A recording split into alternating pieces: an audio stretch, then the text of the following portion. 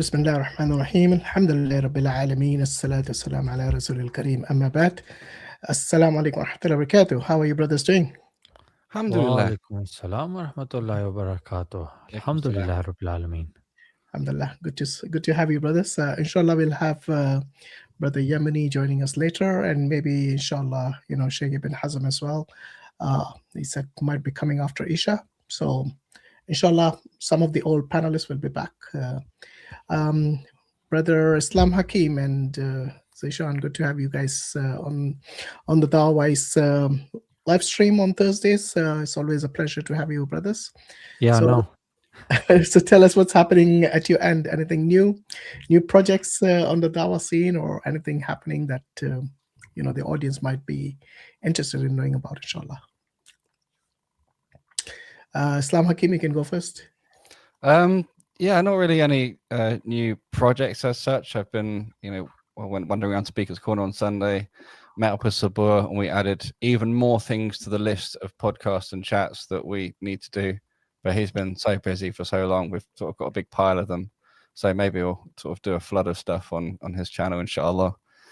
Okay. All sorts of stuff like asking the question whether or not atheists actually exist, which is a very good one because of the notion of deity and associating partners with Allah.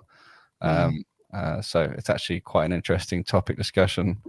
Stuff to do with contingency arguments and the modal collapse, how that is only resolved by Allah subhanahu wa ta'ala, or by the necessary being having will as well as knowledge and so on. Other than that, I did a stream with Ali Dawa and Sheikh Hazm yesterday. That was good. Oh, mashallah. How did that go? Yeah, alhamdulillah, it was good. It's good times. Did you guys speak about any specific topics, or? Well, the topic is Muhammad sallallahu alaihi wasallam a warlord, and so we went through some of that and went obviously not, but we didn't get any decent challenges or anyone sort of come on and sort of get our teeth into the subject that much. I spent about an hour talking to an atheist guy who didn't have criteria for seeing whether or not something was true, which was an interesting one. But yet he was very confident in making the claim that there's no intelligent design because the design of living things is very bad. He's sort of judged of that. So he went through sort of that thing, and he was quite happy to accept the remarkable amount of hubris in that position.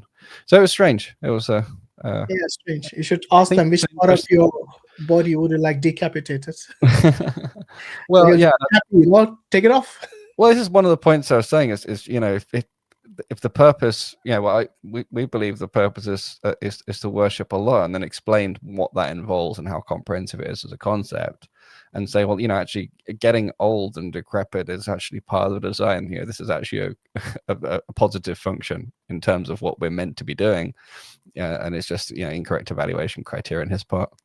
So that was all maybe interesting for third parties. We'll see if next time I speak to him, if he's any different. But that was an interesting conversation nonetheless. Yeah, always interesting. So you reckon most atheists are just agnostic? No. I think most people who identify as atheists are actually polytheists. Oh, I just see. Okay. Yeah. Especially if you use the word shirk and use the proper definition of polytheism, which aligns with the Jewish definition and so on. And also if you sort of pull up the ancient Greek and Roman versions of their deities and how they saw things, and you sort of look at things like the pharaohs and the Japanese and the way they venerated people. And one point I made to the guy is like, well, clearly, Japanese emperors were regarded as deities, in the past. And he was basically just a mini version. If you steal some nuts from someone, it's still stealing, even if it's not the same as stealing someone's car.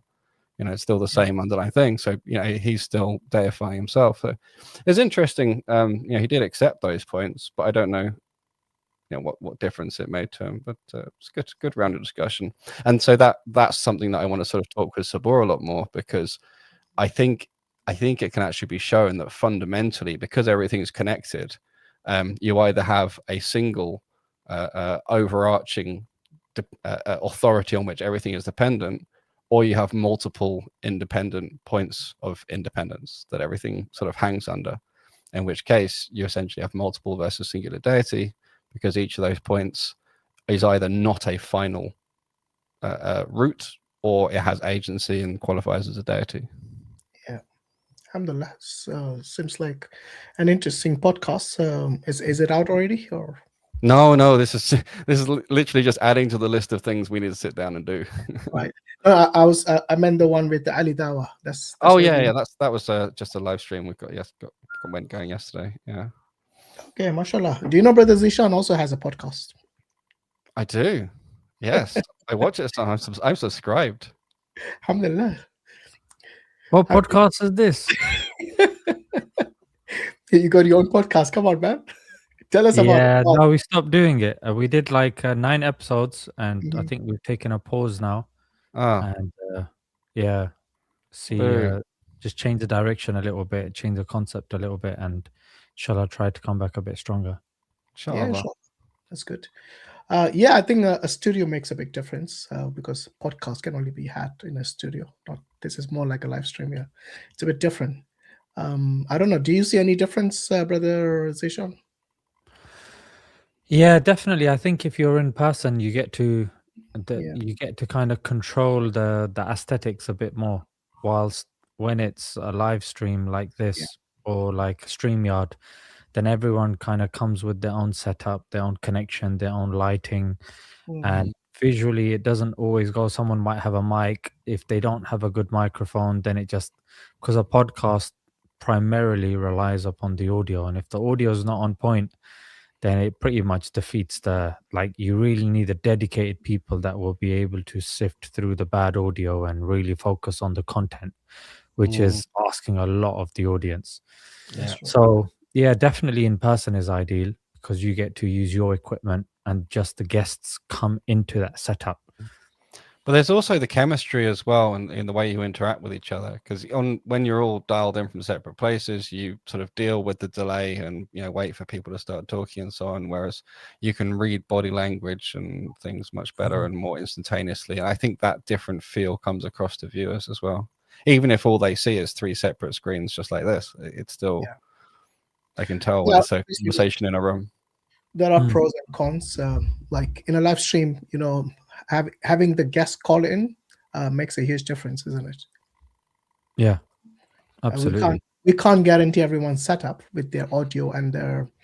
I mean, most of the people who join our stream as guests, they don't switch on the camera, so we are more focused on the type of audio, which is extremely important, as you correctly mentioned. So yeah, I think there are pros and cons to it. There's more. I would say in terms of the variety of people we get, that itself enriches the streams. Alhamdulillah.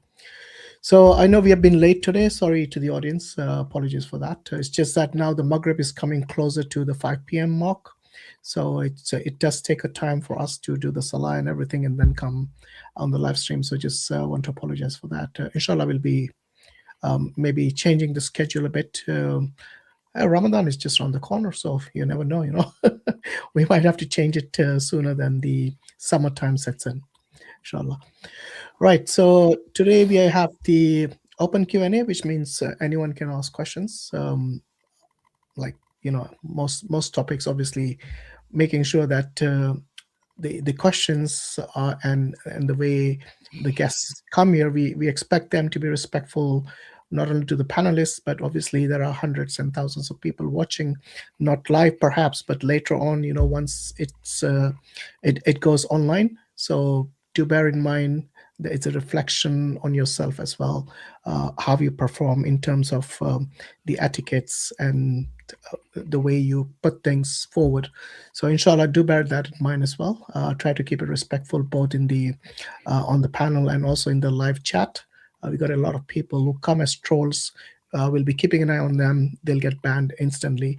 So do bear in mind, if this is we are trying to have a troll-free environment here, inshallah.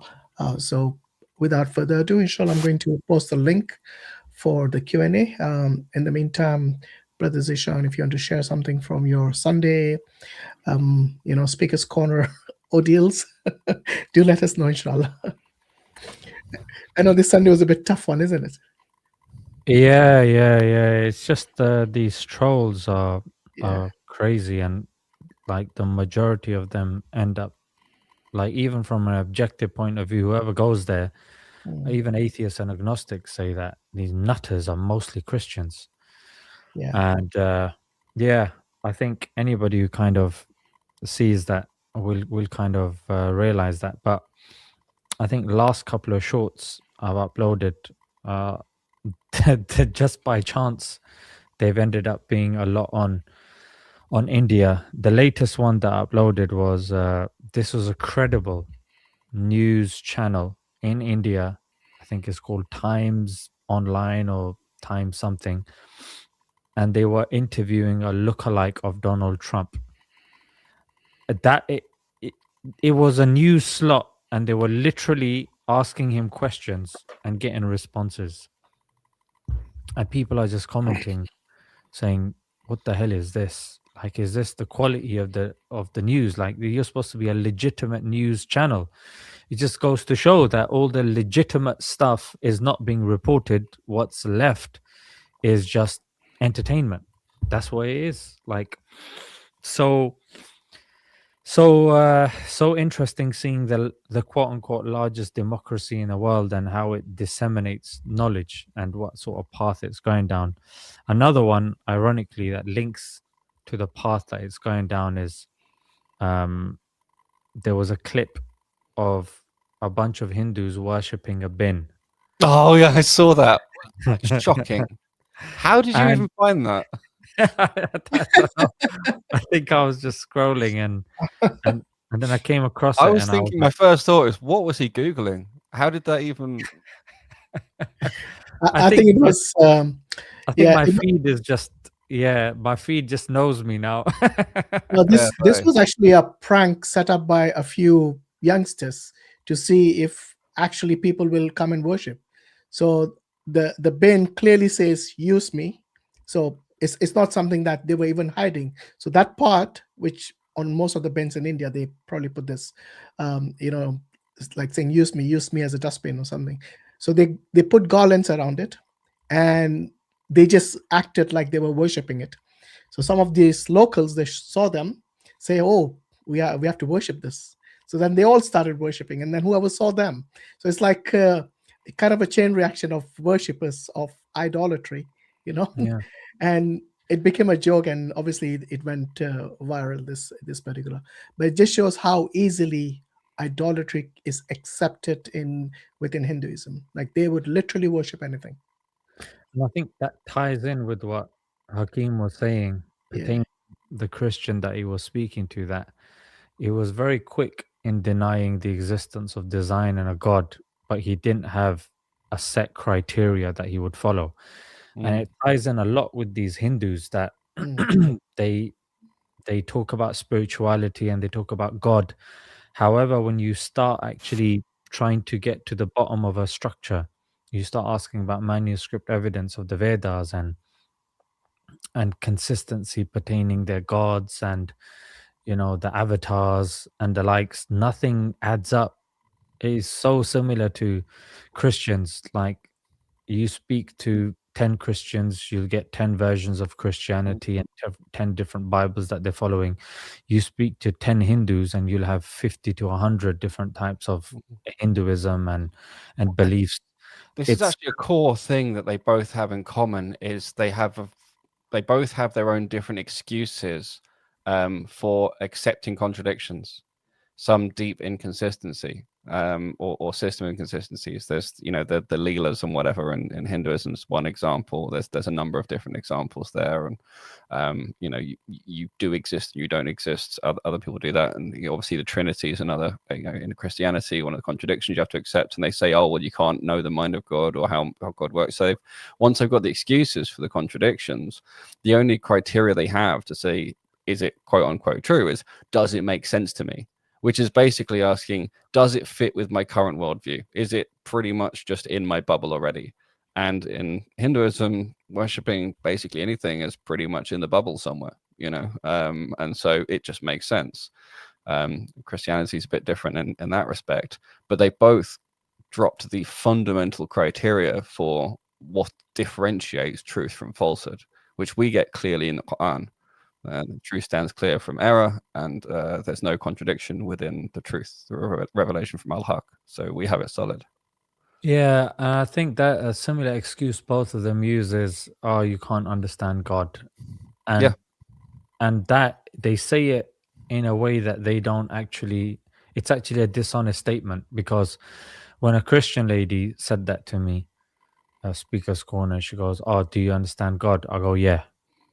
And she goes, "No, you can't understand God." I say, "Look, not only do I understand God, you also claim to understand God as well. You're trying to make it seem like you don't. Is that tree God?" If she says yes, she's a polytheist, yeah, and not a Christian. If Mm. she says no, that means she does understand God, because you can't say no if you don't know. You know what I mean? That's the thing, it's not binary, it's by degrees, right? There is some degree to which we understand him, sufficient to know who we're worshipping and not get tricked into worshipping other than him. That's what we need. Like we would, and that makes perfect sense. And that's the thing, that if you don't have a criteria, like we claim that we understand the concept of God, we can tell you about his oneness, we can tell you about his qualities, his attributes. However, if you ask the howness of the attributes, yes, that we can't claim to know how Allah is all knowing, but yes, we believe he's all knowing. Like that's that's not rocket science. However, now when it comes to when you ignore the degrees that you mentioned and you use a holistic kind of answer and say, yeah, we just don't get God, that means anything can now pass as God, because you just don't get it. There's no criteria. Bin can be God. The garbage in the bin can be God. The hand put in the garbage in the bin could be God as well, and the arm attached to that, and the obese guy putting something into the bin, including the bin and the God, everything becomes God. Then everything becomes ludicrous as well. So, and is it no wonder that people... ये 3 दिन एक dustbin के सामने कुछ रखे फूल वूल और पूजा करने का नाटक किया, और लोगों ने सोचा कि इस डस्टबिन में सच में भगवान है, और फिर लोग उसकी पूजा करना शुरू कर दिया. उसके ऊपर लिखा हुआ है यूज मी का मतलब होता है कि कचरा उसके अंदर डाला जाए, ना कि उसकी पूजा की जाए, और उसके अंदर होगा और कुछ नहीं होगा. भगवान है तो सिर्फ सबके मन के अंदर है. अपने अंदर झांको, अपने माँ बाप के अंदर भगवान झांको, उनकी खिदमत करो, उनकी पूजा करो, उनका ख्याल रखो, बाकी और किसी चीज में मत पड़ो यार. इंडिया में लोग एक डस्टबिन की पूजा कर रहे हैं, और अगर तुम शॉक में हो कि लोग ऐसा कैसे कर सकते हैं, तो मैं तुम्हें बता दूं कि ऐसा एक्चुअल में है. पहले ये वीडियो देखो. भगवान बना कुछ दोस्तों ने सिर्फ एक प्रैंक के लिए 3 दिन एक डस्टबिन के सामने कुछ रखे फूल वूल और पूजा करने का नाटक किया, और लोगों ने सोचा कि इस डस्टबिन में सच में भगवान है, और फिर लोगों ने उसकी पूजा करना शुरू कर दिया. उसके ऊपर लिखा हुआ है use. I wonder, what food do you feed a dustbin? What food do they offer it? Does it have to be rotten food? Is it plastic? No, it wasn't. You can put anything, basically anything that's. But the main thing is their form of worship is not just by offering the food. It's by bowing down, literally making sujood to this dustbin. Like I said, they would do anything. Recently, there was another viral video about a particular dog who is basically, kind of going around the statue of Hanuman, and people started worshiping the dog. Yes, so the dog is, after it got tired doing those rounds, it sat down in a corner, and they literally are touching his feet and just prostrating to it, because they think this is a special dog. It's come to do. Big? Huh? Was he big? Was he big? What, the dog? Yeah, he was a big dog. It's just I see the big dog. Okay. All right, sorry, I'm a bit slow. Because you, Hashim, I think it told me about the air conditioning unit that was flapping. That's one of them started worshipping as well. Yeah, I mean, absolutely. basically anything, like the ceiling of a railway station, somebody just touches it, and everybody else just follows. Like, it's no it's criteria. Kind of there's no system. There's no Well, what's desire for evidence. Yeah. What this reminds me of is the experiments where people sort of follow what other people are doing generally. So one example is a bunch of actors sitting in a room, and there's a white coat on each chair, and then the test subject comes in. Everyone's sitting in the room, puts on the white coat for no apparent reason. They just put it on, and so that other test subject also puts on the white coat. So they do tend to follow the crowds, but there's sort of the underlying crowd in the Hindu regions of India. Obviously, all were doing this, worship basically anything. So in that sense, they're following. But also, it then means that any one person gets the idea, someone might well follow. So it doesn't have to be the group pressure for a particular thing. The group pressure is there to worship stuff in general. Yeah, I think it's more than just peer pressure. It's just the way they think about what God is. Oh yeah, no, it starts when there are children. It starts as peer pressure, but it becomes social norms. It becomes part of the.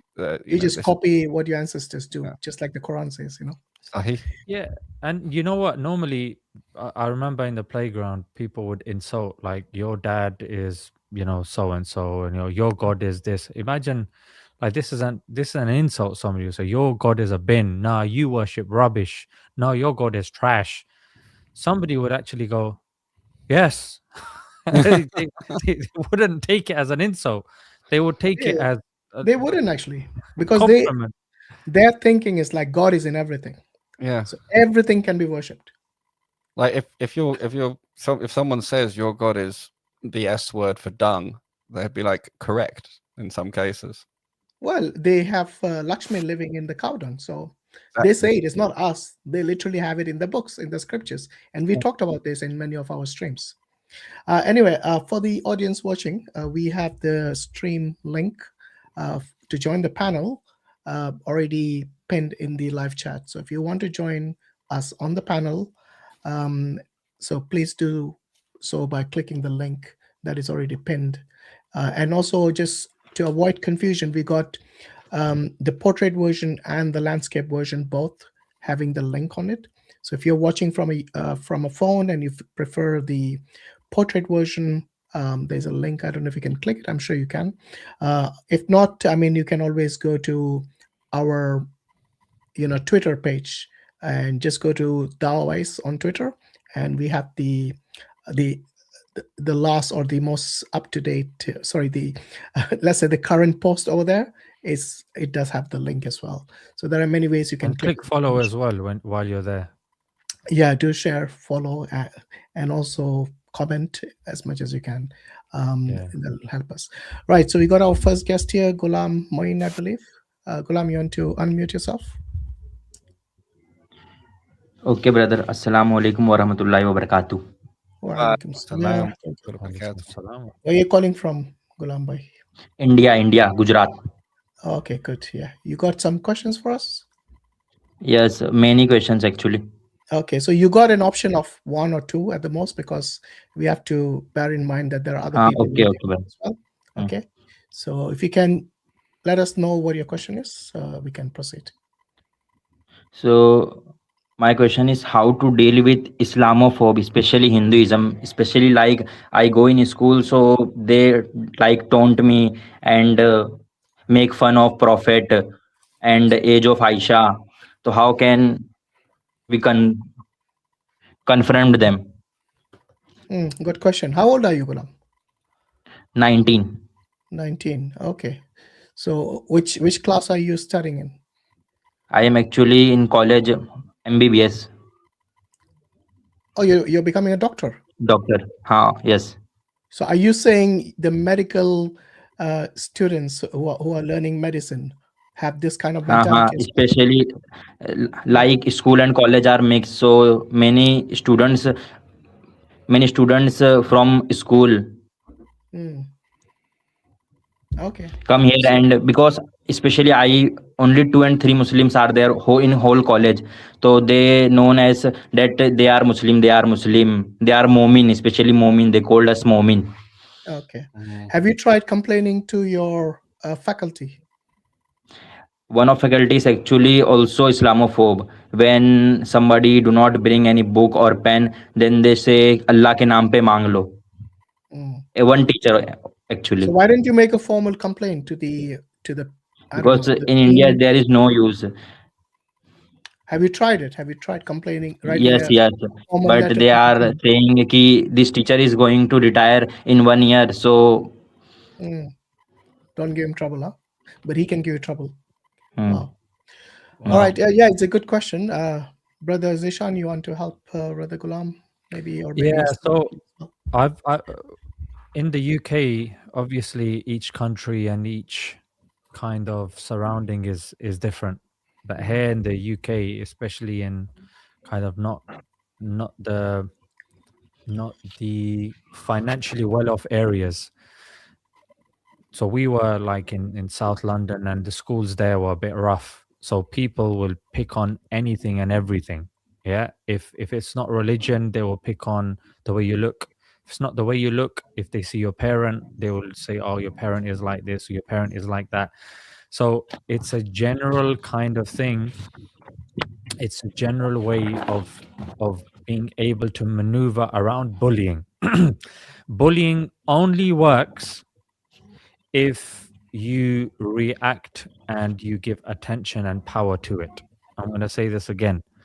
The bullying will only work if you give attention and power to it. Now, a way for you to do that would be to react. Now, if a bully says something and you react and you become frustrated, already you've lost, and the bully becomes more emboldened and becomes more powerful. Now, for those people that are unaware of the Indian culture, over there, things are very divisive between Hindus and Muslims. So, for those people that might be saying, "Oh, why doesn't Zishan just say, you know what, just get him in a headlock, or just do this, or just say this about their God?" Nah, it doesn't work like that. Yeah, it's if you do that, like that's it. It's going to be very problematic. So here, it's about the brothers in such environments seeming and becoming more confident. Now, confident is in the sense that you are clever in what you're doing. Like if you're a minority Muslim in a medical college, you can't be not putting in the hours. Like you have to be good at what you do, so your reputation precedes you. That's number one. Number two, don't give airtime to fools. So somebody says something, don't react like a child, and don't be just bati and be like, yeah, but you're no. There's no need to do that. Sometimes use the opponent's weight against them. So they go, oh, here's a moment. And you could say something like, yes, absolutely, I'm a moment. And I think you are as well. You're a believer as well, right? And then that's it. So sometimes just a small line. So if they go, oh, look at this Dumbo, the Dumbo's here. Well, look, you're very intelligent. So, you can teach me, isn't it? So sometimes that's what you do. Yeah. They will deliberately say these things to incite you. What you do is get used to turning the phrase. Yeah. You don't have to insult their God. So, oh, your prophet married a child. Say, we don't believe that. Yeah. And then they go, yeah, no, did he not marry a 9-year-old? If you want to discuss this, we can discuss this after the lecture. You can organize a debate, and we can do a debate if you've got time for that. So do you see? So you're not allowing people to get a reaction out of you or get you to, weakness. For example, Ghulam, I'm sure this seems like a lot of advice, but you might be thinking, how can I apply this practically? So Ghulam, let's do a bit of role play here. Give me some examples of what they would say, and then see if my responses will work. So, bhai, sometimes they making fun of azan and reciting Quran. Like they used to So you need to be in this scenario. You be the bully, say something, and I'll punch you in the face. No. I'll give you the response. Yeah. Say astaghfirullah and Udu Billah first. Just elbow, bang. Sorry. Say the point. Zeeshan Yes. ए मोमिन क्या है बे इधर क्या कर रहा है बोल जय श्री राम उसके बाद फिर वो लोग अजान का मजाक उड़ाने लगते हैं. They are mocking अजान. Okay, 1 second. So, okay, that's very good. I can see Ghulam's getting into the thing really well, yeah? So, Yeah. Ghulam says that they will first say, oh, look, the moment, I'm translating for you, Momin, yeah? So, oh, look, sorry, I'm translating for you, Ghulam. I'm calling you Momin as well. so Ghulam is saying that they will go, oh, look, the Momin is here. And then, sorry, what was Do you want to tell the audience what Mu'min means? Because many people might not know what that term Yeah, means. so Mu'min is like a Indian-fied word of mu'min, yeah, believer. So, sorry, Ghulam, they say Yes. Mu'min, and then after that? Then they will say, what are you doing here? Say Jai Shri Ram. If you want to live in India, then you have to say Jai Shri Ram like this. Or Okay. making So fun of say in azan. English, and then I'll give you the response, yeah? So I don't have to keep translating, it spoils the flow. Try again, but this time do in English. If you want to live in India, then say Jai Shri Ram. Eh? What rule is this? Yes. Doesn't India have a secular constitution? Ghulam, Did you have not to know go back this? and forth. So say the response and then back and forth, back and forth. Let's go. You have to say Jai Shri Ram because it is our God, and you have to say, you have to respect it. I have to respect. But isn't India a secular country? Shouldn't you first tell the politicians to start respecting and turn this into a law? If it becomes a law, then we will decide. Next. Then Keep going. What is the age of Aisha when she married? And she used to like to play with dolls and that stuff. Okay, so you want to organize a debate with me, yeah? So organize a debate, no problem, I'm ready. You book a stage, get the audience there, and we will debate. We will talk about all of these things, no problem. But at the moment, I've got some lectures to do, yeah? Come on, keep going, brother, keep going.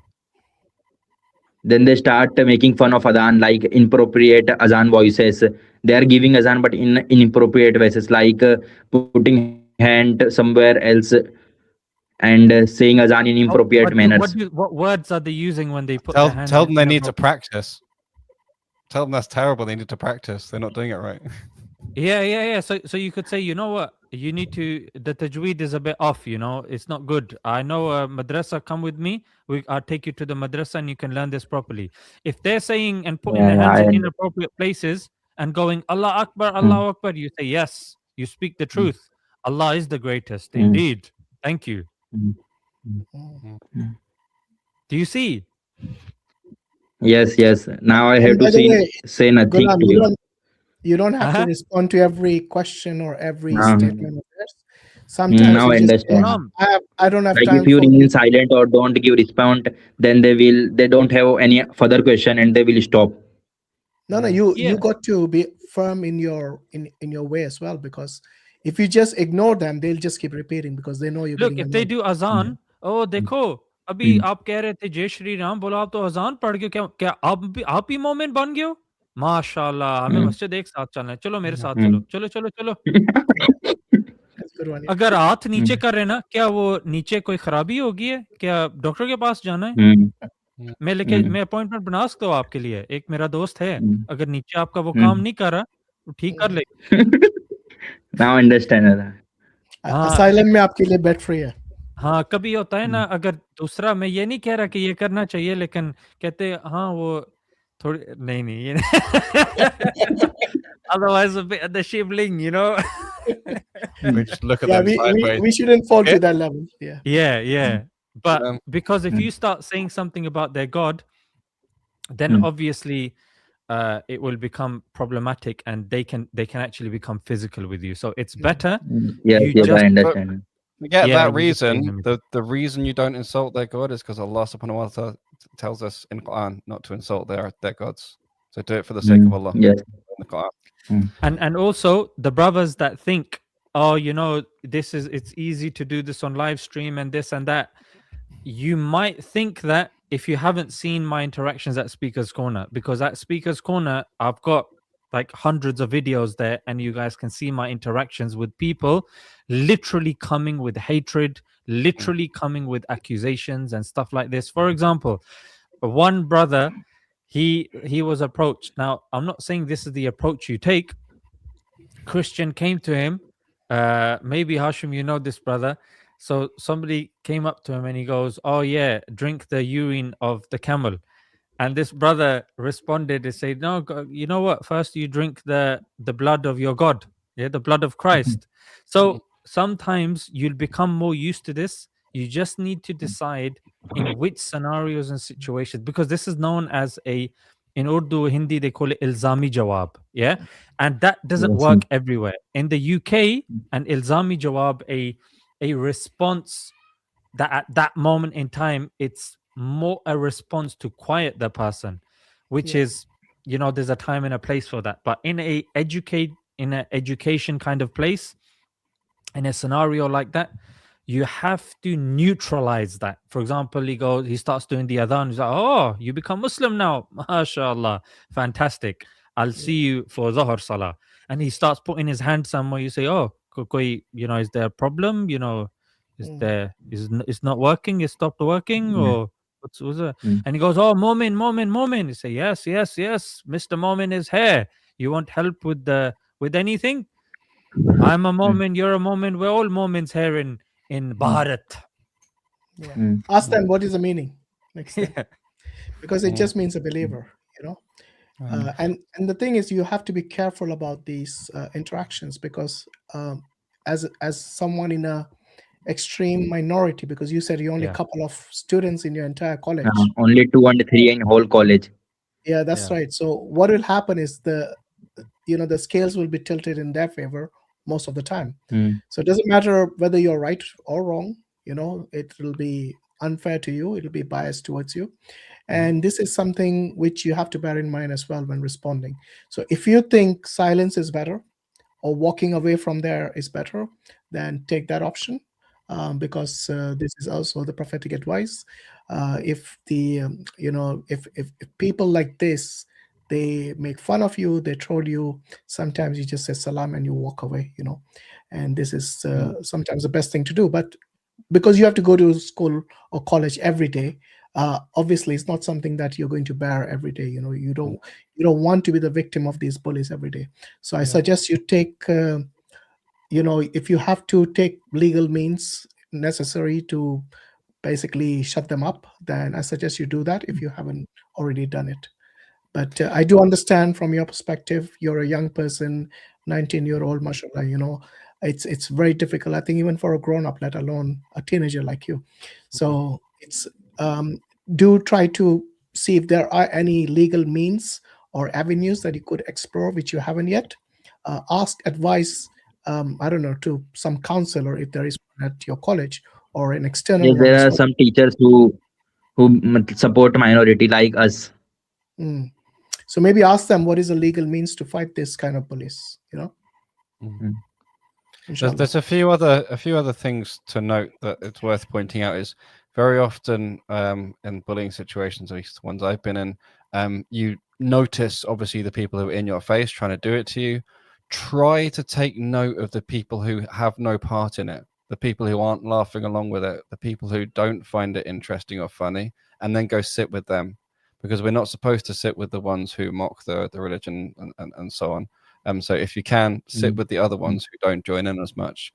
Try to notice them and figure out who they are, inshallah. So that would be sort of one point. There will be some, at least, who are less involved, if not some who reject it, but they might not be so obvious, because it's one thing to reject it, it's quite another thing to stand up for a Muslim in that environment. So just find the people you can maybe sit with who wouldn't be mocking you so much, and build up a sort of separate group of people you can work with, inshallah. The other thing to note, I think it was already mentioned, but there's Hadith Sahih Bukhari 6116.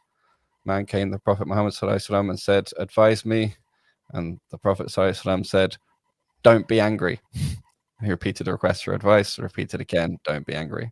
So whatever you do in response to this, it's very, very important not to be angry. So many reasons, there's so much depth to that wisdom, but it keep you safer, take the wind out of their sails. It will make you rise above. People might even start seeing your sabr, your patience, and wonder where it comes from. And Allah can open up avenues for dawah to you. Who knows? Allahu alam. Last thing I would say regarding the responses, maybe not as witty and amusing as anything, any of Zishan's offerings, but we do have to you as your religion and to me as mine. And that's something that Allah gave us as an advice. And so try that one as well. All right, Ghulam bhai, inshallah, hopefully things will get better. And also do make dua to Allah subhanahu wa ta'ala. You know, dua has such potential and such, people underestimate the power of dua. So wake up for tahajjud, you know, this is something very important for all Muslims to do. If you want something to be sorted out, something to be resolved, something that you don't have, you know, inshallah, Allah subhanahu wa ta'ala, you know, keep up with your salah. I'm assuming you pray regularly on time. So if you are doing all of those, inshallah, Allah will make way for you. A lot of people, you know, sacrifice a lot of things in their lives. This sacrifice, don't assume that they are going in vain. You know, there is a hadith which says that even if a thorn pricks you, even if you have like slight depression or anxiety or suffering some illness or some harm or something, Allah expiates your sins. So none of your sacrifices, none of your hardships are going to waste. You know, Allah will replace this with goodness, with khair, and you'll get blessings from it. And inshallah, you know, like Allah says, with every hardship comes ease. And Allah has repeated this twice in the same ayah, you know. So and also don't lose hope, have faith in Allah subhanahu wa ta'ala. Yeah, you know, work on your confidence, work on your strength. You know, yes, but especially because of my character, many people like me. Good, very good. So like in it's college. what the other brothers are saying, that if people like you, then you know they're more likely to stand up for you, they're more likely to kind of respect you, they're not going to obviously look down on you. But work on your strength, work on the confidence of your speech, you know, how you walk. You know, you're at a stage now, make sure you work out. You know, someone that looks a bit big, looks a bit strong, looks confident when they speak, people tend to, you know, what's the word, it's a deterrent. With bigger people, with more confident people, I know I've spoken to people that used to be muggers before, and they said that this is what we do. First we'd see, like, can we take this person on, is it worth, इससे पंगा लेने का कोई फायदा है, इसलिए अपने आप को स्ट्रॉन्ग बनाओ, कॉन्फिडेंट बनाओ, और आहिस्ता आहिस्ता इंशाल्लाह ये लोग खुद ही पीछे हट जाएंगे. But you know, there are other things that I've said and the brothers have said as well. See how it is, try different scenarios, try different situations, but ultimately work on yourself, work on your iman, work on your confidence, work on your speech and your presence as well, and you will see that people will say, you know what, there's no point, you know, fiddling with this guy. Be very cautious with the comments as well. Like, be funny, but don't be mocking. Like, there's certain things I can get away with here in the UK or online, but being two people in a majority Hindu college in which, you know, this whole Hindutva mentality is constantly rising, you have to be cautious with your comments. So be confident, but what you say should neutralize. Obviously ignoring is better, but if you feel ignoring can't be possible, then you neutralize, you say something neutral, and you continue, but you don't show weakness, you don't show that their words are getting to you. Yes, I understand. Thank you, bye. All right, take care, inshallah, and we wish you.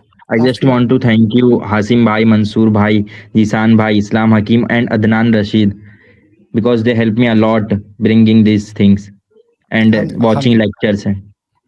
Alhamdulillah. Do share our streams and our channels. Yes. Inshallah. And hope to see you again. And all the best. Maybe you can print out some cards that have the link to the channel, and all these people who come at you, just hand them and they can come talk to us. Yeah. Hand out these cards. Mm. Go to this Yeah, place. send them our Mm. way. Every Thursday Yeah. we have a live stream, as I'm you too know. busy studying to talk to you, but these guys will talk to you. Yeah, inshallah. Mm. All right, Okay, take brother, I care. understand. Thank All the you. best, and may Allah, give you khair and afiyah. I mean, Okay, strong. Assalamu alaikum. Wa alaikum salam. All right. Okay, we got done here. Done Raj Purohita. Hello, Please come. Hashim. Hello, everyone. Hi, Dan. How are you doing? hello, Dan. I'm doing fine. How Yeah. are you guys? I know you came last. Was it last week or the week? Done. Yeah, I came last I know week. you waited before, a long time, and yeah, apologies before for that that. as It's well. just that No sometimes problem. I like taking callers who haven't been here before to give them an opportunity as well. It wasn't nothing against you, nothing personal. So just want to make No problem at all. that See, clear to you. it's been 2 weeks. I'm 2 or 3 weeks. I've been trying. I Yeah. think before third week I spoke, but you have put me on the backstage, thinking that you can take me at a later point of time. Mhm. But I think there were too many callers, so Yeah, I that's right. disconnected. Yeah. So now is your chance to make up for that, inshallah. Yeah, I want to continue with the conversation which we had about the will, about Mhm. the intention, right? Yeah. So my question was put forth like uh, because I understand for Muslim the purpose being given by Allah, right? The purpose has been Yes. given by Allah to Purpose of our worship existence. Allah. Yeah. So just to Okay. remind the audience, I'm assuming you're from the Advaita Vedanta philosophy, yeah? Yes, I'm from Advaita. Okay. So and you're a Hindu, yeah? I'm Hindu. Yeah, because many people won't know what's Advaita Vedanta either. So yeah, I mean Islam, Hakim, and Zishan both are here, and myself. So just maybe restate your question and tell us exactly what you want us to engage in. What kind of Sure. topic? So my question was that if Allah is a self-sufficient being, then then he cannot assign any purpose. He cannot because what I mean to say is that there is no need for him to create anything. The self-sufficient means he's not lacking anything, and the moment Allah gives a purpose or Allah has a purpose, it means Allah is lacking something. Therefore, He created the universe. Yeah. So I remember this one, and I thought it had been resolved because I mean we agree with you in that Allah does not need to create us. He is not in need of us. He does not need to create. But where we disagree is you can want something that you don't need, and it doesn't imply a lack. You have to demonstrate me, because this is the conversation which we had. Like, so you have to demonstrate me like within this world. Okay, because what I understand, the intention could be either you lack something or the intention could be from fullness, right? No, you see, Like because dancing. it Okay, go could ahead. be that something else lacks something. So, for example, I walk past a homeless person, and I'm perfectly full. I've fed and I have money, but this person's hungry. He lacks something, and so I desire to give him something that he lacks, and so I give it agree. to him. I agree. So the background is a lacking there. Like you may be a No, compassionate but in person. this case, the lacking is not of me. It's I can see he is lacking something, and so I But can fulfill that. So then this is in the case of need, just one, right? the question arises that when nothing was created, how can Allah lack something? Because how can Allah assign purpose? There was nothing in the existence So other than Allah.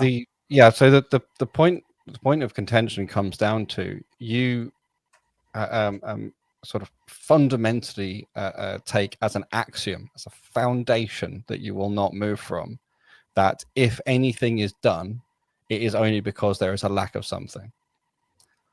No, well, in that framework, I mean, I disagree with that framework anyway. However, I can understand it. But if you insist that we must use your framework, despite from my perspective, it being quite a poor framework. But if we insist we have to use that, then the lack is not in the God. He is never lacking. The lack is in the things that are not God. In the case of before anything was created, there was nothing other than God. So you could say there was a lack of things other than God, in which case he decided to create things for reasons known best to him, but it seems to be a good choice. And then after the things were created, then yes, those things are always in some sense lacking, meaning they could always be improved. And indeed, he improves things, and that's what he does. And once we have the judgment day and go into the afterlife and Jannah, he will constantly improve the life there indefinitely.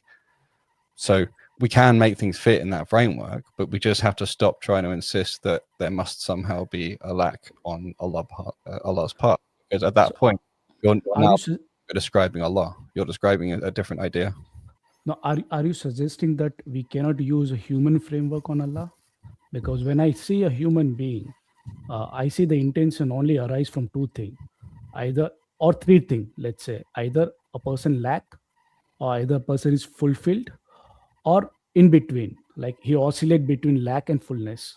Yeah, well, like I said, I think that framework's pretty weak. I think it's not a good framework for analysis anyway, even of human beings. However, I can understand it well enough to sort of adopt it and use it to You said the framework is not good enough for human being as well. You have any other framework? I don't think so. I think, for example, humans are more fundamentally driven by fear and love, and to sort of contort that into a lack or fulfillment framework is possible, but just not very useful and could be potentially misleading.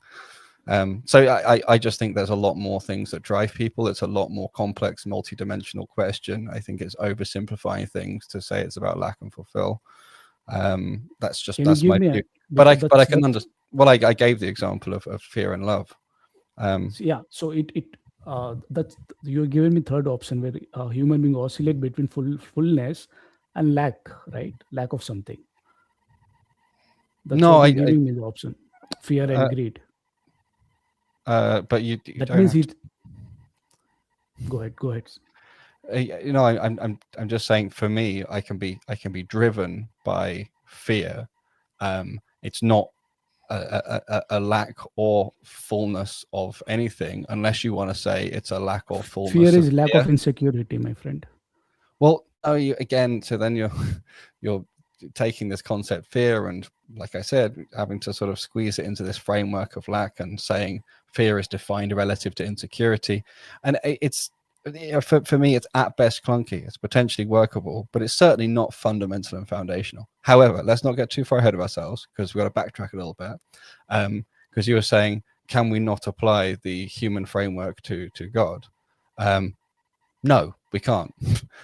God is not a human being. He doesn't have the same modality, same way of being. Humans are made of parts. God is not made of parts, for example.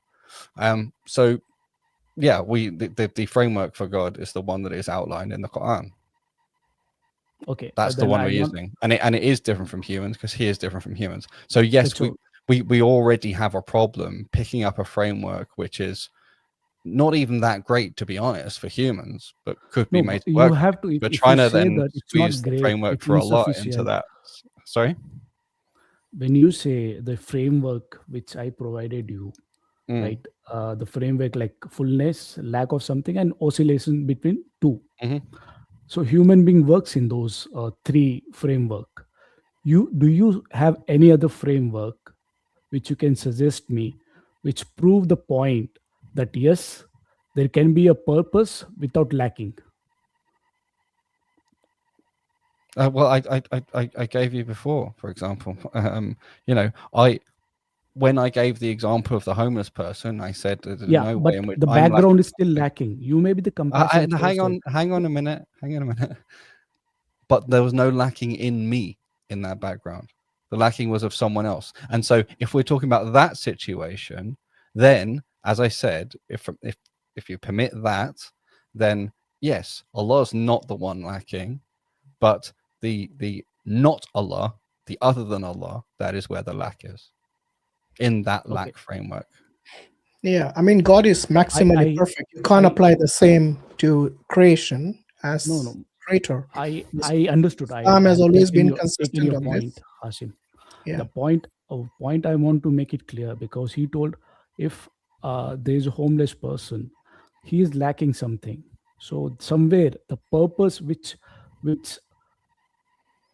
inside you, a compassionate person, because you identify other person as human being and you have that soft corner, right? You identify that other person is also human being. I am also a human being, right? So the compassionate flow, either it's flow from lackness or either it's flow from fullness, right? So you may be full, you don't lack anything, but somewhere that lack of other person is triggering your purpose to help him. Do you agree with that? Yeah, but I gave an example specifically where there was a clear lack in order to connect with your framework.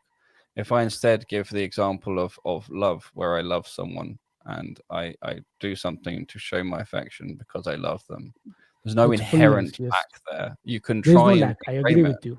Right. So, again, it's like I said, I don't disagree that all of this stuff can be squeezed into a framework of fullness or lacking, because all you've got underneath that, we could just say, you know what, forget fullness and lacking, and let's just call it 0 and 1. And we can say everything we can think of as being on some scale between 0 and 1. And as long as we break things apart into enough pieces, we can do that. Well, yeah, like binary and computer systems, or the continuous version of that, like Bayesian and stuff. Yeah, you're basically just saying if you work hard enough, you could use maths to describe things. Okay, cool. Like, it's possible. I just don't think it's very effective, and I don't think it's very fundamental.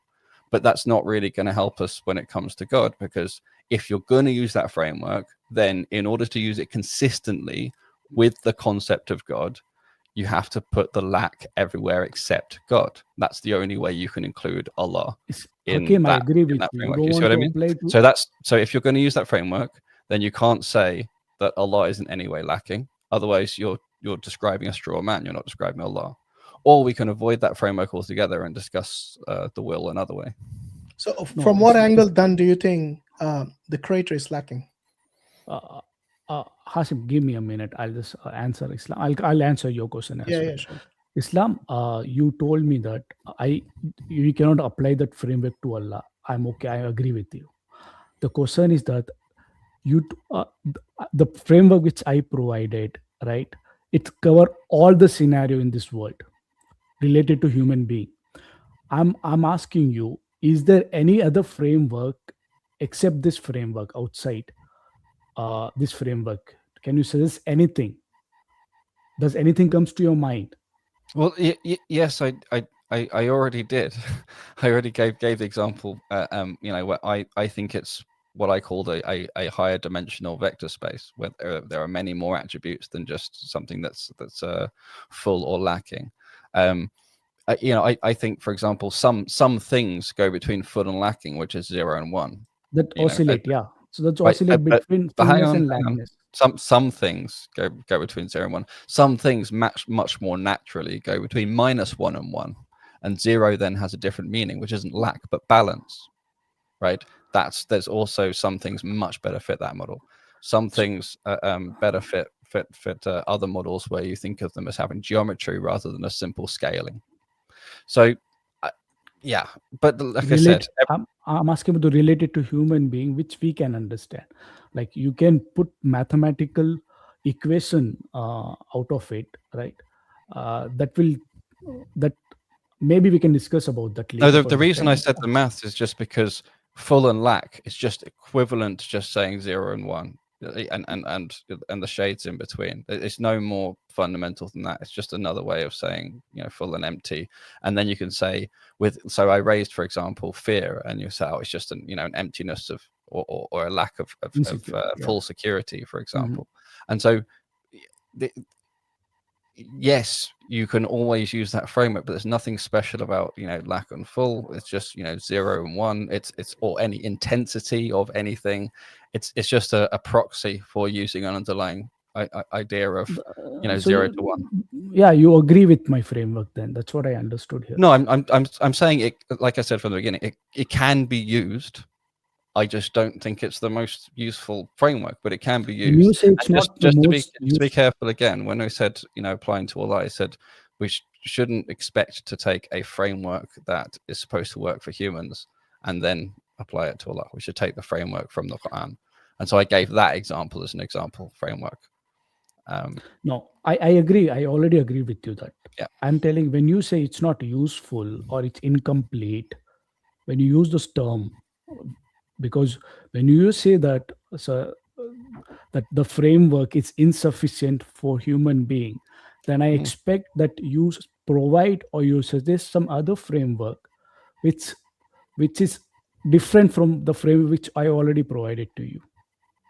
Because what because what I have done, I tried to understood as deep as possible, and Right, I so, don't but see this any is, scenario. I see. I didn't fully describe the human framework, but I said, it's the one from the Quran, right? So, we believe that we have a nafs, right, a soul. We believe there's a qayn that's attached to us, a jinn that's attached to us. We have our fitra, we have our qalb, our heart, right, and we have our physical body. These are the components, and then we talk about the dynamics of those components and how they interact with each other. This is our framework. This is where we start from. So with those framework, does those framework violate the framework which I provided to you in any mean? What do you mean by violate? Does your framework discard my framework, which I told you that the purpose, either you have a purpose which is out of lacking something, or you have fulfillment where there is no purpose? No, like I said before, your framework can be, and I already tried to make this clear in a few different ways. Your framework can be used because it is nothing more than zeros and ones. So everything could eventually be expressed in it if you want to. Even non-humans, even rocks, even the formation of stars, even anything. It's just a generic idea that things can ultimately be boiled down to some number of scalars between 0 and 1. So there will be some limitations to it, but in terms of physical stuff or more complex things, but to go into them is I don't think particularly useful, because again I'd have to use the math to go into them. Otherwise you could just argue that it is actually a sense of fullness or lacking in some sense. So like I say, you can use it. I just don't think it's very effective. I don't think it's the most efficient or best framework. I think it's very simple to define, but I don't think it's functionally as useful as the Islamic framework, for example. Okay, no problem, because again you told it's not insufficient, it's not complete. Sorry, Dan, no problem. You can Hakim, probably I just want to remind you something, that we have got a lot of people waiting in the back studio. If you can keep it brief as to what you want to really focus on. Maybe I think the Q&A was already over between you and I.Hakim. So now make the point you came here for. Maybe that will help us to proceed. Okay, all right. No, thank you, Hashim. I already made my point, right? Allah being self-sufficient, He lacks nothing. If He lacks nothing, there is no need for Him to create anything. What makes you think you can decide what Allah needs to do or not? Because if that is on basis of my understanding, considering human being. Would you be able to ask these questions if Allah didn't create you? I would not ask this. No, but I'm taking an assumption that Allah created me. Your questioning is irrelevant to Allah's purpose. Your question has assumption that Allah created me. I'm answering you. If you hear me out, it will make more sense, inshallah. Whether your opinion, to be honest, doesn't matter to Allah subhanahu wa ta'ala. He has the picture, you have only the pixel. So He has the more broader understanding of His purpose than we could ever fathom. Neither you nor I will be able to fathom that, let alone anybody else. I would say all of entirety of the human population, from the past, the present, and the future, they will not be having the picture. So until and unless you can say that your cognitive knowledge is the same as that of Allah, yes, then you will always be the person questioning Maybe you get an answer sometimes, maybe you don't. However, that does not negate why Allah created us and for what purpose.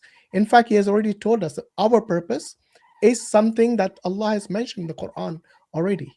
Now you're saying, why did Allah create us? Let me ask you something. Does Allah need your permission or my permission? In fact, even your parents did not require permission from you to basically bring you in this world. Yeah, because you had no ability to ask questions at that point before you were conceived in your mother's womb. So how can you question Allah when you can't even question your own parents? Because many people come to our stream and say, I didn't ask to be created. We normally ask them, did you ask your parents to bring you to this world? And they say no. You can't question your parents, let alone the creator of the entire universe and all of mankind and all of the existence. So I really don't understand your questioning this. Okay, yes, Allah is maximally perfect. You're answering from Islamic paradigm, right? Well, you're asking Muslims. You expect me to answer from an atheist paradigm? No, I'm not telling you answer. You already answer from Islamic paradigm. I have to, because that's how yeah, that's so our question, framework. You love the term no, framework. Our framework is to answer from the Islamic perspective. You have come to a Muslim channel. Okay, we answer based on our Islamic framework. That's obvious. I think you've been here many times. Yeah, Yes. which includes the use of reason, logic, and evidence, which is why, and I just, your restatement made me wonder if you had missed something that I said. So I'll just make sure it's clear, is we know that Allah has no need to create. It is not a need of his to create. He wanted to create. Any perceived lack or anything that would be in some way improved is to do with things that are not Allah. The set of things, in logical language, the set of things that are not Allah was originally empty. Then Allah started putting things in the set of things that are not Allah. And at that point, there became things that lacked.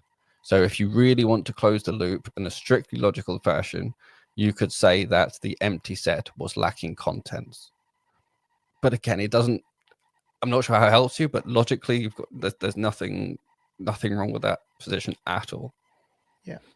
That you have included assumption in your logic, Islam. That's okay. No, the what might appear to assumption to you is actually I'm taking from the Quran. Okay, no, so you have taken Quran as a base, right? Correct. Then you have answered. That's okay. Okay, Hashim, to answer your question, you have asked me the question like, what makes you ask the question that Allah has created? How can you ask the question to Allah when you're not asking a question to parents, right? Now, yeah, about your existence. About my existence. So yeah. I know my my parents or any other parents in this matter, they have created or they have given birth. Given a birth to a child for the either it's from fulfillment or from lack of something, right? No. So it oscillates between two. No, it's not a lack of something. I'm sorry. You're saying, he's repeated this since the start. I told you. One second. So your premise that you have assumed as axiomatic, yeah, and you have literally been building on that for the last 10 minutes. It's this notion that if you've created something, that implies a need. We don't accept that premise. That's yeah. Okay. In fact, it doesn't follow. It's a non sequitur. Yeah, it doesn't follow. So you need to prove it, because we've told you, Hakim's told you, Hashim's told you, and now I'm telling you in very clear terms, we reject that premise. So it's up to you to prove it. That's okay, Jana. Hashim, I was answering your question. Probably I'll try to answer your question as well, Jana. So Hashim, when I told, right, any parents, when they give a birth to the child, it could be from fulfillment or could be lack. It oscillates between two. Before, 1 minute. No. Look, this is fundamental to your discussion, because you have a premise.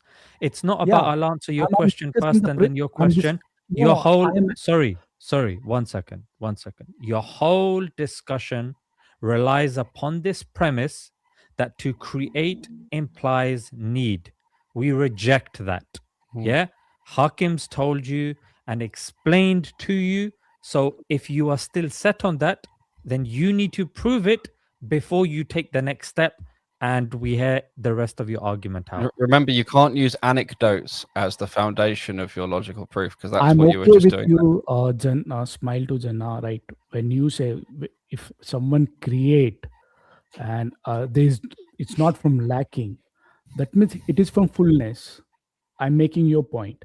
But the moment you add purpose, okay, it justify lacking. The purpose cannot be out I of reject lacking. that premise. Prove it.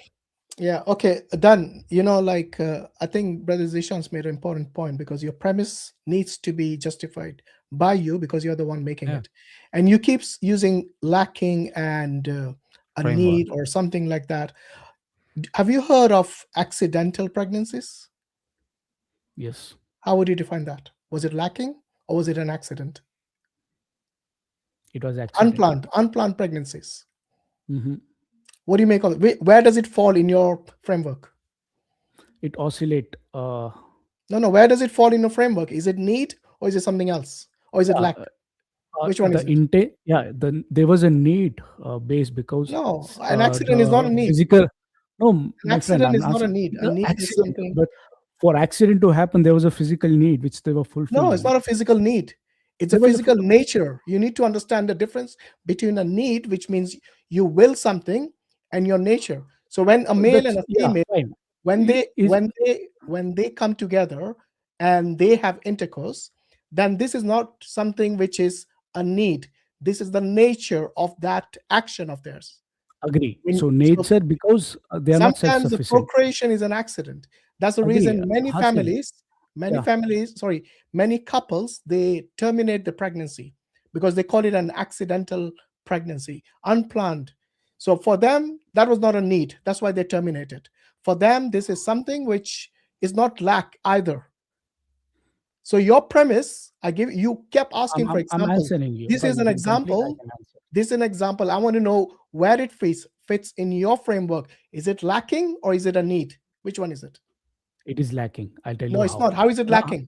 They didn't want the I'm pregnancy. explaining you. I'm explaining you, my friend. Okay, lack of what? That's it. Lack of a condom? What was it a lack of? I tell you what is that. I honestly I'll don't tell know you what what is the lack lack. of. I tell you, Hashim, Okay, let me go on. explain. What is a lack of? In Yeah, an accidental pregnancy, what is it lacking? Please tell us. You already, yes, let me answer.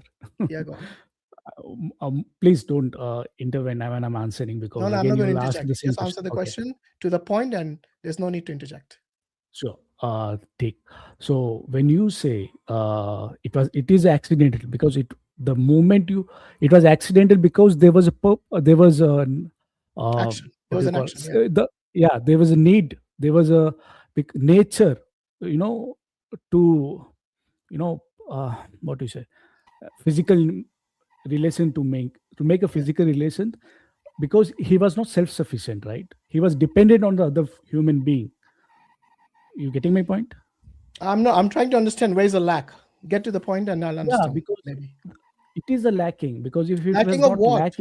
lacking of what? lacking of pleasure, so it's a desire, attractions. Hold on. It's a desire, right? It's a desire, yes. Okay, so the desire was not lacking when they got pregnant. The purpose wasn't to get pregnant. It was a desire, which is the nature. The nature of a male and female to be attracted to each other. Call it a fullness of desire. How is it a lack? I don't understand. Yeah, so you could call it a fullness of desire. You could call it a lack of fulfillment. Right, you could, whatever. It's just word games. Yeah. Okay, Hashim, desire is outcome of lacking. No, right? It's not. Desire is the nature of the lust. That is the nature of a human being. They get attracted to the opposite sex. Because maybe they're married, and this is natural for them to have intercourse. Yes, I don't see the lack. Honestly, I don't see the lack. The term you're using is self-sufficient. Do you think they would have a desire?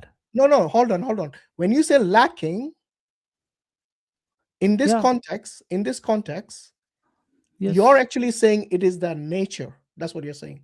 So you're using the wrong terminology here. Okay, I have answered. Let me answer again. The very nature of human being is lacking because he's not self-sufficient. Yeah, this case, he's not self-sufficient. We yeah, in we this know that, case, but that is because his nature. yeah, The that human's is his nature is So not what? self-sufficient. But then you're Correct. trying to imply that just because it has certain attributes like lust or desire, that is its nature. It's not lacking in those That's things. nature, and the outcome of the nature is because he's lacking the self, Okay, lacking the I think I'm the done here. We're pleasure. going round in Okay, circles. fine. I'm The sorry, Dan. Maybe fundamental you can thing, use the better most, terminology because it's yeah, not making sense at all here. the most important thing to bear in mind See, is yes, Hasim, he is the outcome self-sufficient, of desire and is we agree lacking. with you, Sorry, Dan. Dan, sorry, he is sorry. self-sufficient. We agree with you there. We agree that there was no need for him to create. He is self-sufficient. There was no need to create, but he chose to create. If you insist on using the lacking framework, the only way to do that and still be describing the situation we talk about that we believe is that the lack is in the things that are other than Allah. There is no contradiction. There is no logical problem whatsoever with Allah being self-sufficient completely and totally and choosing to create us. There is no logical issue with that. If you think there is a logical issue, try and write it down in the form of propositions and So premises. Allah is not in There is not. need, even if He creates. He's self-sufficient. He's a samad. Everything depends on Him. He depends on no one. So for Him to create, and one of His attributes is al-Khaliq. He's the one who is a creator. What does a creator do? If He does not create, then He would be lacking, because that attribute of His clearly shows that He's a creator. Now, if He does not create, then yes, you would be correct that He lacks in an attribute which He cannot materialize. He cannot act upon it. What's the point of calling yourself a creator but you can't create? The fact that He created shows and demonstrates that He is indeed the creator. But So I don't slight understand precision there. Ah, It would be one who never created, because he was not Yeah. lacking even before he created.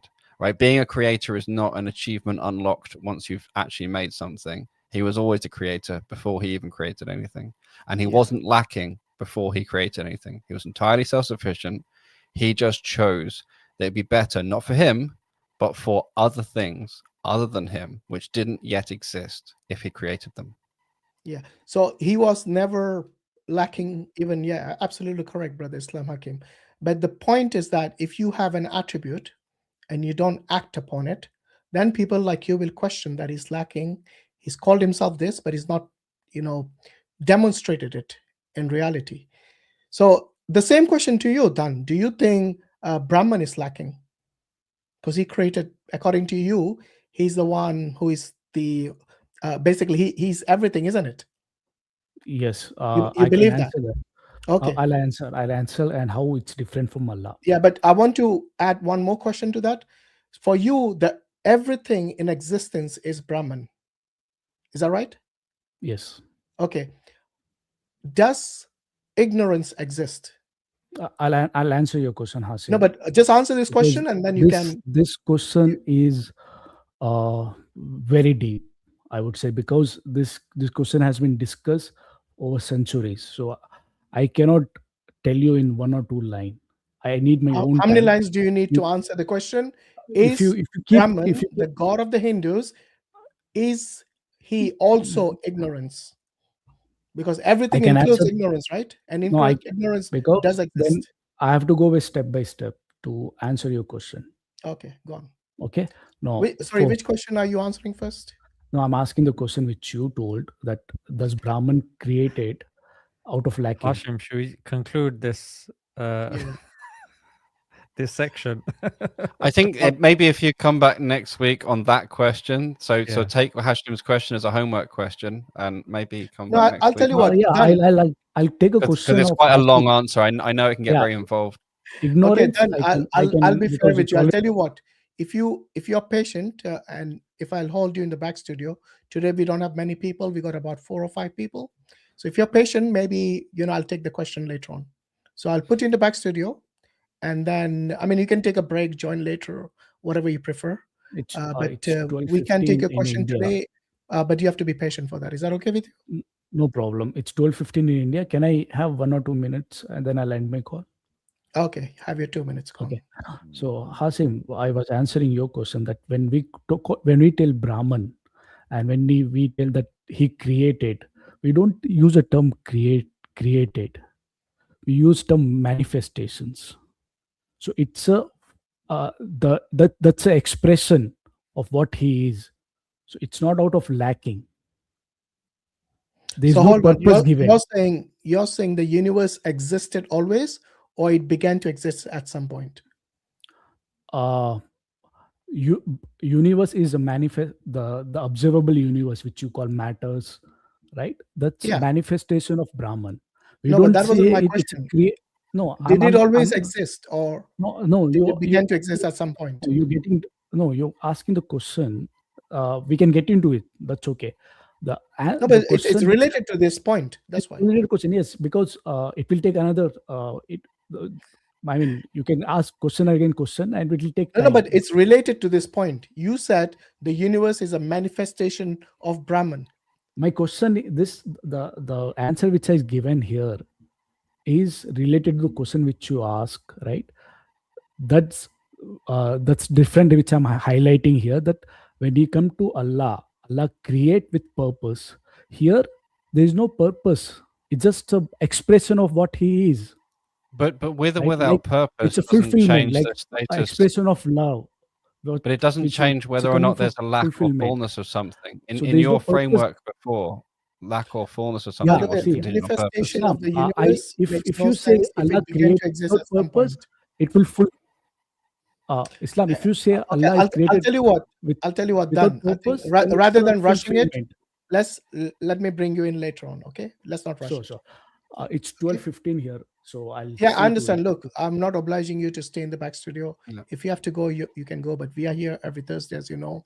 So it's entirely up to you. But if you're patient, we'll take you in later on once we have done with the people waiting in the back studio. It's really unfair to them.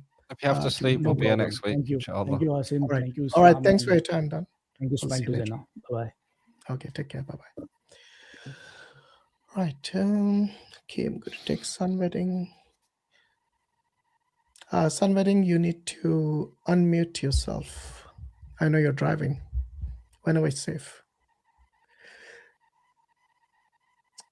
Give you 5 minutes? I see your hand. I was at, give me 5 minutes. Okay. Okay. Let's All right, bring him back in 5 minutes. Right. Or 5 seconds or 5 hours. I don't know. 5 seconds, I think. 5 seconds. You ready now? No? Okay. Right. Okay, Hansel. Is this the guy from the airport? Yeah, I think that's him. He's got a cracking smile on him. Look at that. Remember, he called us from the airport and we could hear the planes taking off and everything landing. Yo, hello guys. Good afternoon. Hashim, I'm glad you remembered. How you doing this week? Yeah, hello. I couldn't forget that smile, man. Yeah, I hope you. Good. That's good. That's good. He's at the airport because the loudspeakers go on for quite a while sometimes. The background. You're breaking up, bro. Yeah, just repeat the last. I do want to give. Yeah. So I have these set of premises that I want to go over with each of you and kind of see You're breaking up again, Hansel. It's like the last time. I think you had the same issue last time. You at the airport or are you flying? No, he works at the airport. Ah. Have they not got airport Wi-Fi? So I work at the airport. Yeah, I'm sorry. I work at the airport. So I have these set of premises, and I just wanted to go over them with you. There's only 5. They're brief, and I think they make sense, but I'd love to get into it and kind of see what you guys think. P1. Hashim, it's kind of on the same thing from last time, but here I go. So premise 1. I'll form it in a question. Is Adam presented in Islamic theology as a real historical individual? Yes. So let's just run through them. But if they're I'd say premises, yes. putting them in the form of a question doesn't make sense to me. Are they Maybe 5 it's questions or if we're 5 all in premises? agreement, then there are 5 premises. They're very 5 quick. questions. Okay. So the first one is if Adam is presented in Islamic theology as a real historical individual. Yeah. I would say yes. Hashim, I believe you just agreed. And Correct. if that's the case, I'll just go on to number 2. Cool. No created being witnessed Adam's creation, or at the very least, only God could testify to Adam's creation, his fall, False. the deception by Shaitan, things Yeah. of No, this nature. This would be my second premise. Do that's you agree or false. disagree? False. When you say False no according to created us. beings, So are you excluding there the were- jinn and the angels? Yeah, the angels witnessed it. Oh, Oh, there's a problem he had last time. He keeps Yeah. dropping out because of the connection issues. If he types them in the chat, we could just be like true, false, true, false. At least he was very clear. It was easy to. Yeah, maybe he's on the phone. It's not easy to type all the time, so I don't know. Anyway, let's take Should the have better next Wi-Fi one. in the airport. Maybe he's on 4G or something. Right. Let's take Andy. Oh, hold on. I think the other brother was Sunway. It's been 5 minutes, son. Nah, that's not Yeah. 5 minutes. He's still driving. Okay. 4. Oh, 1. It's 1 this time. Okay. No, he said this. He said not Oh, yet. is it? Oh. Yeah, I'm sorry. I had disconnected and reconnected. No we worries. were, You know what I'm we gonna were do, wondering, Hashim? Hansel, would it be easier for you to maybe write down your premises in the private chat? That way, it'll be quicker for both of us. Yeah, so you know what I'm gonna do? I'm gonna join back later. I'll write Yeah. them down in the chat in the meantime, just to kind of marinate and give some, you can really think about it. But I'll join back later once I actually Cool. have some time to talk, and I'll let Cool. you know when that Premise time 2, is. very Okay. quickly. To premise 2, there were witnesses. It was the angels And the jinn, the shaitan as well. and the jinn. Yeah, that's true. But Yeah. at least the angels, as an example. Well, okay, so the angels and the jinn don't testify to Adam, however, They Yeah, they do. do. In the Quran, they do. not to him being deceived by Satan. No, At no, least your I didn't question find was, that in the Quran. I think your question was about his creation, wasn't it? Yeah. No. So what I said was that there's no being witnessing his creation, and then I said at the very least that only God is testifying to such. So you keep But changing Yeah, your what I'll premise. do, yeah, I'll write it down. we disagree. We believe explicitly, and this is why I said angels, because I don't know about the jinn, but the angels specifically testified to seeing the creation. Yeah. Yeah. Okay. Well, what I'll do, I'll write it down. I'll make sure, because I have it written down, but I have been going over it and revising it. And I'll try to join later. I'll be here all day, but I'll try to join later. Thank you, All right. guys. I'm Cool. sorry No again. problem. Once you've got a you written know. list, it might be easy to chuck into something like Perplexity or ChatGPT and just see if at least filter out the obvious stuff. Yeah, absolutely. I appreciate that. All right, All right. guys. You enjoy No the worries. day. We'll talk later if I'm back on. I'd love to talk about this. All right, Okay, no get problem. some good Wi-Fi, inshallah. All right. right. God bless. All right. You too. All right. Cheers, Hansel. Okay, I think the brother is ready now, hopefully. Sun wedding, you ready? Not yet. He's ready. Okay, Oh. good. We've got a thumbs up. Yeah. Yeah, you need to unmute Hey, yourself. Ashhadu Allah. He's a Muslim. Hello. Oh, really? Yeah. Salaam Alhamdulillah, alaikum. the Yeah, we shahada can works. hear you. We can hear you. Go ahead. Assalamu alaikum wa rahmatullahi wa barakatuh. Do you hear me, Wa brothers? alaikum Salam. wa barakatuh. Wa barakatuh. The power. He's calling from Russia. Hello. Ah. Yeah. I We can am hear you. very. Yes. I'm from Russia. Actually, yes. I am from Russia. I am from city of Kazan. Did you hear before? No. Niet. Yes.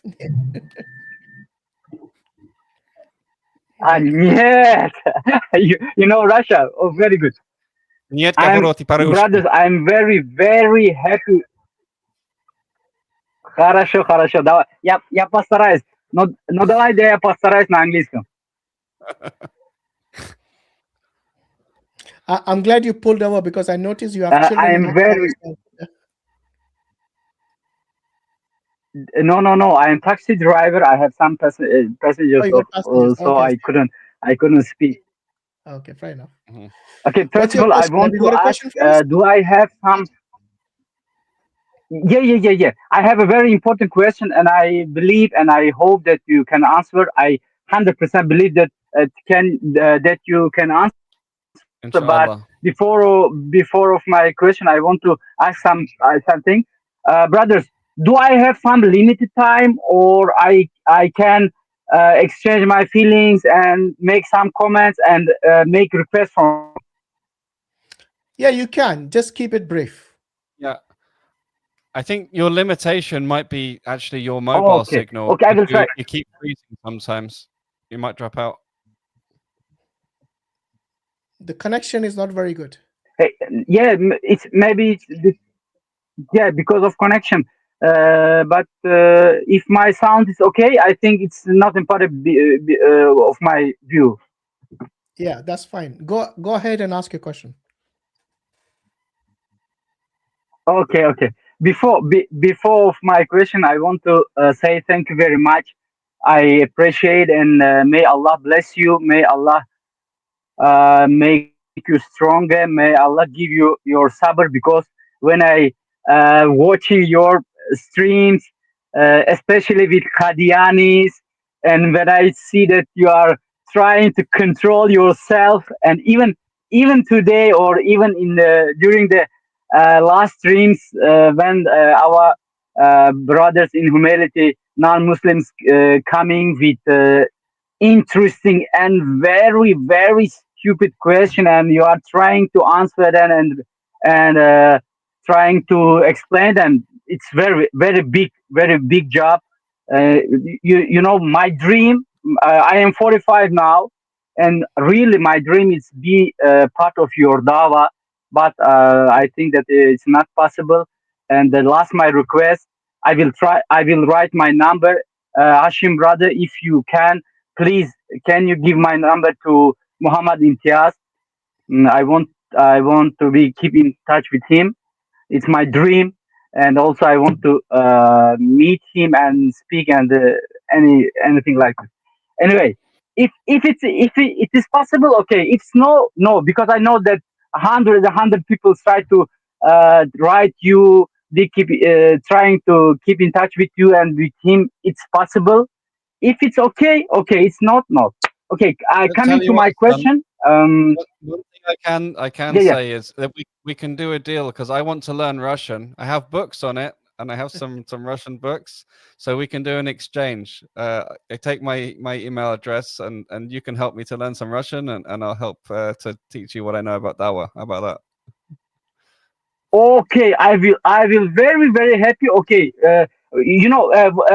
Russia. I know Russia and English, sometimes Turkish, Persian, Uzbek, and Alhamdulillah. such as. So, inshallah, I can help as much I can, and as soon as possible. Okay. And coming to my question, it's very important question for me, and I think that our non-Muslim brothers also can get some lessons from you. My question like this, in Quran, Allah makes some challenge because of making some surahs. You know it. For example, if somebody like Mirza Ghulam Qadiani, Hashim's our brother Hashim's friend, if if nauzubillah, of course, if somebody will create some surah, okay, who can decide that this is surah is really like surah in Quran? For example, we have in world, we have many non-Muslim scholars which study Arab, okay, and maybe they can say, okay, it is like surah in Quran. Who can decide? Who can say that it is really same? Or, for example, what is the characteristic which anyone can say if this surah have or has such a characteristic, it's okay. Yeah. Did you get my point? Yes, we did. Yeah. So there are Because I'm sorry. I will try to be some critical because I want to convince myself, and it will be very easy to explain and convince others. For example, our Muslim scholars can say, no, no, no, no, it's not like. But non-Muslim scholars, which is studying and having experience during the long times, also learning Qurans and trying to find mistakes. I understood. They can say, yes, yes, it's similar. Who can 100% decide? Did I answer my point fully? yeah, we understood your question. Yes. Okay, okay, okay. Okay. So I mean, the first and foremost, this challenge of producing a chapter like it is mainly for the Yes, Arabs yes, yes. who understand Arabic, obviously, and for the professionals in that. Now, the Quran presents a literary and a linguistic challenge to all humans Mm-hmm. and even their helpers. Okay, and Allah says that they will never be able to do so. Why is this? Because the 7th century Arabs, who are basically at the top, at the peak of their linguistic, uh, I mean, they were professionals in this topic of Arabic and so on, in the grammar and everything about the language, which was almost identical to that of the Quran in the sense that they understood it, not identical in its structure, but identical in the fact that they could easily understand it. When they used to hear the Quran, they used to say that Prophet Muhammad, peace be upon him, was a magician or something like that, because he was unlettered. He himself did not know how to read and write.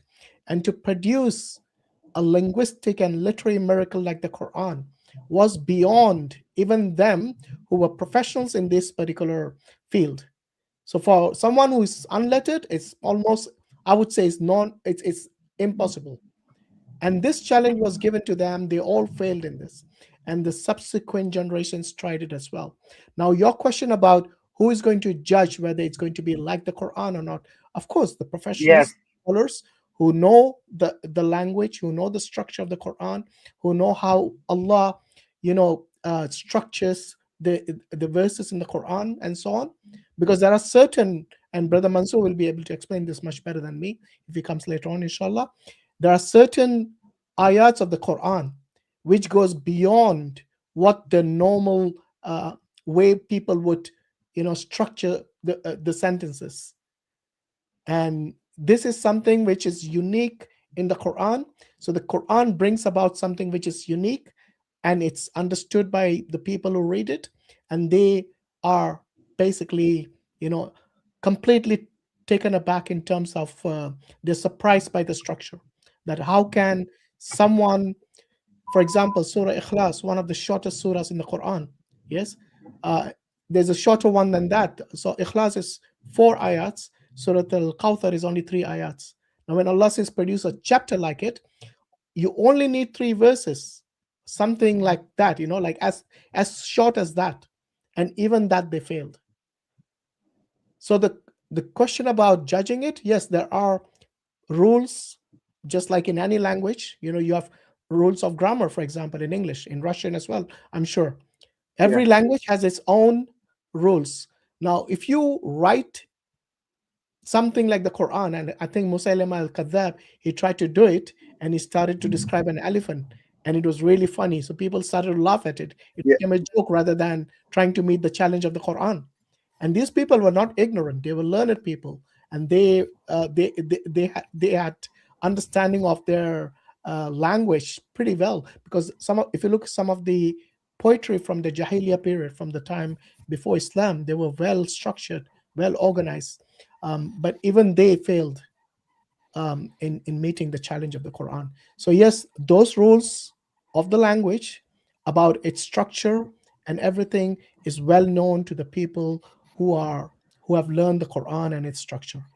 So yes, Obviously there are, and people, even if a non-Muslim, when you read some of these challenges that that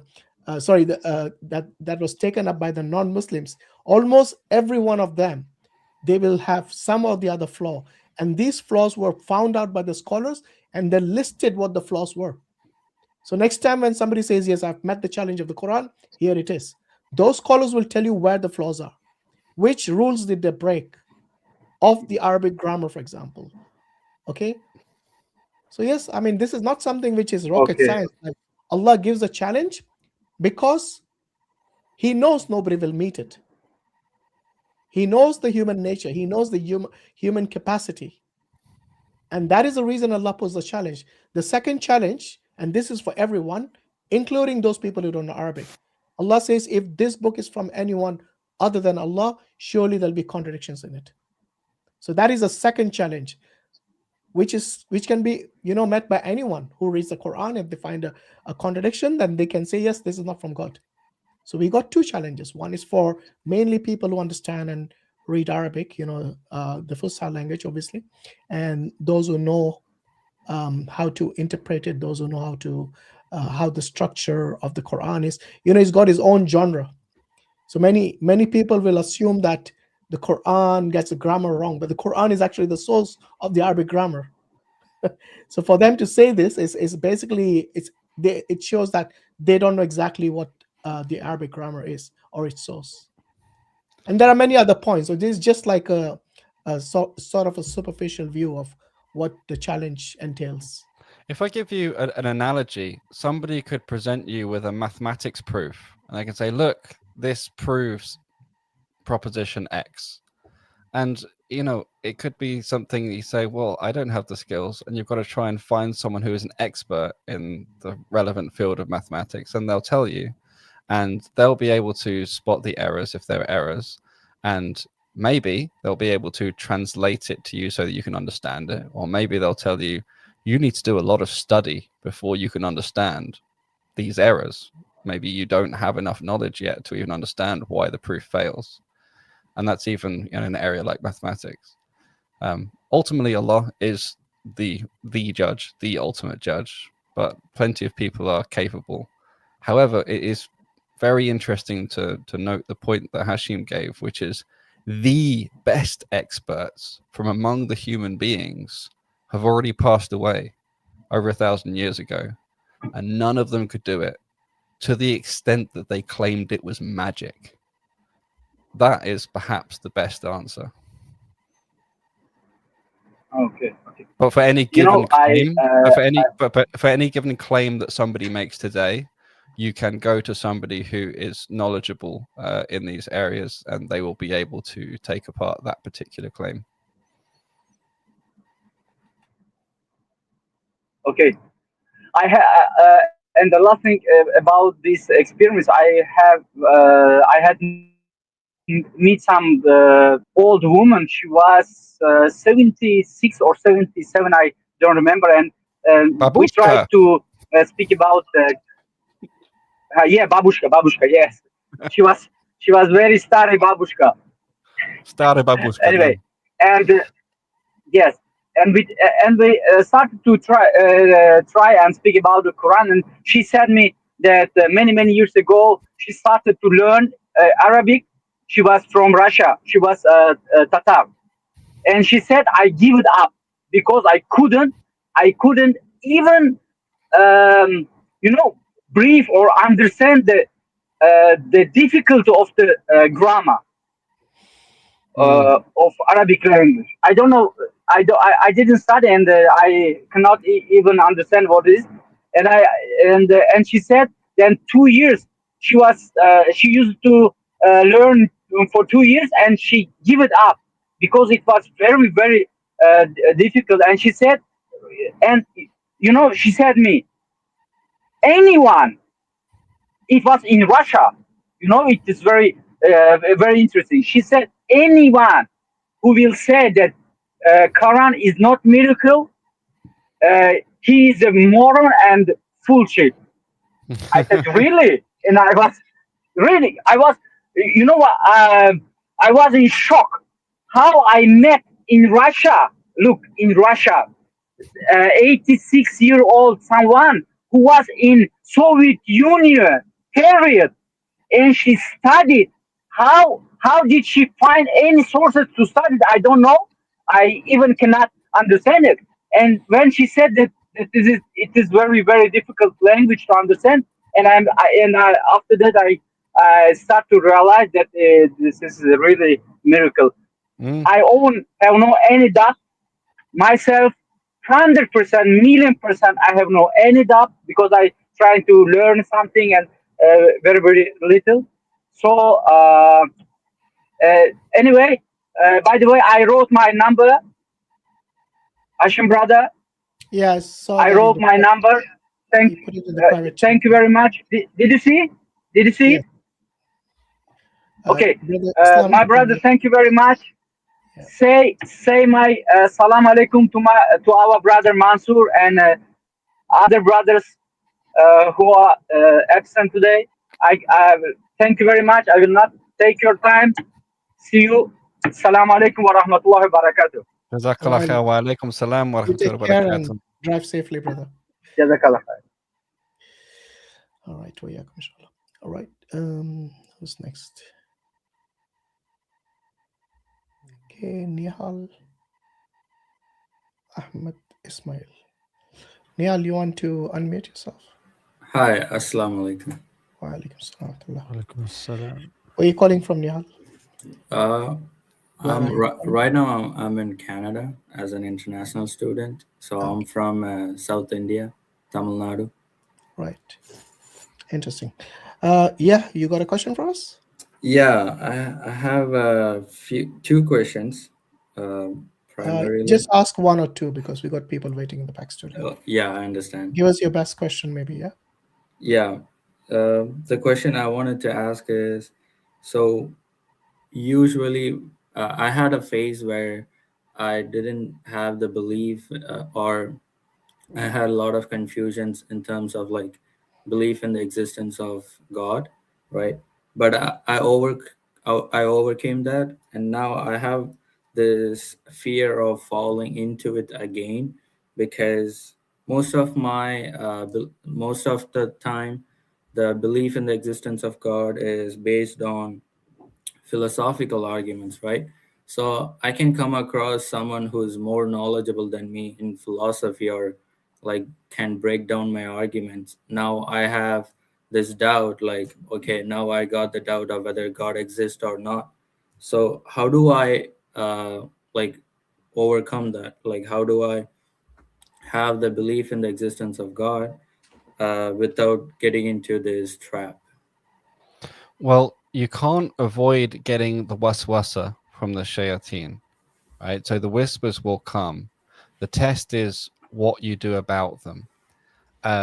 So one thing is to try not to give them too much importance, the best that you can, because what it can do is set up effectively an addiction cycle where you end up sort of getting a dopamine hit from getting the answer. So it's almost like when people, if you can go on a roller coaster and then it stops, or you have some fear situation, or the reason people get addicted to drugs that work on the dopamine channel.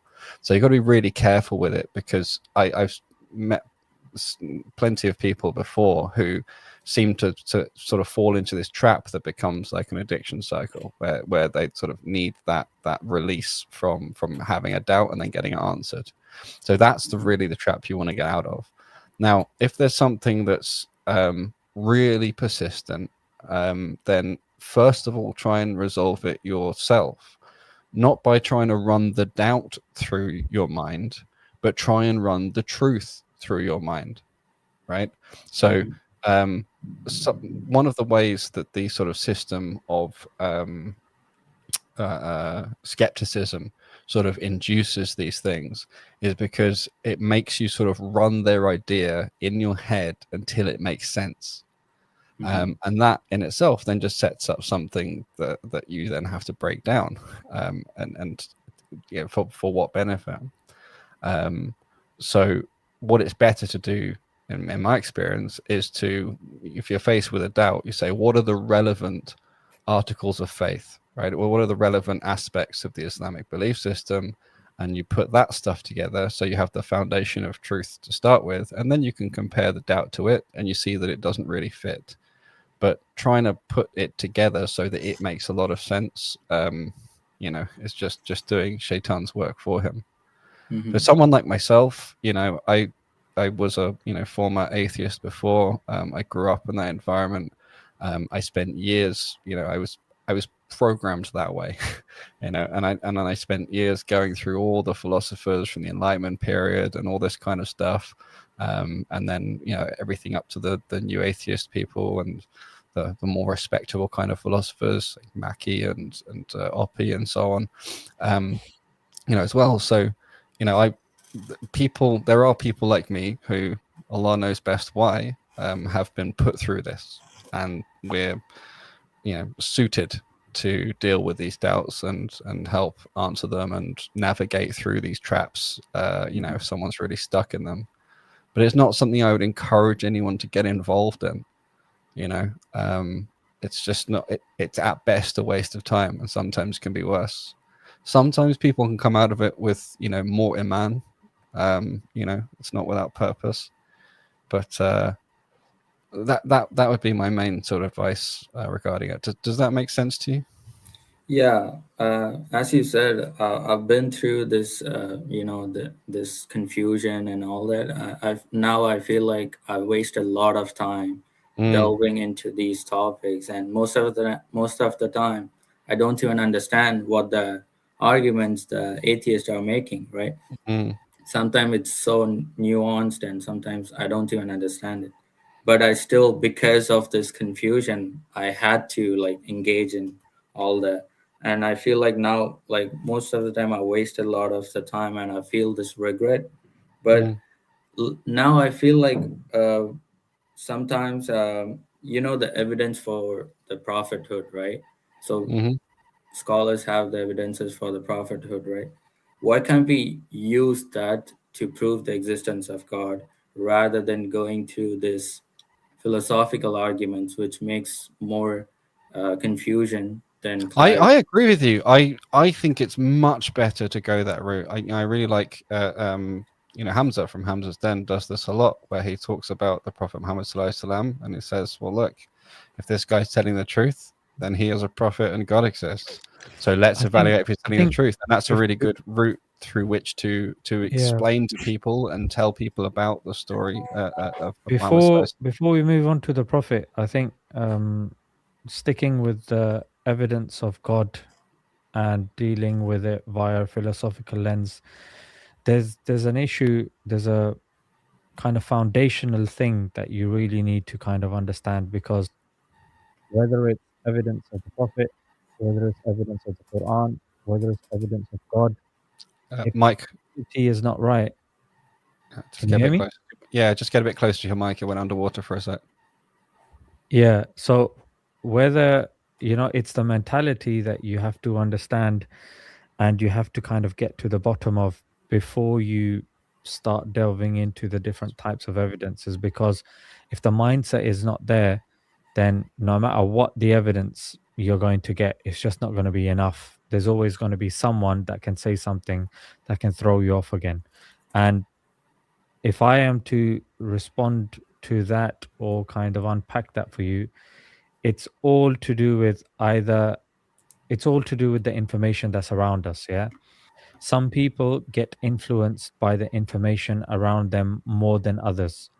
And that's why you've got advertisement companies, working hard. When a movie comes out, when a track comes out, they will, buy billboards, and they will do all of these things because they know that affects people. Having a celebrity on a Pepsi bottle affects people and makes them more inclined towards it. Different people have different tolerances with regards to this. Now, if you feel that you are somebody that can, or that gets affected by anti-dawah, yeah, if that's you, now, generally speaking, that could imply that there's more anti-dawah coming to you than dawah. So what you need to do is you need to shift the balance there. So you need to improve. You need more dawah and better dawah coming to you. How can you do that? And that needs to outweigh the anti-dawah. Yeah. Now the way you do that is like brother Hakim said, you've got, Hamza's live stream. Here you've got Dawah Wise live stream. Ali does his live stream. So if you are in, say, Canada and you can't meet these people in person, set reminders or notifications where you can tune in. And even if you're doing work or something, you've got these playing in the background, and every now and then you might pick up on certain things. Another way you could do it is by following more and more dawah pages. So if you are on multiple social medias, you just can't get away from different brothers, because there's so many different brothers that give da'wah in different ways, and they'll be able to resonate with you. And brothers are uploading shorts on a daily basis, so you'll constantly be exposed to these sorts of arguments on a regular basis. And thirdly, whenever you hear that there are talks and events taking place where there are people that are going to be discussing certain issues and these topics, whether it's your local imam or whoever it is, try to frequent those, because sitting in those gatherings in person, that's the sunnah way of seeking knowledge, in person, face to face. So definitely, if you feel that the negative is, weighing you down, then what you do is you just counteract that. It's just like scales. If you feel this side of the scale is going down, then you need to emphasize more there, and you need to make sure that the good side, the dawah side, the positive argumentation side is outweighing the anti-dawah side. Because if you look, the dawah channels are very active. Even if you just follow like 5-6 of them on all the platforms, and whenever you see nonsense come up on your feed, understand, if you are watching videos from anti-dawah channels, the algorithm isn't an algorithm of morality. It gives you more of what you watch. If you are watching plane crashes, you're gonna get more of that. If inappropriate stuff, women dancing, whatnot, comes up and you entertain that for more than 3-4 seconds, the algorithm's not going to be like, he's Muslim, I can't give him that, mate. I need to give him more, halal stuff. It doesn't care, mate. It's going to give you more of those dancing women and all of that sort of stuff. Sorry to put it bluntly. So when that stuff comes, as if you show a bit of discipline with regards to your scrolling habits, you follow more dawah channels, even like entertainment dawah channels. There's different brothers with different styles that you will appreciate and you'll resonate with more. Some brothers are more direct, some brothers are more kind of, you'll see their clips at Speaker's Corner, some of them are more kind of online streaming. Whatever it is, you will resonate more with certain styles. And this is for a lot of the people that are watching. And then hopefully that will empower you. And don't watch anti-Islamic stuff if you are not taking classes, if you're not if you don't have time to study Islam and that sort of stuff. It just does not make sense. If you are studying, you've got people of knowledge around you that if a question comes up, you can easily DM them. You should have people of knowledge on your WhatsApp. You can call them, you can message them, and they're not the people that will respond after 24 hours when the deed is done, sort of thing. You need people that are your friends, people of knowledge. If you do not have that, then you should not be watching anti-Islamic stuff or anti-theist stuff. You shouldn't be entertaining these atheists. It's just silly. It's like a weak person that doesn't go to the gym, doesn't know martial arts, and he sees there's a group of burly men holding things in their hands, and he's like, yeah, I'm going to walk through them. Why are you going to do that?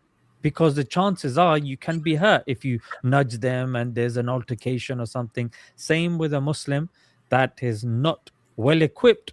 They shouldn't be entertaining, the anti-Muslim people and their sites. Make sense? Yeah, absolutely. Yeah. And the second thing I wanted to say, bro, sorry, is that you said that you've got certain arguments that, you understand, that you resonate with. just like when you go to primary school and you learn maths, that's not maths done. Yeah, even if it's basic algebra, 2x plus 3 equals 5. You go to secondary school, then it gets turned into, simultaneous equations. Then it's this equation and that. Then you go to A level, then it's differentiation and integration and this and that. So what happens is that there is a hierarchy and you slowly are growing your knowledge. It's similar with, if you have learned the design argument, it works for you. Just you don't have to learn multiple arguments, just learn that in greater depth, slowly develop on that. And there's more literature, there's more lectures, there's more debates. And then what you can do is you can really deep root that, and you will see that slowly. You don't have to learn copious arguments, just the arguments that you know, learn them well, and let the roots grow and become strong. And you will see, like, there are certain brothers, very intelligent, very smart in the dawah. I'll just give the example of Paul Williams. When he's on his Twitter, he just posts. He's, mashallah, got great level of argumentation and he's brilliant. However, he just posts things in nature that are well designed, and he just has a quote on there, something to do with, is it just? He just says no design question mark. Yeah, I've seen that. Yeah, I've seen that. You see, so that is, he has just picked that particular thing, and he just repeats it again and again and again and again. He hits it from different angles, and he just deals with that particular thing.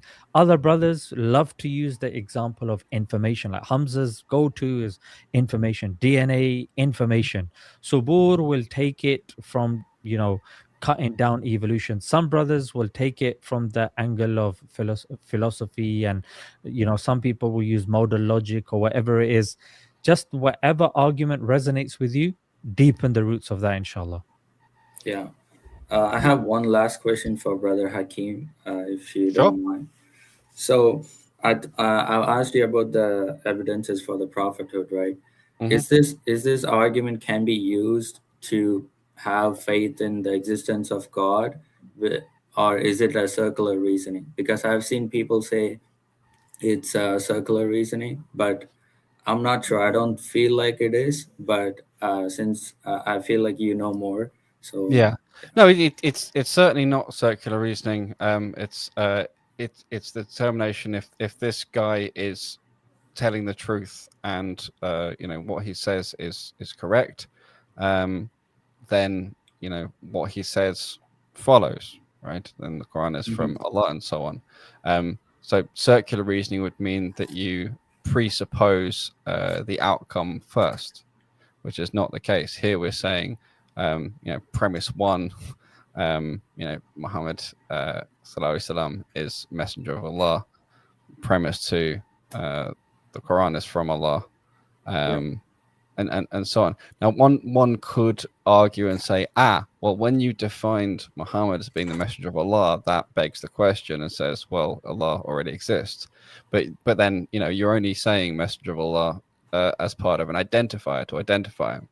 You could say Muhammad, the one who orated the Quran to us, that one.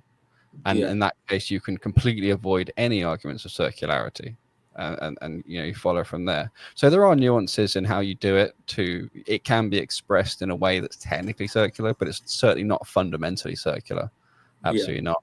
And but a similar thing applies to many secular areas of knowledge, but also applies to the arguments for the existence of God.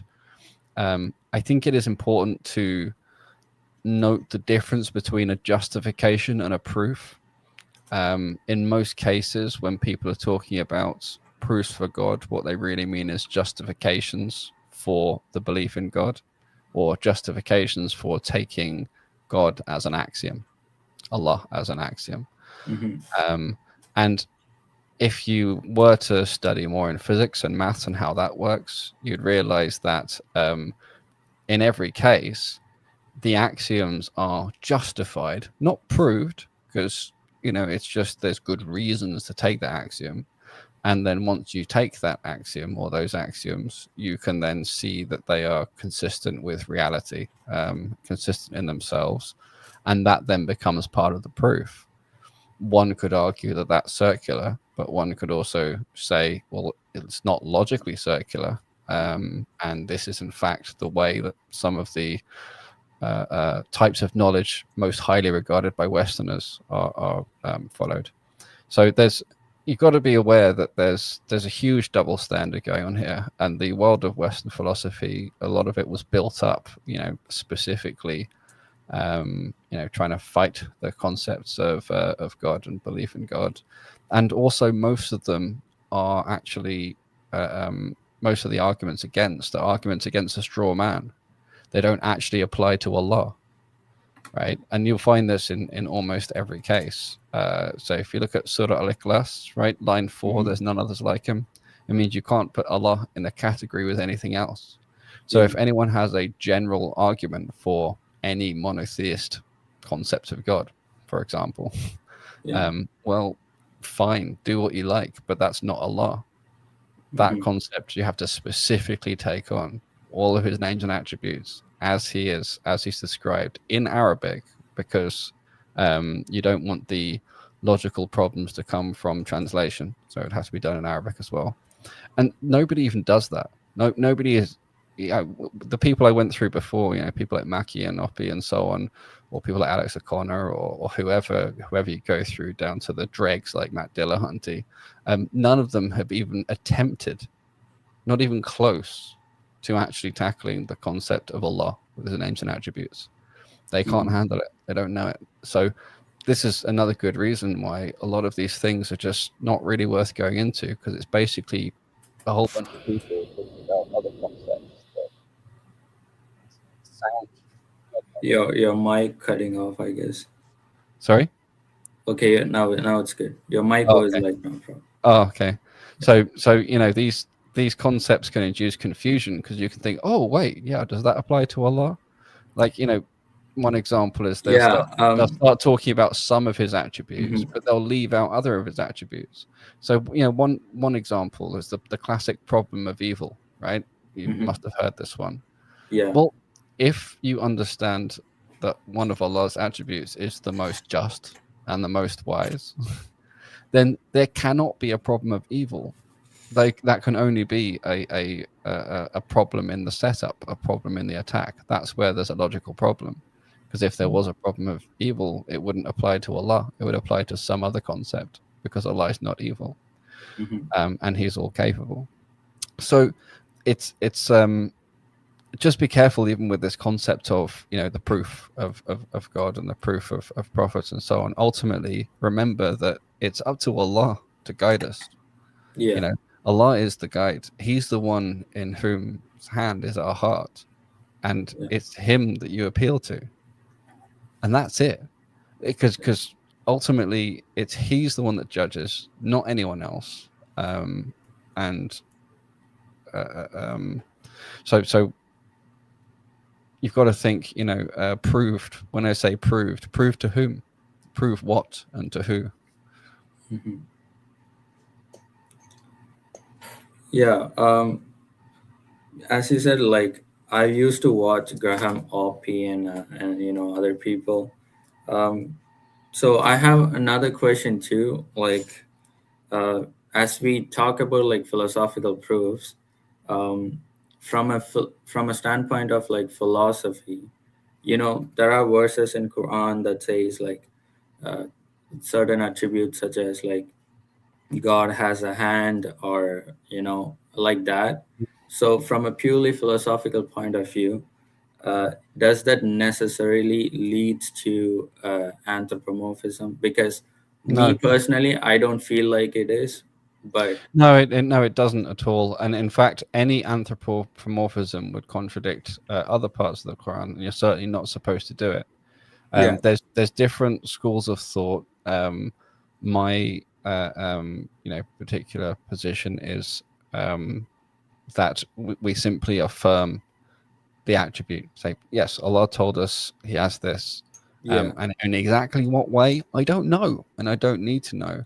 But Yeah. are there ways in which it can be thought of that are inconsistent with Quran? Yes, there are. You could, for example, think of the hand as being a part, as being a part of Allah, in which case you are wrong. We know you are wrong because He is one and indivisible. So it's definitely not that. So we could say that, for example. So we can eliminate things that are false in that way, because the truth stands clear from contradiction in the Quran, and the truth is consistent.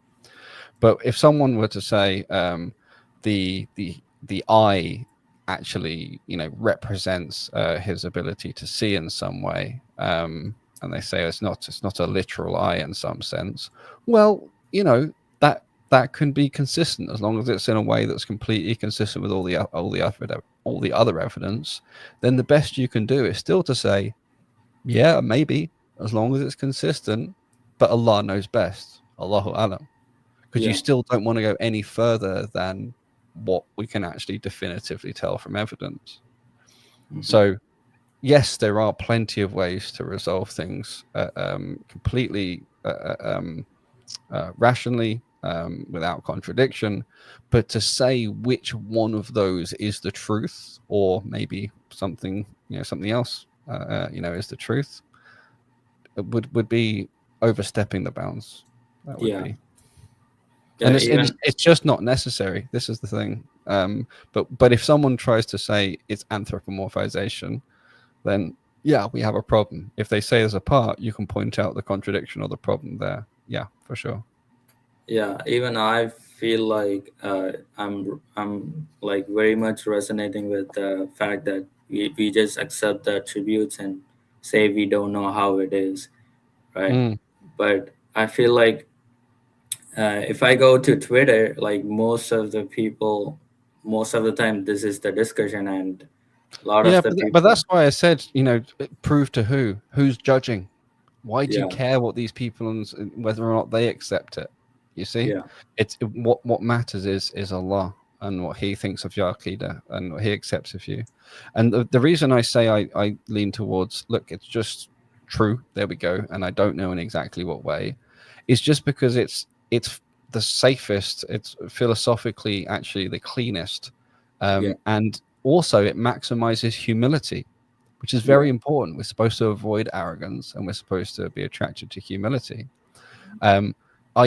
I have and can, gone and looked at various different ways it could be, but only in the case of, but I'm always very clear to say, but this is speculation. I cannot tell you whether or not it's true. And the only time I would ever do that is in terms of trying to describe or explain to someone else why it's consistent, why it makes sense, to me, or ways in which it can be consistent. But again, in any case, you would still be saying this is just speculation. This is not a definitive fact. In which case, what role does it have in a discussion about the truth anyway? And why does someone want to get into a matters of mere speculation, and sort of play that as a game? Because you got to be careful. Like, a lot of people look like they care what's true, and they argue as if they care whether or not something's true, but they don't. To them, it's just a big game. Yeah. And they're just playing it for fun. And the more they can just speculate and ask more questions and try and throw more things in the way of getting a resolution, the more fun they're having. And it's really sad because they really give the impression of caring about what's true, but in many, many cases, perhaps even most cases, they just don't. So be very careful, because the speculation just feeds that kind of troll most of the time. It doesn't have any benefit to it. But and there are some Sahaba who did this sort of tawil, so I couldn't say it's illegitimate. But I can warn that it's kind of dangerous and has limited validity or use. If you say something wrong about Allah, if you say something about Allah that He hasn't told you about Himself, or if you say something that ends up misrepresenting the Quran, that's incredibly dangerous for you, for your Aqidah, for your afterlife, for your judgment day, everything. You know, But if you avoid it, no harm. And I don't care how many hundreds of people might say, "Ha, you're just," they try and hit you with blind belief. Yeah. And it's like, well, it's not blind. It's having humility and seeing where my limits are. Because these same people, the other way around, they say, "Oh, what's the problem with saying I don't know? Why do you have to say there's God? Why can't you just say I don't know?"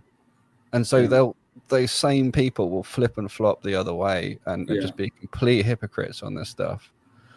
So don't play most of the time is the best way to win.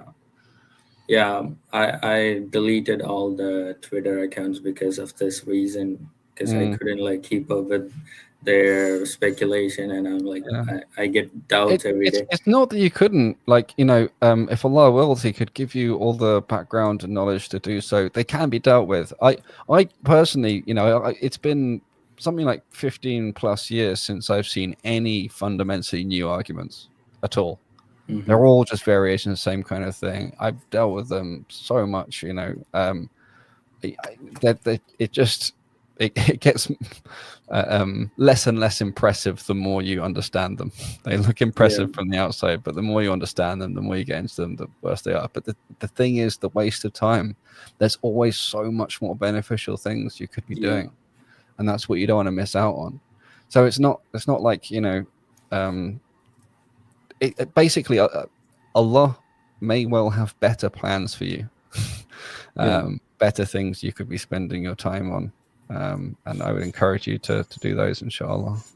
I would ask you some advice regarding in my previous in my past, I've been in this confusion, and I spent a lot of the time, and it affected me personally in my academics.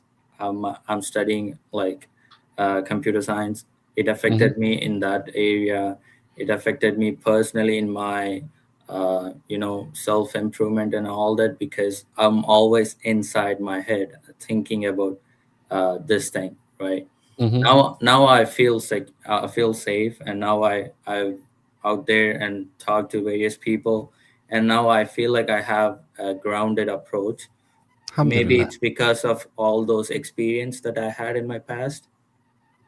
But the advice I would ask you is, how do I look forward when I always think about my past and regret about the time that I wasted? Oh, just as you ask that question, shivers go up my spine. You say you're studying in university, right? So you must be in your early 20s. Yeah, I'm 22. Right. Yeah, I'm nearly 40. I'm 39 now. If I look back at the amount of time that was wasted in my life, or that I feel was wasted, where I look back and I think of all the things I could have done better. I kept struggling with Allah. Ya Rab, why did you give me these 19 years or so of just complete misguidance? Why did I have this start? Why wasn't I born into a Muslim family? Why all this kind of stuff? And ultimately, it's not actually wasted, right? Allah knows best why He gave you your particular path with your particular steps. He knows best what's in front of you for the next 20 years. It might be that these things that you've been through have a really good purpose. Maybe it's going to be useful for dawah He has prepared for you later. Maybe it will be helpful for you to pass on to your children, or maybe just the experience of it will be helpful to pass on to other people why to avoid this stuff. Allahu alam. Maybe these tests have just shown that however much the shayateen tried to rock you, they were unable to, and that in itself is the benefit. And you'll see on Judgment Day exactly why, and exactly what the purpose for. But Allah doesn't do anything other than what's best for you. His plan is perfect. His timing is perfect. So try not to think of it as a waste, because it's what passed. This was Qadr Allah. And when we look forward into the future, we can try and look for what the most optimum way to use our time is that we think. But it's only our intentions, right? He's in control of what actually happens. All we can control is our intentions. Yes. We can make dua to him, and we can ask for, you know, this or that thing to be better or improved. Your qadr only changes by asking dua. Yes. So what happened in the past and what has happened, try to just thank Allah for what was good from it, and ask Allah to protect you, and seek refuge in Allah from what you perceive to be bad from it, and, you know, keep going in that way, keep improving in that way. So that's why, you know, you wouldn't want to dwell on these things in the past and just view it as being a waste, because this again comes from the shaitan. He's trying to knock you down, but Allah does not do anything other than what's best for you. Yeah, thank you so much. Yeah, Okay. I think that's all my questions are. Alhamdulillah. Alhamdulillah. Thank you so much, guys. All right, you're welcome, Nihal. Take care. Yeah, take Assalamu care. alaikum. Guys. Wa alaikum assalam. All right.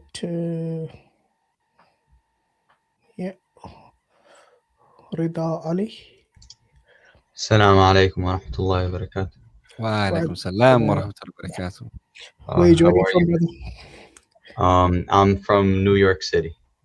Okay. Yeah, we are good. Alhamdulillah. How are you? I'm doing amazing. First off, I just want to give a big thanks to Smile to Jannah and Hashim. I've been watching you guys since I was like 11. I'm 15 now. You guys brought me so much closer to my faith, alhamdulillah. I remember I was lost, and then after I like started watching your shorts and your videos and stuff like that, I've read the Bible. I've read the Vedas as well. So he mentioned the Quran as well. Didn't expect that ending. Razishan, you put me real close to my faith. I've used that to read the Bible now. I've become a pastor. I've become spaghetti and pasta. No, he did mention the Quran, though the order should have been the other way around. You guys have brought me much closer to my faith, and I thank you guys a lot for that. So my main thing is I'm a Shia. But I'm in a search for the truth. Wherever the truth is, I'll leave everything in my life for it, wherever I may be. So you guys are obviously so much more knowledgeable than me. So the main two things I wanted to know was, first off, proofs for Sunni Islam. Well, and then second off, things in Shia Islam that you guys deem to be either maybe not kufr, but like very, very bad. And I just want to address those two specifically. Yeah. So I think if you look at the history of Islam, you know, even in the time of the Prophet ﷺ, most of the Sahaba radiallahu anh, they would, you know, they are very united in terms of their deen. Yeah, there's no major differences between them. Yeah. So, for example, one of the things in I don't know, are you from the Rafida Shia? I'm not sure what that means. Okay, so Rafida, for them, one of the main tenets of the faith are the 12 Imams. Yeah, you heard of that, right? Yes, I'm a 12er. I'm a 12er. Yeah, so the 12ers, or the Rafida, as they are mostly known as, they believe this to be a major tenet or pillar of the faith, the 12 Imams. Yes. No companions, okay, ever mention any 12 Imams being part of the deen, let alone the Prophet, peace and blessing be upon him. Not even Ali radiallahu anh mentioned this.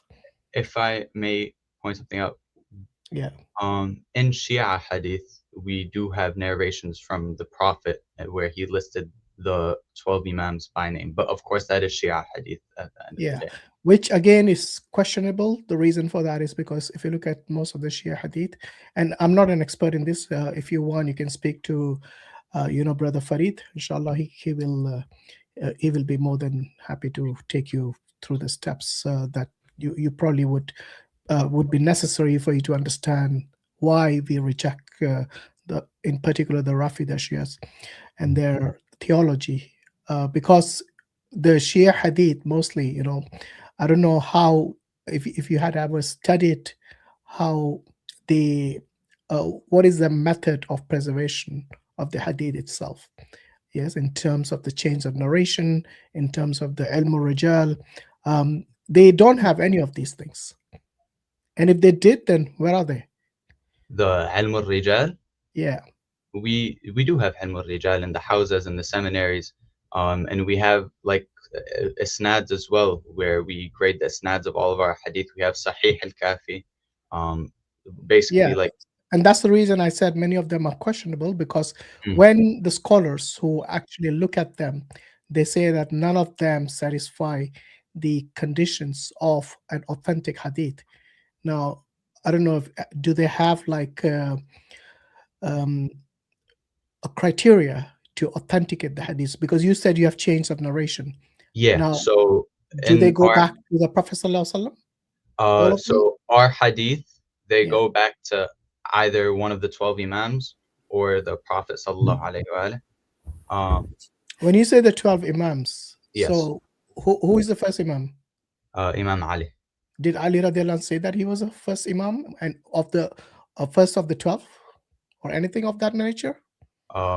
Once again, we have our own hadith that go back to the Prophet where he named the 12 of them. No, but that's what I'm saying. Did Ali radiallahu anh himself? Because for you, he's the first imam. So he should have mentioned that there is a series of imams to come after me, and I'm the first of them. Did he mention anything in that regards? I'm unsure about that. In all honesty, I'm unsure. Okay. Assalamu alaikum, brother Sarmat. How are you doing? Just one thing I want to say very quickly before Sarmat does an excellent job on this is, obviously, if we're going to sort of compare hadiths and you're saying, well, you know, you don't know which hadith stuff to trust, short of becoming an expert in hadith sciences, that might not be the best way. But Al-Quran is the furqan, is the criteria. Of course. And if 12 imams was an important article of faith, it would be in the Quran. All the important articles of faith are in the Quran. Well, of course, like, the important articles of faith are in the Quran, but they don't go like fully into detail. Like, for example, Salat, it's mentioned, but they don't go fully into detail about it. Sure, but there's nothing like what we would say for that is the Quran. There's a verse, I don't have it memorized, but it says to follow Allah, follow the Rasul, and follow I forgot something Amr from you guys, something like that. I forgot the exact verse. Maybe I can. Yes. So but continue the verse. Assalamu alaikum, brothers, by the way. I don't want to hijack the discussion. No, please take over. But Rada, you said you're a 12er. Yes, I am. Okay. So, and by the way, I just would like to clarify. I do want to clarify. I don't curse the Sahaba. I don't. No, I'm not. Listen, we're not going to go. We're not going to go into controversies. We're not going to go into controversies now. I just wanted to just correct the verse. The verse is Surah Al-Nisa. Yes, if you could give me the reference, that would be amazing. I'll have to. Or I could search for it. I'll just search for it. يا أيها الذين آمنوا أطيعوا الله وأطيعوا الرسول وأولي الأمر منكم فإن تنازعتم في شيء فردوه إلى الله والرسول إن كنتم تؤمنون بالله واليوم الآخر ذلك خير وأحسن تأويلا. But let me pick it up for you. But this is not the reason actually why I jumped in. Yes, of course. It was another question I had for you.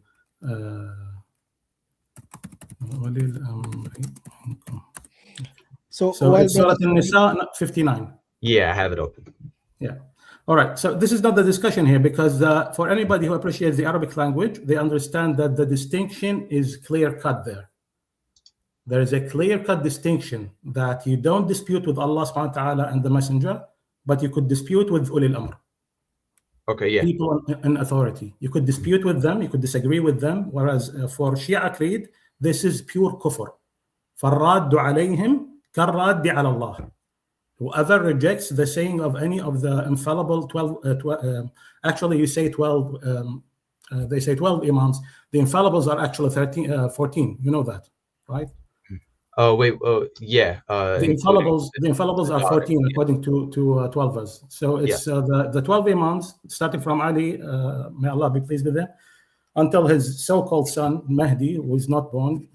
12ers believe he's born. So these are 12, and then you have Fatima, may Allah be pleased with her, the daughter of the Prophet, والسلام, and the Prophet himself. So these are the 12 infallibles. Now they don't put the 12 infallibles as, you know, in the same status of rejection as rejecting Allah subhanahu wa ta'ala's word. They put the 12 Imams. And this is, I'm not going to I don't consider this to be controversial, by the way. What's controversial is the following, yeah? What are the cornerstones of faith in Shia creed? So there's 5. It's Tawheed, Adala, so the belief in oneness of God, belief in justice of God, Nubuwah, belief in prophethood of all the 124,000 prophets, Imama, the belief of the 12 Imams, and Qiyamah, the belief of the Day of No, Judgment. not Qiyamah. No, not Qiyamah. It's called Ma'ad. Ma'ad, okay. Ma'ad, yeah. It's not Qiyamah. I learned it as Qiyamah, Yeah, sorry. yeah. So what you said is actually a later version. Now, the first to ever write from the Shia scholars, or so-called Shia scholars, do you know who was the first ever, according to Shia scholars now, the first ever according to Shia creed or Shia studies, who was the first to ever author in terms of Aqidah for Shia? Or speak about terms of matters of Aqidah for Shia? Do you know was who it Sheikh al-Saduq? No, Sheikh al-Saduq is quite late. Saduq came after the 6th century. Mufid? No, Mufid is middle, but he's not. Mufid is 400, I think 20 Hijri. The early side thing of like maybe Qummi? Or No, Qummi was after. No, Qummi came after Mufid. No, okay. So obviously you probably don't know. Yeah, I started off. I'm not very knowledgeable.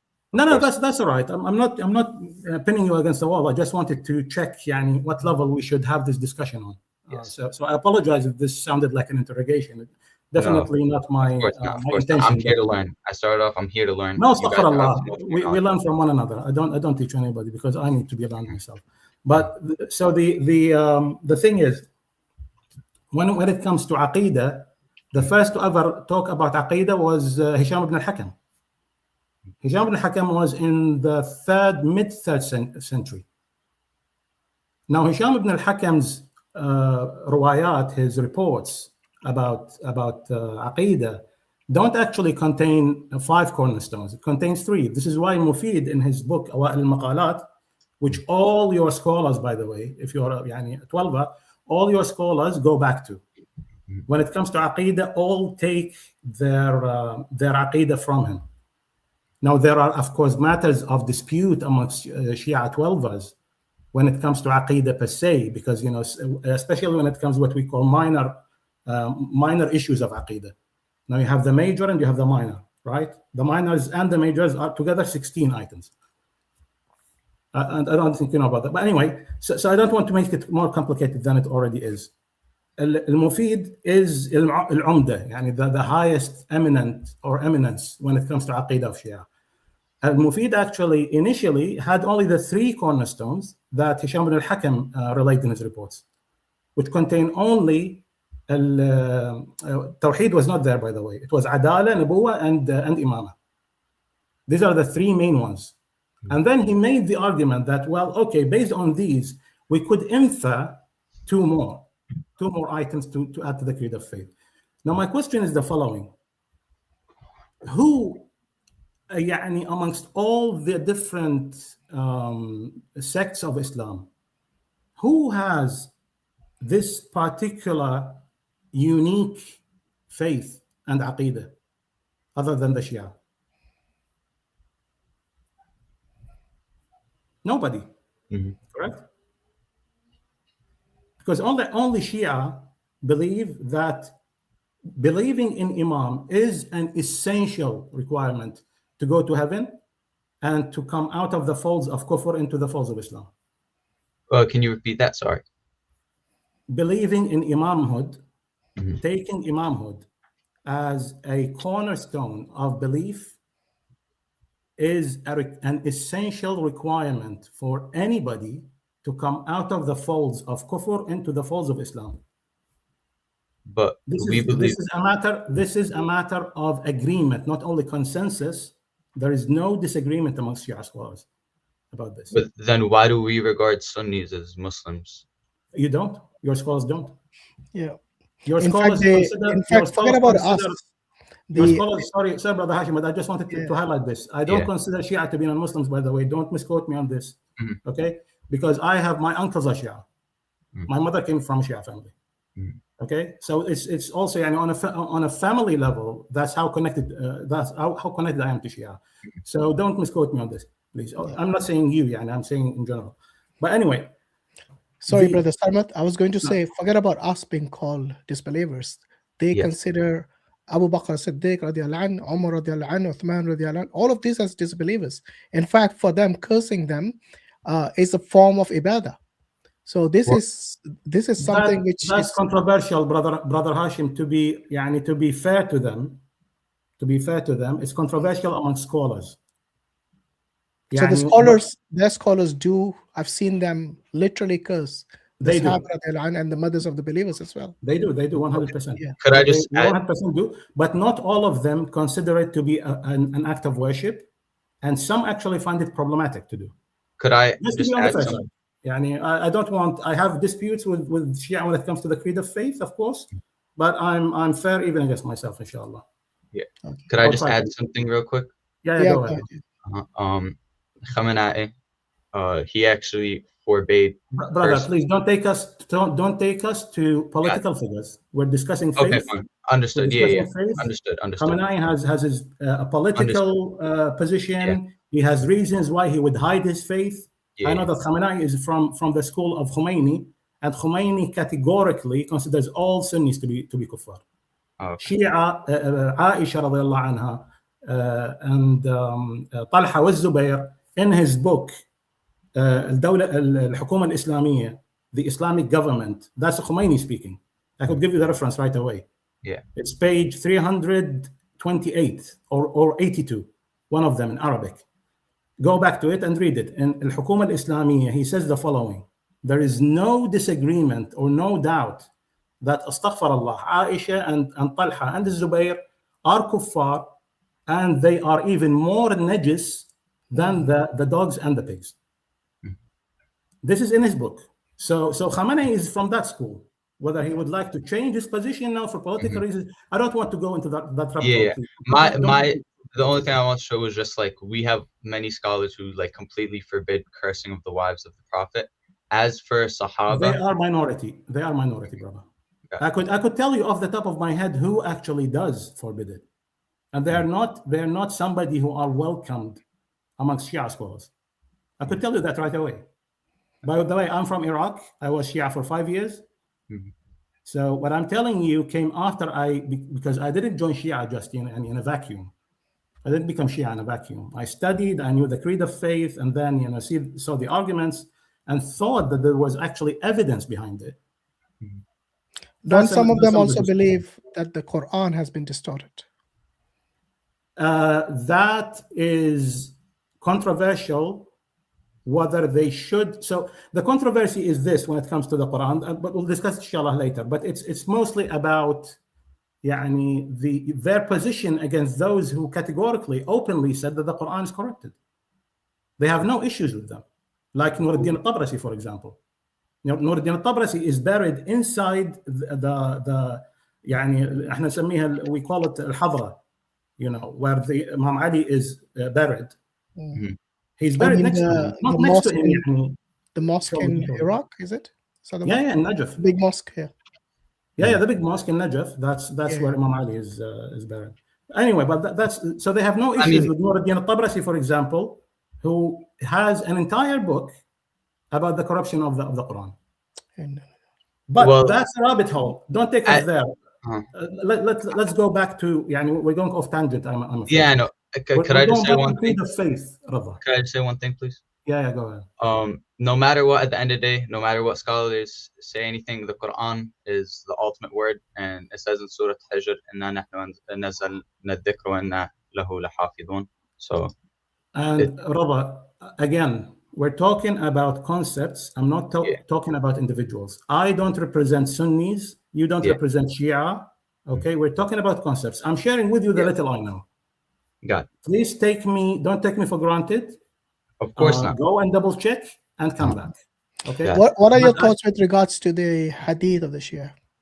Hadith? The hadith of the Shia. This is the crux of the matter. Before we go to the hadith, we have to understand that the Shia, according to their scholars, I'm not, by the way, when I say Shia, I'm talking strictly about scholars. Because most, the vast majority, the lay people don't know much. The lay They people just don't follow. even know the creed of faith. I swear to Allah. Yeah. And I have relatives, my aunt, my sisters, my brother, my father's sister. Okay, she was married to a Shia and she lived in Najaf for 60 years. 60 years. She died in Najaf. Your auntie. So I know what I'm talking about when it comes to the lay people. The lay people are completely in the dark when it comes to creed of faith and whatnot. Some people who are curious, interested, they might go and learn or attend like a halaqah or something. And there are, of course, they're students of knowledge. They know about these things.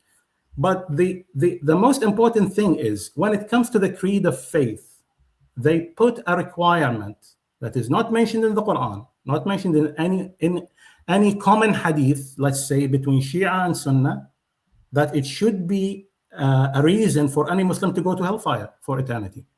Al-Mufid says it clearly that anybody who rejects one imam is as if he rejected all imams and as if he rejected Allah subhanahu wa ta'ala. فالراد على أحدهم كالراد على الكل وهو كالراد على الله تعالى وهو على حد الشرك بالله ومصيره خالد مخلد في النار. Something to that effect. Basically that they would be in hellfire for eternity. Now who made this? Is that mentioned in the Quran? Is that mentioned in the hadith? Where is that? Okay, so if we're talking about hadith that we can agree on, could we go to like hadith al-Thaqalain, for example? We will, and I'll have a very nice surprise when it comes to Thaqalain, but we'll discuss it later, inshallah, if the brothers would allow me, because I don't want to. I'm a guest as you are, by the way. Assalamu alaikum wa rahmatullah. Wa alaikum assalam wa rahmatullahi wa barakatuh. How's everyone? Alhamdulillah. So Rabah, I'm a guest as you are. I don't want to distort the brothers' stream. Okay, if they find it not an appropriate forum to have this discussion, I would happily discuss it with you backstage or whatever you want. Okay, but I'll just try to sum it up in a nutshell.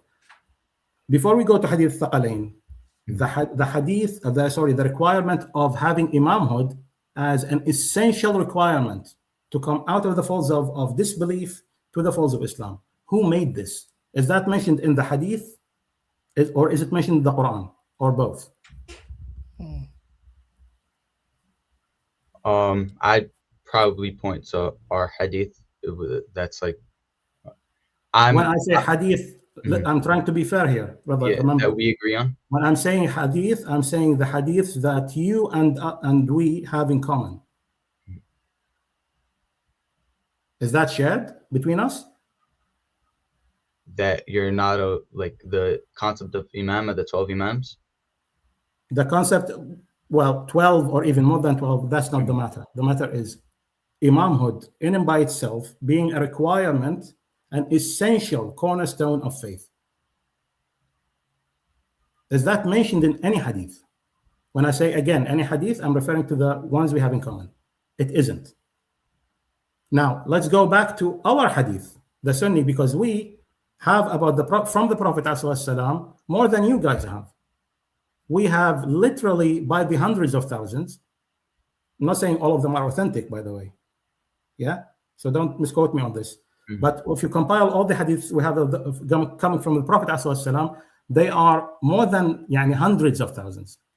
Now, what you guys have in your largest encyclopedia of hadith, which is Al-Kafi, and I'm sure you know the status of the book when it comes to hadith. Yeah. So in Al-Kafi you have 19,000 and roughly 600 hadith altogether, all in all. Out of these, how many hadiths were attributed to the Prophet ﷺ? Only roughly 300 out of more than 19,000. So you see the difference. When I tell you let's go back to our hadith, it's not because I'm a Sunni. No, it's because we practically have thousands of folds of what you guys have coming from the Prophet ﷺ. So we go there. There is no imamah. There is no, not believing in an imam, you go to hellfire.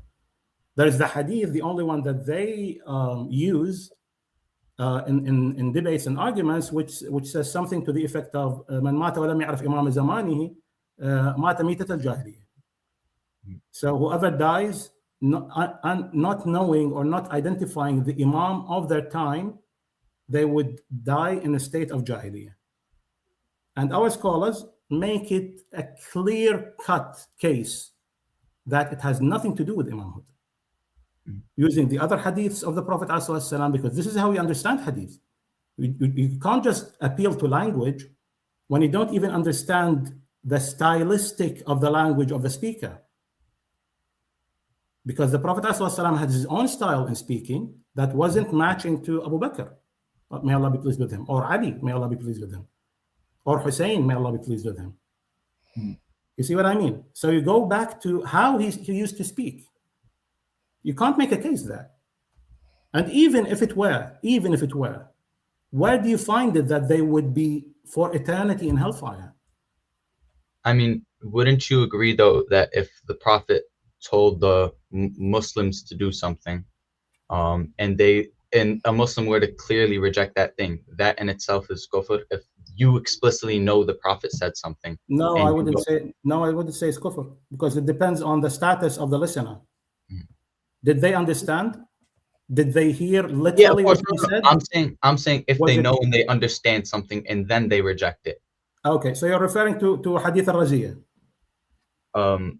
Could you clarify? I'm sorry, I might be ignorant. Hadith al-Raziyah, where the Prophet ﷺ was about to die and he asked them to write a book, and then you guys take the unauthentic chain of narration where Umar said, let's hold us to the book of Allah subhanahu wa ta'ala.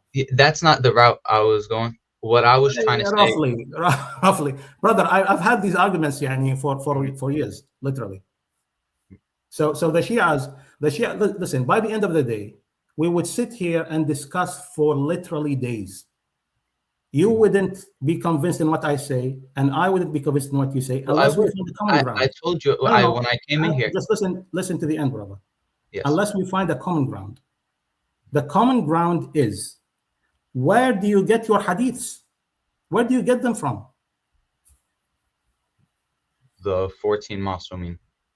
14 Ma'sumin by whom? Did you or did your scholar speak to the Ma'sum and write it down directly? We have chains. Isnads that go back. Okay, what are your requirements for the chains of narration? And who laid these requirements?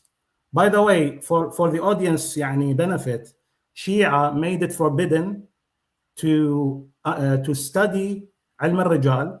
It was a completely forbidden knowledge, and they used to call it min sihr ahli al-amma.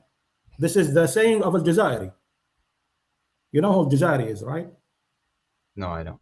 Okay, so al-Jazairi is one of the most reliable when it comes to the al-Ikhbariyin, because there are two schools in Shia, 12 Shi'ism or 12 Shi'ism. There's Ikhbariyin and there's Usuliyin, correct? So for the Ikhbariyin, they consider the Ilm al-Rijal, the science of knowledge of the biographies of narrators, because this is what we do. We scrutinize every single narrator, and we take their entire biography. You guys don't have that because it was forbidden.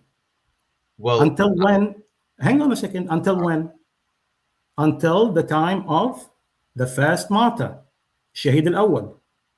When was the first martyr? When did he die? In the 1800s, brother, late 1800s. Miladi, Gregorian calendar. So that would be roughly 1300 Hijri. I have to do personal research on that, and from what I've known, what I've previously known as a Shia, I thought Ilm al-Rijal was like something that was a blessing and like used to be studied. And then I could tell you categorically it's not. I could tell you categorically it's not. I'll look into until the time of a Shahid al-Awwal. By the way, Shahid al-Awwal made a good compilation of the narrators of Shia and Sunnah, by the way. But the Sunnah, even the Shia, they take from us. They take from our scholars because they had no biographies. Look at them. Look at what the Sadr al-Shahid al-Awwal said. He would write, and this is his biography in Tirmidhi or Ibn Hibban. Why are you going to Ibn Hibban? If you have a problem with the Sunnis being not on Islam. You see what the Assalamu problem alaikum is? wa rahmatullah. Wa alaikum assalam wa rahmatullahi wa barakatuh. MashaAllah, welcome, Sheikh. Been a long time. I don't think we can hear you. MashaAllah, Sheikh The Ibn audio, okay?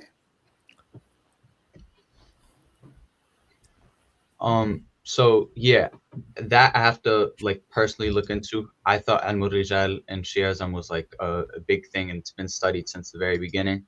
I'll look into that personally. But when I joined, brother, just to break it down for you, okay?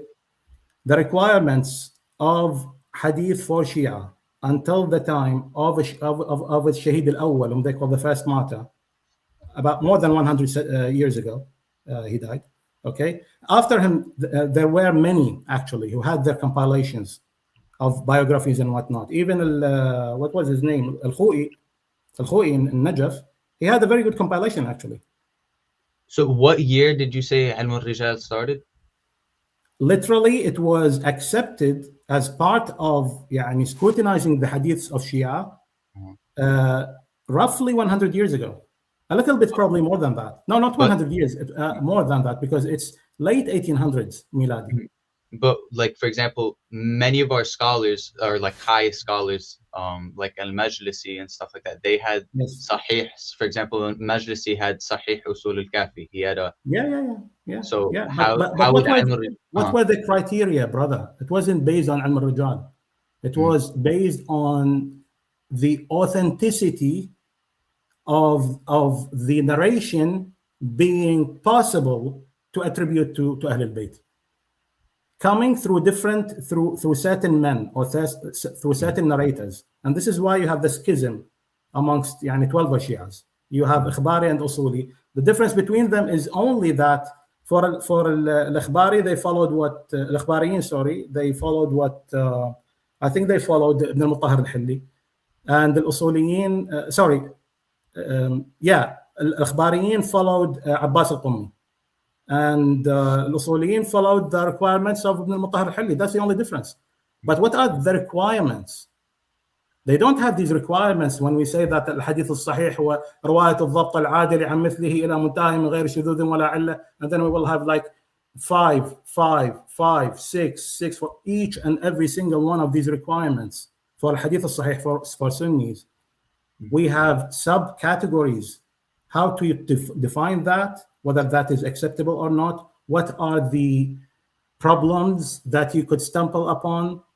You see what I mean? So when you say, for example, رواية الضبط العادل, الضبط is somebody who are good in their memory. Okay, is it only memory? Does it have to be memory and writing? Did they have to have their own scroll, for example? Did they have to be Muslims? Because early Shia scholars, they had no requirement for the narrator to be a Muslim, to take from them. They took from Kuffar, they took from Nasara, they took from Christians. So what I would say is I personally have to look into that because that is something that I've never heard before. I need a fact check. I need to look into that. But when I joined, I explicitly mentioned because I'm someone of not much knowledge. Neither am I, brother. Neither am I. I'm just discussing with you as sincerely, because I had this journey before, and this is what I ended up with. I might be wrong. Allah subhanahu wa ta'ala, don't take me for granted. Don't take everything I said with a pinch of salt. You could go back through the stream and write it down, everything I said, and double check it. And I might be wrong. I'm not saying I'm not a scholar. I'm not a student of knowledge. Let's leave it there. Let the brother go and do some research and come back when he has some information on this. Maybe Sheikh Ibn Hazm might give him some advice. Sheikh, if for a layperson who is from a Shia family, what would you advise in terms of him doing his research in an objective manner to understand which is true, whether it's Shiism or the majority, 90% of the Muslim who follow the Sunnah Islam? Oh, we can't hear you, Sheikh. So if you go to your settings on the StreamYard and under audio, check if you got the right mic connected there.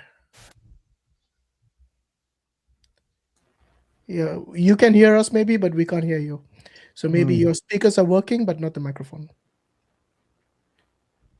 While you're checking this, I want to highlight this comment, Sheikh. info. Logan says, Sheikh, I'm your big fan. Please promote me to an air conditioner. I think this is very creative and very nice the way it's put it.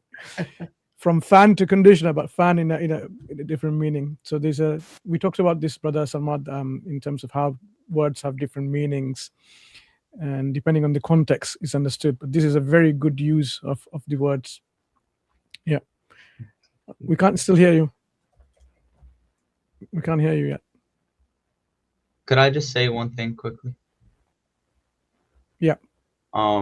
So when I joined, like I specified, like I'm not that knowledgeable, so I didn't want to go too much into the tariq. I just wanted to like study proofs for Sunni Islam and like kind of like definitive proof, just to kind of convince me, like, if you know what I mean. Like that's what I wanted to focus on. So either from the Quran, something like that. I just wanted like proofs that could convince me, put some peace in my heart, because I've been like very stressed out. I've been trying to learn, and I don't know where the truth is, and it's very like hard, and I don't know what to do. So I just want to like hear maybe some proofs that could change my mind, like just definitive proofs that could help me, if that makes sense. Yeah, I think that's you did make that clear. So I think Brother Sarmat mentioned with regards to the 12 Imams, and as that being one of the cornerstones of Shiism, the question is like, do you consider this as something that is extremely important, or is something that's optional for you? Imama? Yeah. I believe, well, what I believe, it doesn't really matter because it doesn't represent the full creed. Can I break it down for? Yeah. Can I break it down for you, Rada? I think what Brother Hashim is asking you, that's for somebody.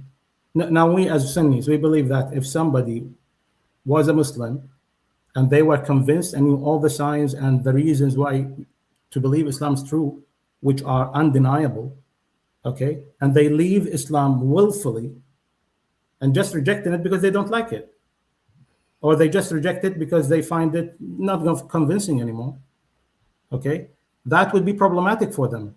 We can't say that they are our brothers, of course. We can't say that we guarantee that they will go to Allah subhanahu wa ta'ala knows best what will happen with them, but they're outside the folds of Islam. Now, when it comes to me, somebody who studied 12-verse Shi'ism, became a devout Shia. I went to Ziyarah al-Karbala, to Najaf. You say whatever you want. All the, what you call the sha'a'ir, I did. And astaghfirullah, I said things that I shouldn't have said. Okay, let's just put that back. So for somebody as me, as myself, who then finds that to be completely not pertaining to Islam and leave it willfully, do you consider somebody as myself to be still on Islam? Because I still say the Shahada. I'm a Sunni, a proud Sunni, but I don't consider whoever holds these beliefs and preaches them, that if you don't believe in the 12 Imams, you would never see heaven. You would be for eternity in hellfire. Regarding that concept of if you don't believe in imama, like you're not a Muslim or whatever, I mean, in our fiqh, we're allowed to pray behind Sunnis, where like I've never personally heard that you're out the fold of Islam just for not believing in imama, because if we're allowed to pray behind you, if we're treating you just like we're treating other Shias, why would that take you out of the fold of Islam? Like, if you understand what I'm saying. Yeah, I understand, but this is a matter that has been extensively discussed. The latest discussion was on Al-Mustaqilla back in 2005, when the discussion was actually not about Shia, believe it or not. It was about Sunnis, believe it or not. It was about Ibadiyya and Shia. Ibadiyya and Shia. And back then, when Hashim al-Hamidi, is the owner of the channel, by the way, it's situated in London. He had these discussions and debates quite often. Okay, so when he started this 5-day long series of discussions, the Bureau of Sistani made a statement, a question that he was asked, and then they put the response quite clear. Whoever does not follow the true Islam, which is 12-verse Shia Imamism, they will be for eternity in hellfire. This is not a matter of disagreement, brother. And I'm bringing Sistani, by the way, only because he's considered to be one of the softest. He's not a hardcore, by the way. He's very conservative. He's I know. I read his by the way his thesis for becoming like a grand mullah. Not all of it, but most of it. Masail al-Kubra, I think it was called. Yeah. I don't remember the name. It was a long time ago. Anyway, Brother Rida, are you aware of this? Are you aware of this principle that unless you believe in the 12 the 12 imams, you will be outside the fold of this 12-verse sect of Shiism? You know, this is one of the sect within the Shiism. You know that, right?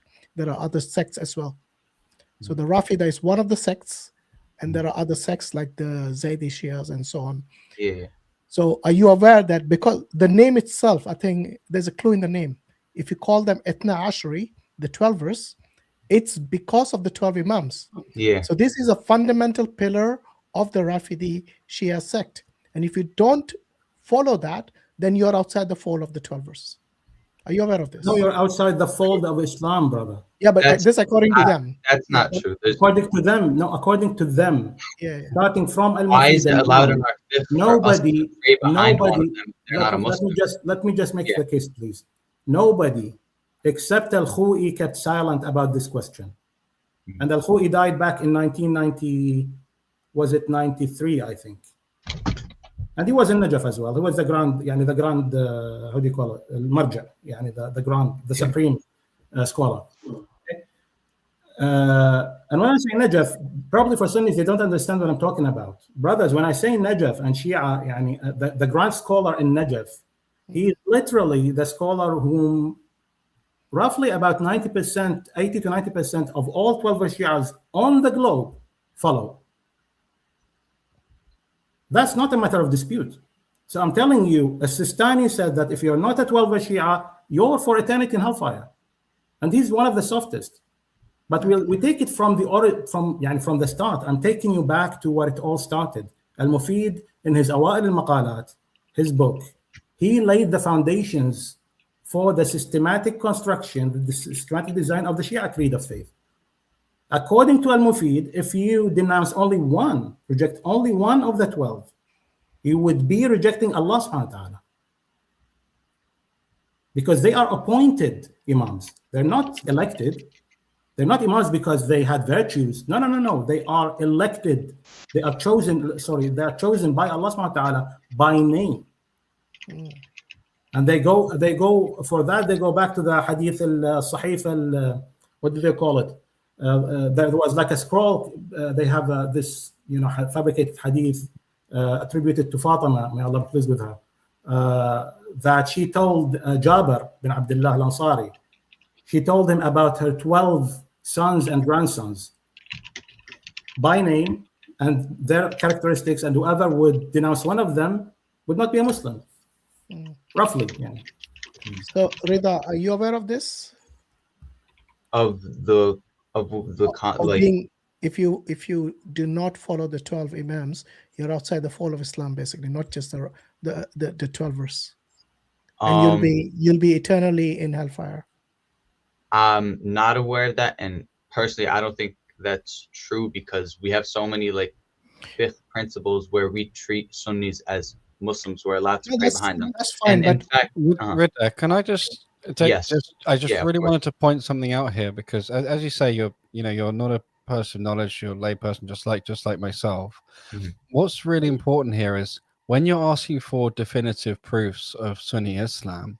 Yeah. For definitive proof, if you're going to sort of take this questioning, well, not necessarily true, that might not be right, and so on.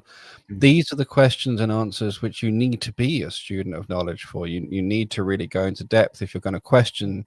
There's a mismatch between your questioning, where you're asking questions that require deep knowledge for fully satisfactory answers, but you're sort of you're not accepting answers that are of the level of someone who's not of particularly high knowledge. For example, when I raised, if it's so fundamental, it would to creed, it would be in the Quran, because everything fundamental to creed is in the Quran, which the Quran says itself. And that wasn't good enough for you because you raise these questions, but these questions are the kind of ones that you need to have deep knowledge to answer. And if I give you just an analogy, just for you to answer to, if I were to if I were to ask you to prove that water is made of H2O, could you do that? Like, if I were going to be skeptical and force you to give me the proofs, definitive proofs, could you even do that? Or would you need to be like a student of chemistry and physics? You need to be who's able to... Right. So this is what I mean. It's apparently simple question. Hey, can't you just prove water's H2O? But at some point you have to take it from the people of knowledge, or you have to sort of accept that this thing makes sense, or you have to really dig in. So this is the paradox I was trying to highlight to you, where on the one hand you're saying, look, I want simple answers, and I just want to know what the proofs are, but the proofs are detailed and complex and involve a lot of deep study. Brother Islam, it's simply an oxymoron to say that one of the cornerstones of the true faith is imamhood, and then say, I don't have a problem with you if you don't believe in it. Yeah, it's an oxymoron. This is why I raised it's not in the Quran, but the Quran. Exactly. This is why I raised my position to say, look, easy answer for me. It's not in the Quran, but the Quran contains everything we need of the creed.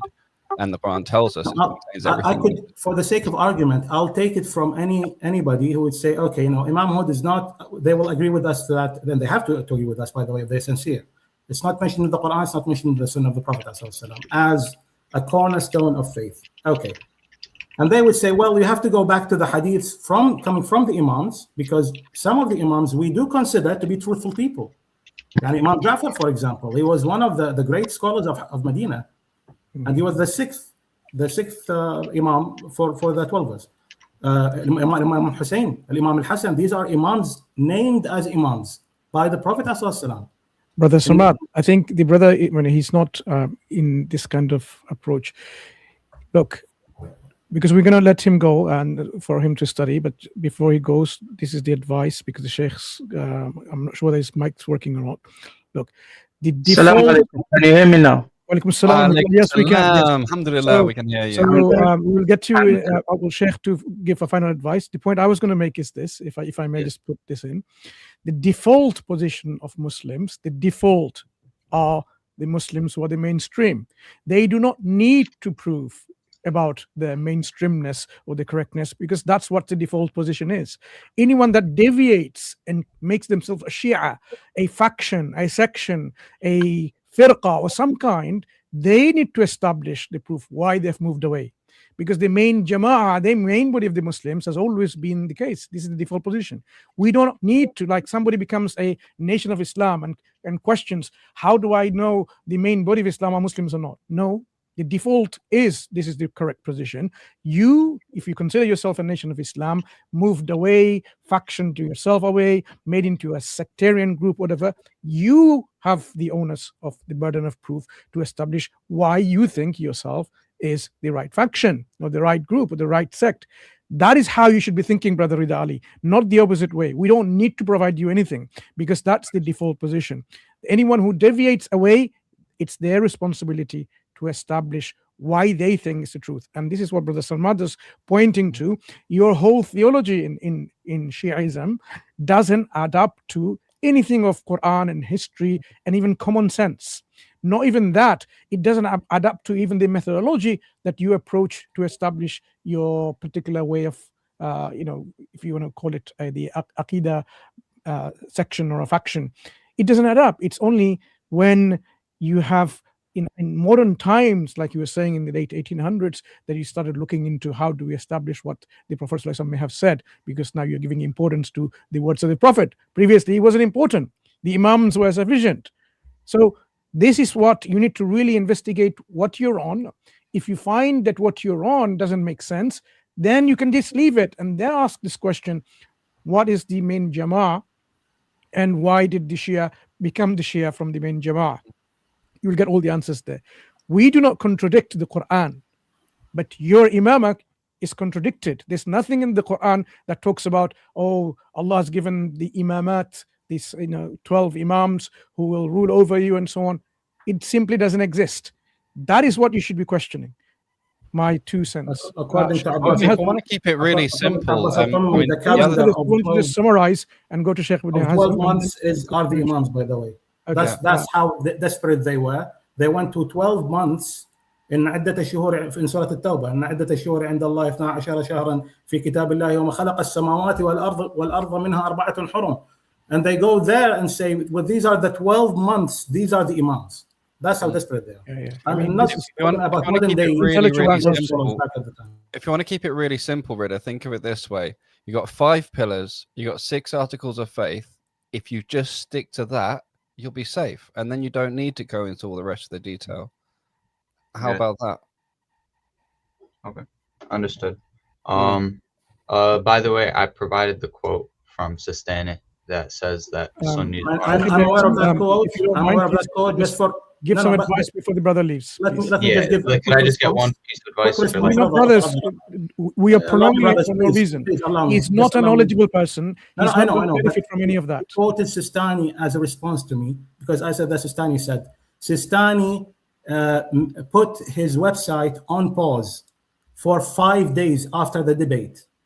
And they retracted that saying from Sistani. That's why. That's why I said I gave you the time frame and the channel it was on, and I was watching it live, by the way. Hashim al-Hamidi tried to reach out to Maktab al-Sistani, the Bureau of Sistani, more than, I don't know how many times. Every single episode he would call, and they wouldn't respond to him. Okay. Could I just get one piece of advice for my guidance before I leave? No, brother, you just need to listen. Yeah. 5 pillars, 6 articles of faith. Listen to Sheikh and then leave and then come back again. We've heard you enough, and I don't think you're in a position to actually even demand anything. You need to really do introspection about what you heard so far, and then inshallah take the advice. Sheikh Ibn Hazm, are you listening? Sheikh, I'm asking you to give him some advice before you speak. I mean, look, just for you, just to see the wudu of the Shia and the wudu of the Ahl Sunnah, and you will see there is a difference in there. You see the prayer of the Shia, the prayer of Ahl Sunnah, and you will see a difference in there. Now, would you say that like over 1 billion Muslims are wrong, and whatever is like 200 millions of Shia or 300 millions of Shia are correct? It's there. Plus, I mean, Brother Sarmad had said so many things, but just to add one thing, yes, the later Shia, they call us as Muslims, and they call for us Ahl Sunnah wal Jama'ah, we are Muslims for them, but Shia are mu'mins.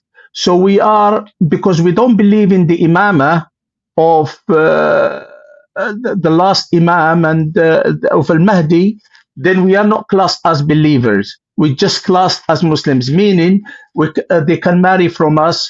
We can be buried in Muslim cemeteries. They can pray janazah on us. But salvation, no salvation, because we don't believe in the 12th imam. Okay, Brother Rida, I think the brothers have given you Sorry for taking so much time. Thank you for having me. Yeah. I've posted a small message for you in the private chat. Do have a look at that as well, inshallah. Yes, thank you very much for having me. Sorry for taking up so much time. No, that's fine. Maybe do some research yes, and course, touch base with us again. Hopefully we can help you, inshallah, become a Sunni, and as you said, there's nothing wrong with being a Sunni, so take the Shahada and follow the way of the Sunnah, inshallah. Yeah, inshallah. Assalamu alaikum. Thank you. Assalamu alaikum. May Allah grant him hidayah and us all. Ameen. Nice to see you, Sheikh, after a long time. Really missed you. Yeah, I know. Alhamdulillah.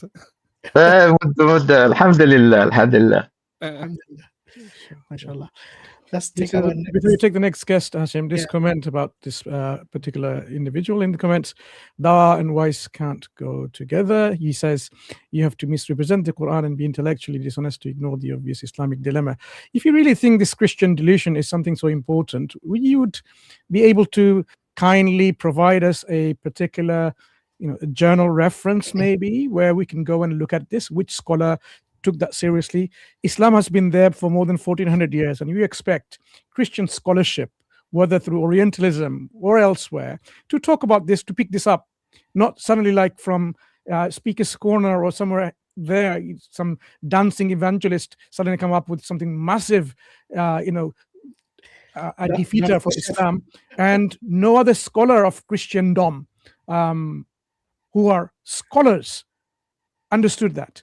So these I have seen dancing, a video of a Christian scholar who theatrical individuals somehow now found something. You should be able to just pinpoint, there you go, this is a peer-reviewed journal, and this is the article, this is where it's articulated by this scholar. Until you do that, stop just deluding yourself, because this is all there is. It's just a Christian delusion. If you still think you have some substance, jump on. The link is pinged and discuss with us. Yeah, do learn to spell dilemma, because he called it dilemma or something. Bring that up again. I did see a video from a Christian scholar. One of these missionaries was talking about Islamic dilemma, and the scholar was just calmly explaining how ridiculous it is. And he said, this just makes no sense. This is not their belief. This is not legitimate. That's the only Christian scholar I've seen that's one saying it's just ridiculous. Absolutely. All right, let's bring the next caller, inshallah. Where's he going? Oh, here he is. Okay. Yeah, Aryan. Hello. Hi, Aryan. How are you doing? Hello. Where are you calling from? I am from India. Okay. Are you Arya Samaji? No, my name is Aryan. I am not Arya Samaji. Okay, so you're a Hindu? Yes. Okay. Yeah, what is it you want to discuss with us today? Actually, I want to ask that what is the future of non-Muslims with Muslims? Second, what is the future of non-Muslims with Muslims? I'll answer that briefly. They have a bright future in the Islamic system of governance, just like when Islam was implemented, all other faith communities flourished, whether it be in technology, civilization, culture, they all flourished and contributed. So they have a really bright future if Islam is in governance. Yeah, next question. Actually, the kind of, intolerant. I've answered your question. Do you have any other question? I have commented earlier that the kind of intolerant and, with different sect in Islam, how can be our only one future? As I said, looking back in Islamic history, where Islam was implemented in the early days, you've heard of the Bayt al-Hikmah, the houses of wisdom. In those houses, do you know, it wasn't just Muslims contributing. All faiths, whoever they were, whether it was Jews or Christians, they all contributed. So Hindus will come along in these things again, and again be part of the Islamic civilization, contributing to the world sphere and the world peace and tolerance. So Hinduism, even if they want to carry on believing in idol worshipping or whatever they want to believe in, no one's going to force their belief away from them, right? This is what Islam provides, this level of tolerance. Islam will not coerce or force anyone to have their belief changed. Belief has to be changed by their own will and their own volition. Everyone has to change their belief, if they want to, by their own will and volition. Islam says you cannot force anyone. La ikraha fid din. There is no coercion or compulsion in religion, because the truth is clear from error and falsehood. So a bright future ahead if you decide to live under the Islamic civilization and its governance. So if I want to ask you a question in return, having answered yours, there's no but. My question to you is this. Why do you believe Sanatan Dharma or Sanatani, the belief that you have, is true? Why do you believe it's true? Why do you hold this is true? What evidence do you have for your scripture is from a creator? What evidence do you have that this has indications and something that shows to people that is from the creator? And what evidence do you have that your religion is coherent? It makes sense. Actually, I just agree to Advait Vedanta. Yeah, but even Advaita Vedanta, you talked about tolerance, okay? One of the main things that no Hindu can deny, including the Advaita Vedanta, is the concept of the caste system, which No, is no, the there is most. no concept of caste system Hold in on, Advaita Vedanta. hold on, hold on. Do you, as someone who follows Advaita Vedanta, reject the Upanishads? No, I don't. I There you go. So more or less are. the caste system is mentioned in the Upanishads, which you do not reject as a Vedanta philosopher, or following the philosophy. So don't you? No, I no, don't know Advaita Vedanta. Hold on, Aryan. How Advaita old are you? Vedanta is not a Upanishad. Advaita I Vedanta didn't is say Advaita separate Vedanta was philosophy. Upanishads. I said they follow the Upanishads like you. I don't follow. How old are you, Aryan? I am 24. Okay, have you read the Upanishads? Not. I have not read yet. So don't make but I have judgments. listened Aryan, scholars. wait a minute. If you haven't read the Upanishads at all, which is like most Hindus, they don't read the scriptures. Actually, I have heard by scholars who have knowledge in Upanishads. You will learn if you let me finish. Stop interjecting every time. Once I finish, then you can speak. Okay, this is how we communicate here. So if you do not reject the Upanishads, and if I show you the caste system from the Upanishads, what will you say? So basically, I don't have idea that Exactly. That's there why I'm going is to teach anything. you. I will teach you. I will be your guru today. Okay. Okay. Thank you. No, but I want to know, what will you say if I show you clearly a system? You call it jati, yeah, the caste. I have heard. What I know first, I want to tell you that there is a varna system in Veda or Upanishad, whatever. So in there, the society, the human beings, on their personality, they have divided like warriors, like knowledgeable teachers, like traders, and like service class. So on the basis of personality and quality, they are divided. But This is people. This is a whitewashing of the jati. Do you know No. what jati means? Yes, I know. What does it mean? A jati, basically, in beginning it was a varna system in What which does it humans mean? were divided in 4 sects. Literally, what does the term jati mean? Jati is a European word. It is No. not mentioned in Upanishad. It is a Sanskrit word. Don't give me that gyan. What does the term jati mean? Literally, what does it mean? It is a basically Portuguese word. No, it is this not nonsense. a Sanskrit word. This is nonsense. Jat- Do you read Sanskrit? Yes, I have some knowledge. No, not some knowledge. Do you read Sanskrit? I can read, but You I am don't not read fully. Sanskrit. Just admit it. You don't read Sanskrit. Just say it. Okay. So There's no need to play these games that jati is a Portuguese word. This is all from your WhatsApp university, not from your scholars. Okay. So let me tell you something. In the Upanishads, the caste is clearly mentioned. Jati means from birth. Okay. The term jati means from birth. No. You are misinformed. Wait. Hold on. I'll give you references. Don't I worry. know. I got receipts, unlike you. Okay. So let me show you first the caste system in the Upanishad, which is what I said I was going to tell you. All right. So consider me as your guru for now and learn this most basic thing from one of the. By the way, the Upanishad is a Shruti, right? Do you know the difference between Smriti and Shruti? Yes, I know. Okay, so this is Shruti, which means you cannot deny it, you cannot reject it, and it's not going to change. Okay, so here it is. Right. Read the Sanskrit down here. Let's see if you can read it. You said you know Sanskrit. I can't read it because it's not very visible. I can't make it any more larger. The one at the bottom is Sanskrit.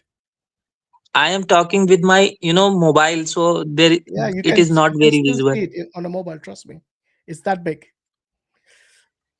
Most people don't know Sanskrit in Hinduism, and that's the reason they don't read it. But anyway, let's move on. So let's see what it says here. So where is jati? This is Chandogya Upanishad. Yeah, book number 5, chapter 10, verse 7. And most Hindus will say it's translated by some European guy. No, this is by a Swami whose name is Lokeshwaranda. Varananda. Yeah, probably butchered the name, but I you don't get it. know. Yeah. So here is what he says. Can you read it on your phone? This bit. Among them, those who did good works is In this world. in this world attain a In their good past birth life. accordingly. Yeah. They are both born as Brahmin, Kshatriya, Vaishya, but those who did bad work in this world attain a bad birth accordingly, being born as dog, a pig, or a casteless person. Yeah. So the casteless person here in Sanskrit, it is a Chandaliya. Yeah. Chandalioni. Yes. You know what a Chandala is? No, I don't know. They are treated as the untouchables because they are at the level of a dog, a pig, and these are casteless person. So they don't even belong in the 4 Varna system.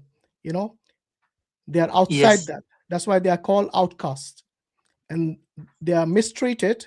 And that's the reason the Indian constitution has special rights for them for their protection. From whom? From the Hindus, because the Hindus consider them casteless persons. So there are certain Brahmins, even if the shadow of this Chandala falls on them, they become impure. They can't touch the utensils from which they eat. They can't touch So them. what? So that's So why they what is call the them. point of it? The point of this is that based on birth, okay, so if you attain a good birth based on your past life, then you'll be born as a Brahmin, a Kshatriya, or a Vaishya.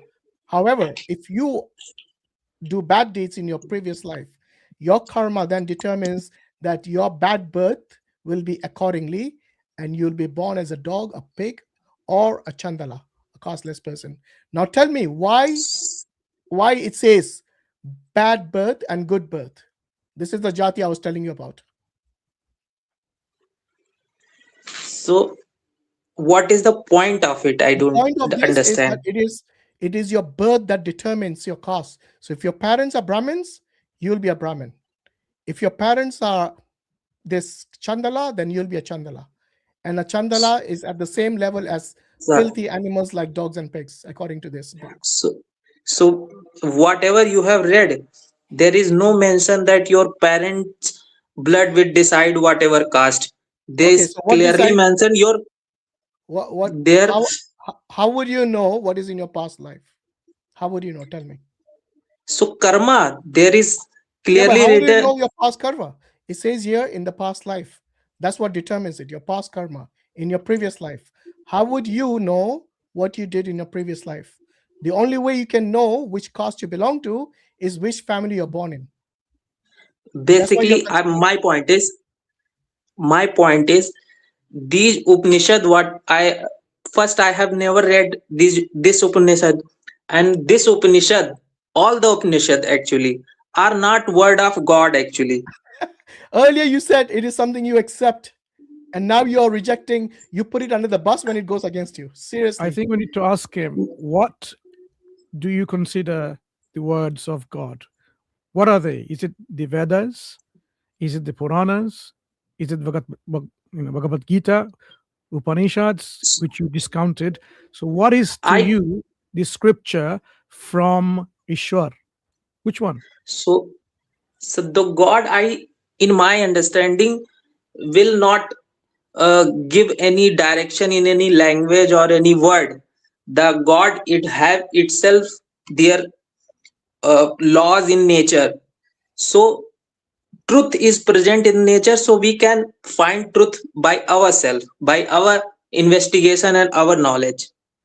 So the philosophies in Indian philosophies provide you the path to investigate and to realize the ultimate truth, not by any word or any rules and other thing. So you're going to reject So Aryan, where do you take your Yes. morality? Where do you take your morality from?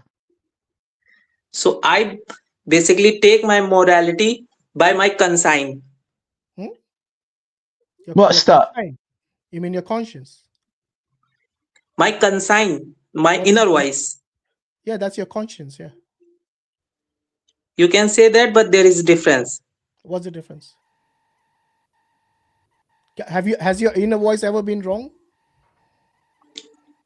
Look, Answer the there question. are Answer the question. Has your inner voice ever been wrong?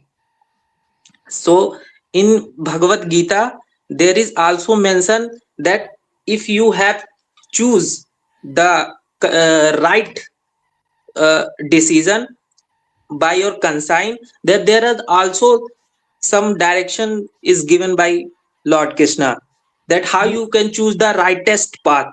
you haven't answered my question. Has your Yes, inner voice ever been wrong? yes, it can be wrong, So it but cannot be God. Thank you. Next.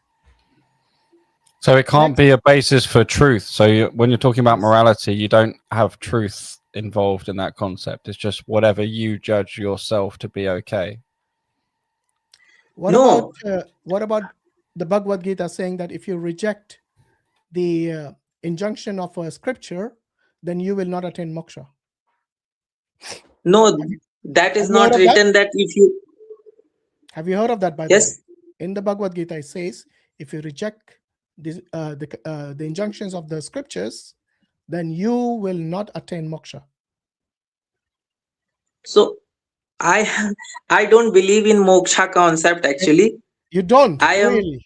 What? yes, So the So scriptures are the things that tell you about the path to truth, but the scriptures talk about moksha, but you don't care. You just don't believe in so that. basically you reject the Bhagavad Gita. That means let me first tell you that the Abrahamic view, no. basically Don't go Abrahamic view. Do you reject the Bhagavad Gita? there is a clear difference by Can you answer the non-Abrahamic question view then? of world and Stop making Abrahamic view jalebis. of world. Aryan, stop making jalebis. Just answer the question. Do you reject the Yes, Bhagavad Gita? the part which really guides me, I accept it and I follow it, I read it, and You're following your desires. Do you realize that? In fact, that is exactly what Krishna says. So let me bring up the passage for you. You guys can ask him the question in the meantime. Let me bring up that passage. This is exactly what Krishna says. That will not give you even happiness in this world by Yeah, following your and desires. I'm interested. Well, I hesitate to use that word. The you saying that nature sort of presents you with truth, and so somehow these scriptures have given you a path of truth, basically by not giving you anything except telling you to go look. And what you've decided to do is to whatever appears to you to make sense to you, you call that truth, whether it be the external or whether it be your internal voice. That's it in summary. Is that, am I wrong? I didn't got you. Because Your criteria for truth, you were saying that the scriptures give you sort of this path to truth, but that you observe the world to see what's true, that the world around us, and regarding morality, you observe your inner voice. So it appears to me that essentially you are yourself, without criteria, without external even criteria from scripture. You just decide what makes sense to you and you call that truth or morality. So the morality concept is being read. Have I incorrectly summarized what you were saying? Because it's a summary, but that seems to be basically what we're saying. Is that right? More or less, you. I don't understand what you have said, but the concept of morality, the kind of clear structure which Islamic view is, but the Sanatani or Hindu view is different. And where Like does that view come from? The Sanatani view comes from where? by a philosophical investigation in past by rishis and munis. Yeah, so they have written books, scriptures. They have written Upanishads. People have compiled Puranas. Yeah, so we need to go So, to the but we have scripture. no compulsion to follow those scriptures. We can So how do you know investigate. then? How do you know the path that I have taken? By looking at the nature, and it provides me the direction to Islam. Now, how would you find out By the whether my path is correct or not? by the ultimate realization of the truth. But you do And not the know what is the ultimate Which realization. is You have exactly no the idea about moksha, it. which is you don't believe in. The ultimate so realization is moksha. so, Don't tell me you didn't know that. so how will you attain that? No, wait. You said ultimate realization. Is that moksha or not?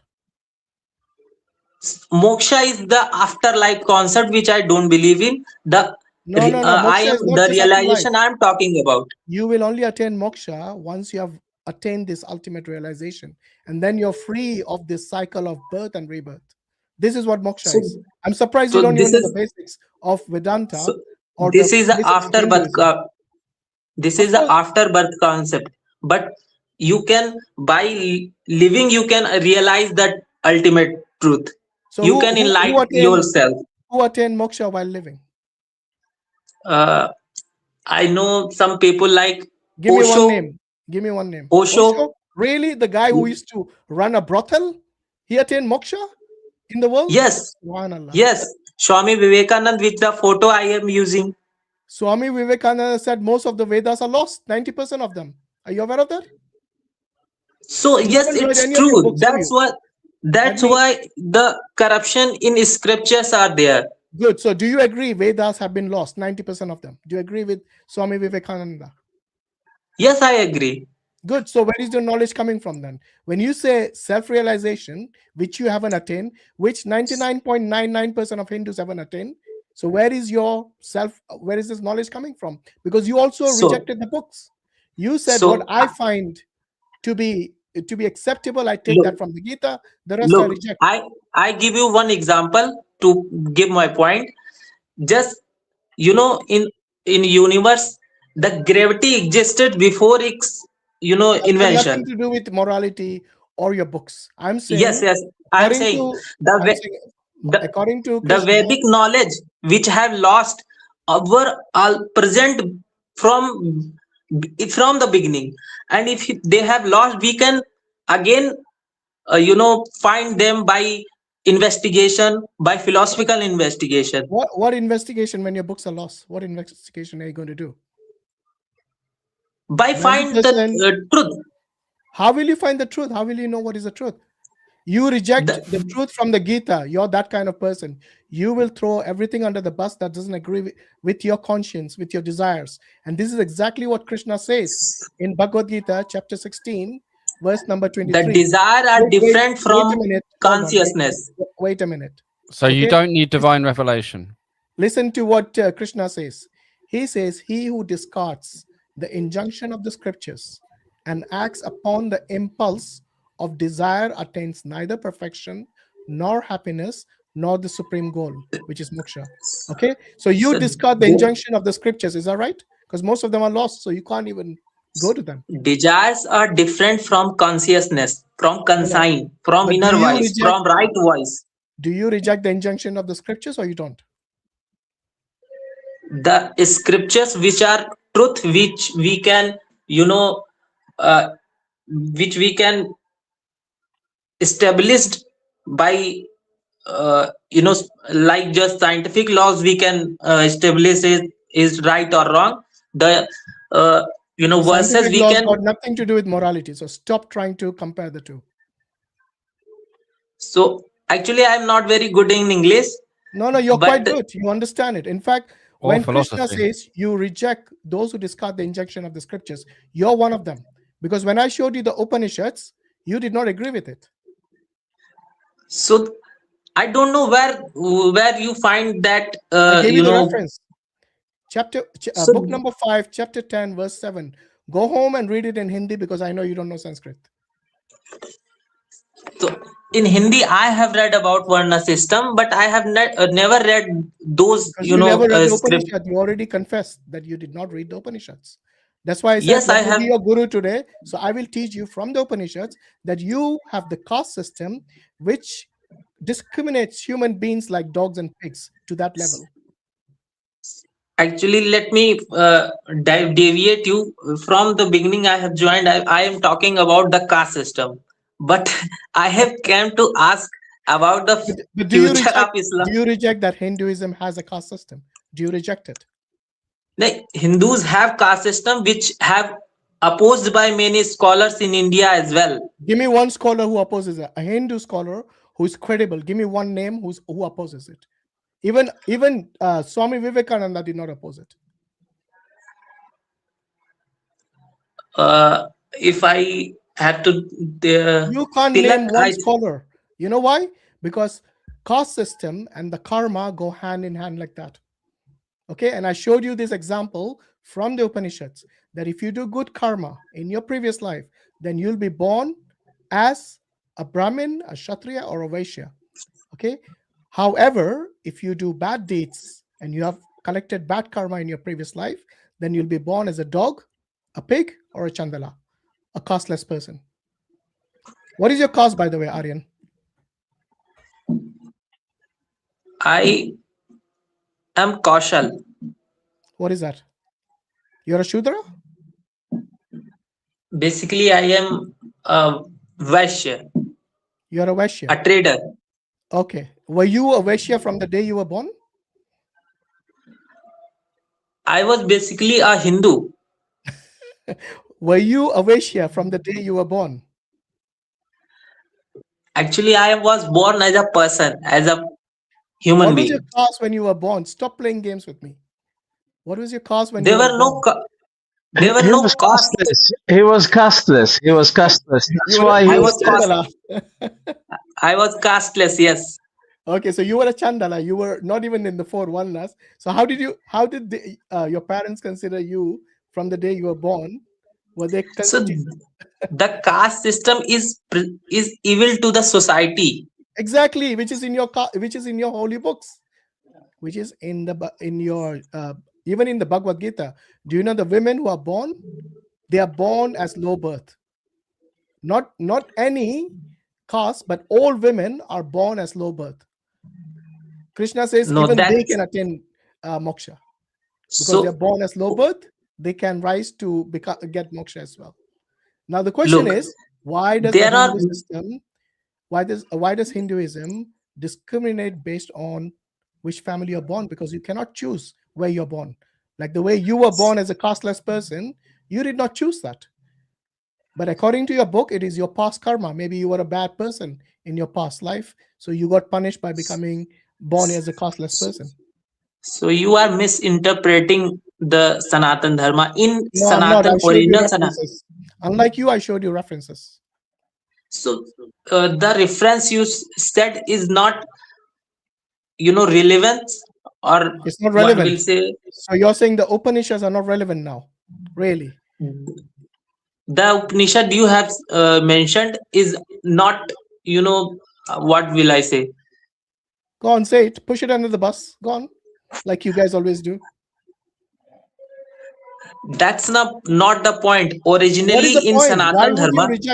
Why would you reject this reference I gave you from the Chandogya Upanishad, which is a Shruti, and you confirmed this with me earlier? So I have not read that. Give me one reason you will reject it. Go on, other than your desire. That's not desire. That's so on what the basis wrong do you thing. reject That's a wrong evil.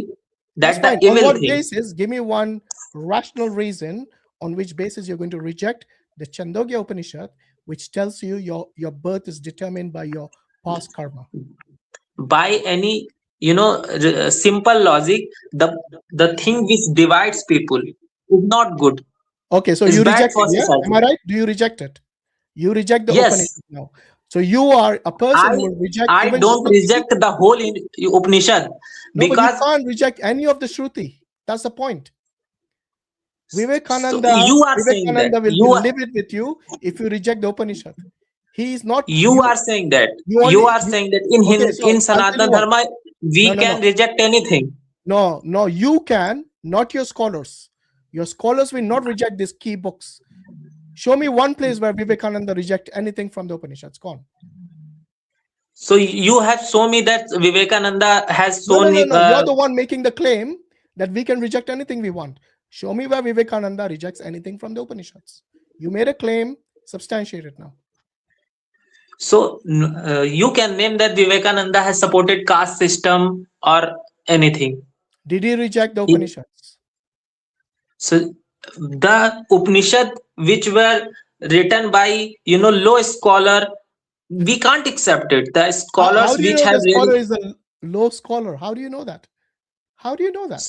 anything which is written in past, like Manu Smriti, we burn it. Manu Did I bring Smriti, the we don't. Manusmriti? No. I brought the Upanishads specifically for guys like you, because you push every scripture under the bus that does not agree with your desires. No, with consciousness, the difference, there is a difference in desire and consciousness. Oh No, dear, you're in when you denial said and everyone simple can see that. logic, when you said by simple logic something that divides people is wrong, you were just Yes, going exactly by your desires. You weren't going by logic at all. There's no logic this is in that. not desire. This is conscious decision. But Yeah, but which That it's is this not from is your right. logic. desire. But Your Arian, decision is from your you're desire. calling it logic, but it's not logic. Yes. Logic says premise one, premise two, this and that, therefore the other. And you So, can't get an ought from an is. You can't say how things ought be from describing how things are.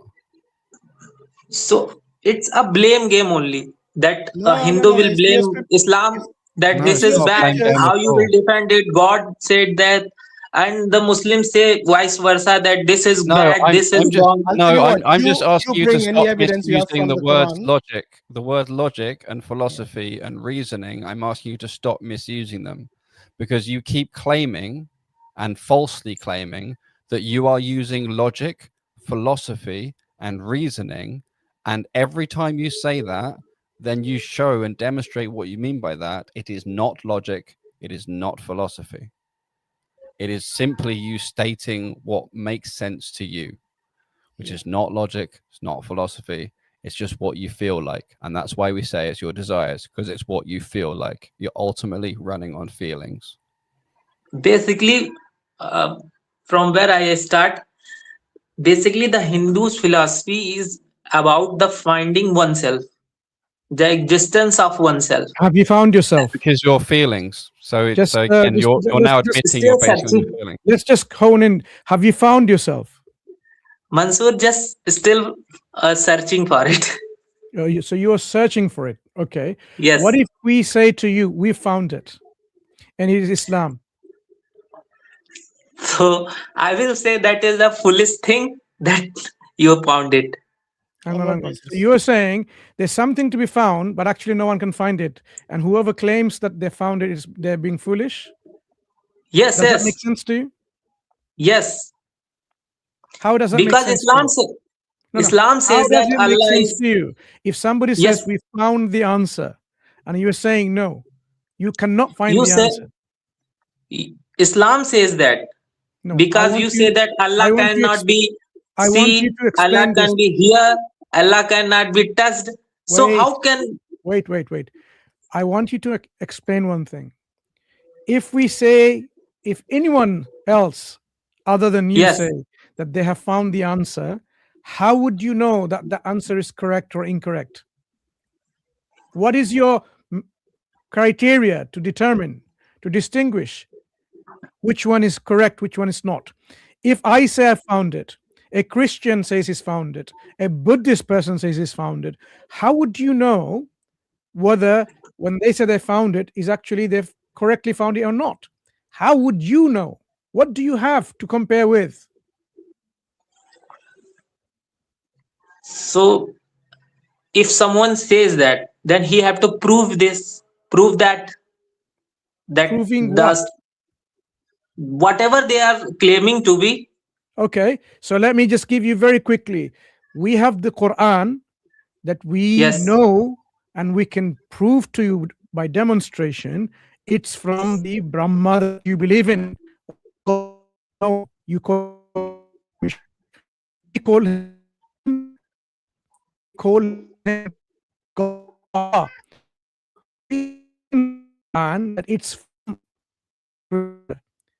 would you like to hear about those evidence so you can be sure like we are sure? Yes, I want to hear. Okay, that's a very good point. Now, I mean, I can carry on unless someone else wants to just go and give him why the Quran is from the Creator. Anyone want to go? Well, I mean, proofs proofs or justifications are all relative to your prior current existing beliefs. I have a whole range of ways of approaching this. It would depend on knowing what kind of proofs or what kind of reasoning you would accept. But like I said before, what you've identified as reasoning and logic so far isn't something that I recognize or use when I'm saying about logic. So you can choose. We can either go down Muhammad Sallallahu Alaihi Wasallam, the Prophet Muhammad, was telling the truth when he claimed to be from God, and what he said was true. That's one line we can go down.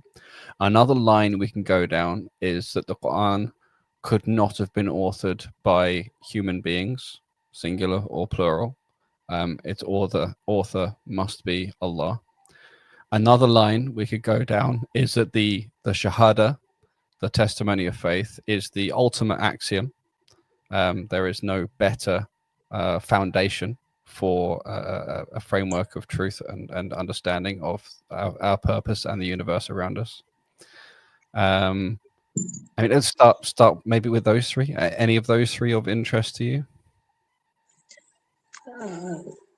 I don't think so, because any person's statement cannot be taken as granted. It's not Well, about statement. It's about providing evidence and proof I didn't ask. for the Yeah. statement. I didn't ask you to take those if- for granted. I said those are sort of an example. I gave you sort of, it's like giving you three varieties of flavors or options. You know, these are three example avenues to go down for proof. We've got a zoom in focus on Sheikh Hazm's cat. So, you know, we are any of those of interest to you to go down and analyze and see why they point to Islam being true, or do you not think there's any value in those?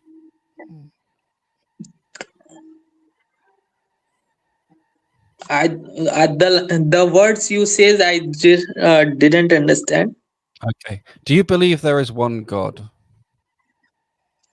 Actually, I have doubt that there is God or not. Okay. So another option maybe we can do is talk about the creator, the sustainer, the one God who created everything, and why there must be at least one God and cannot possibly be more than one God. So who created God? Nobody. He's uncreated. So, He always was and always will be, always existed. so how you reach that conclusion? How did I reach the conclusion that that is his nature? No, how you reach that conclusion that God created the universe and nobody created God? Well, so nobody created God is part of the definition of this thing I'm pointing to. This is why maybe it's better to say the God. I was trying to say the God So in the English. definition will not satisfy, you know. There should be much logical way Yes, to. yes, there are lots of logical ways around this. But for example, we could talk about the necessary being, and if a being is necessary, then its attributes don't change. Do you Necessary. understand what a necessary being is? No, I don't understand necessary being. Yeah, okay. So brother, this is going to be a long discussion if he doesn't yeah, mind. yeah. Okay, so Aryan, do you respect any of your scholars? I respect Vivekanand for the contribution he given. I meant the living ones. The living ones, the Sadguru. Seriously, Sadguru? The guy is like almost an atheist. But he talked very logically, so it makes What is sense to logical? me. Do you know one of the things he said is that humans imagine that gods are like men, so they make statues of men. Now, if a buffalo comes and He sees, sarcasted in that. I heard that debate. I heard that speech. He sarcastically said that no sarcasm. people. This has been consistently his view. He does not No, believe no. like most So Hindus do. don't make me fool. I have heard him from beginning. So he didn't said that. He said that if fish will imagine God, then he will imagine like God will be like fish, or a Do human you will agree? imagine. Is Then that sarcastic or is that what he actually believes? it is sarcastic, and he was pointing. I don't remember the speech, but Okay, it was not. let me ask you on that basis. Do you think Ram and Krishna existed in history? I don't know exactly. See what I mean? You will reject your own Bhagwans. That kind of person you are. You reject your scriptures, you reject your Bhagwans. For you, the concept of God is probably different to most Hindus. Yeah, he's quite unique. Look, your Sadhguru, what he said, if I understood from you, that people. So they can be Just one mythical, second, Aryan, person. one second. A fish Yes. will consider God like a fish. Humans will consider God like a human. Have you ever asked a Yes. Muslim, what do they consider God like? Is God like a human? Is Allah like a human? Have you ever asked a Muslim? There is no need to ask. Okay. Because So do we consider our creator like us, the creation? so actually I'm not sure about the creator, that Okay. he is or So not. let me answer. Your Sadhguru, if he said what you just said, that people imagine God like them, their own self. A fish imagine God's like a fish. Humans imagine God's like a human. That's maybe what the Hindus do and other people do. In Islam, to tell you something, it might come as a shocking for you. We believe God tells us, that's where belief comes from, that there is nothing like God. God is totally unique. There is So, no yes, comparison. this concept is Just let me finish to tell you where if you said Sadhguru said that, then Sadhguru is wrong, as you will now know. And you have to leave Sadhguru and now take Hashim as your guru, as he's already given you a lesson already. So we believe there is nothing like unto God, and you would know that why it makes sense. Because God has to be totally unique from and different from his creation. Because you and I, there's something in common. You do not know everything.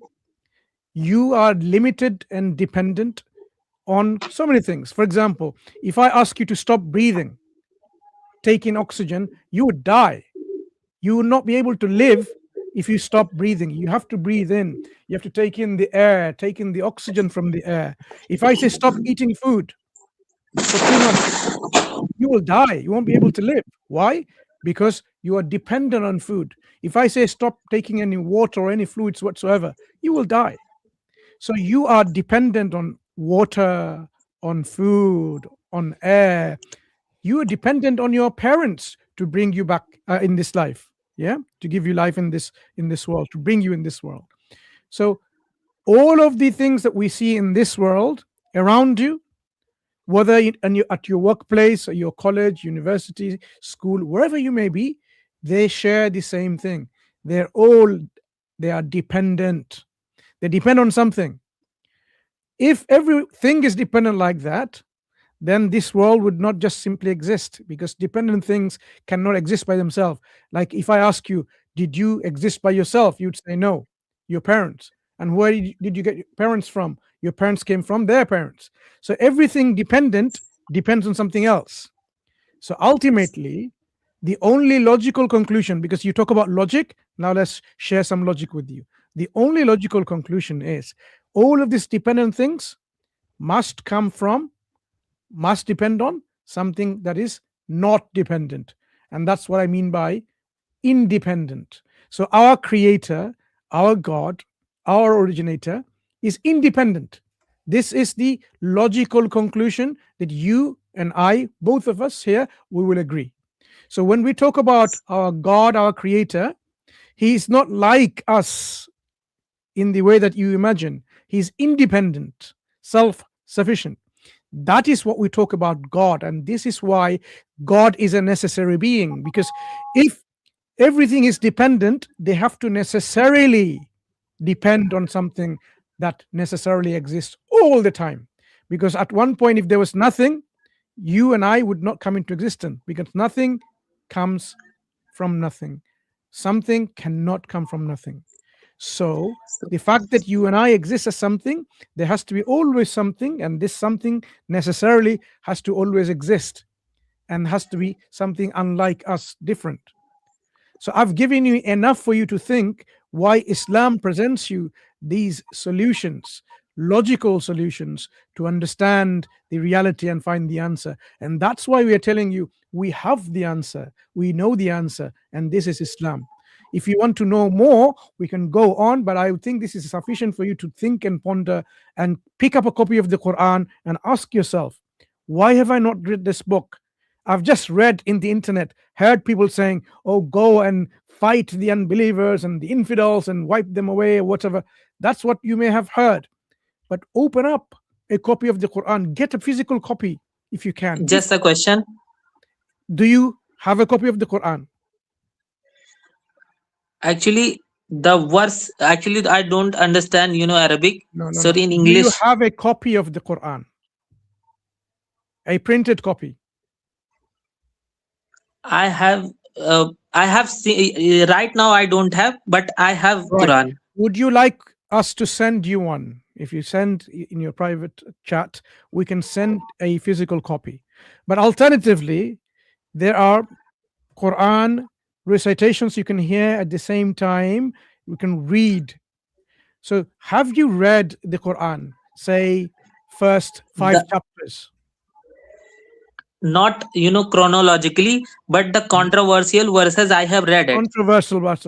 That's the wrong approach. So if you speak logically now, you have taken an illogical step of knowing where the answer might be, because you just went into what controversial questions and verses people might point to. That's not the way to find the truth. Read the book from the beginning and finish it at the end.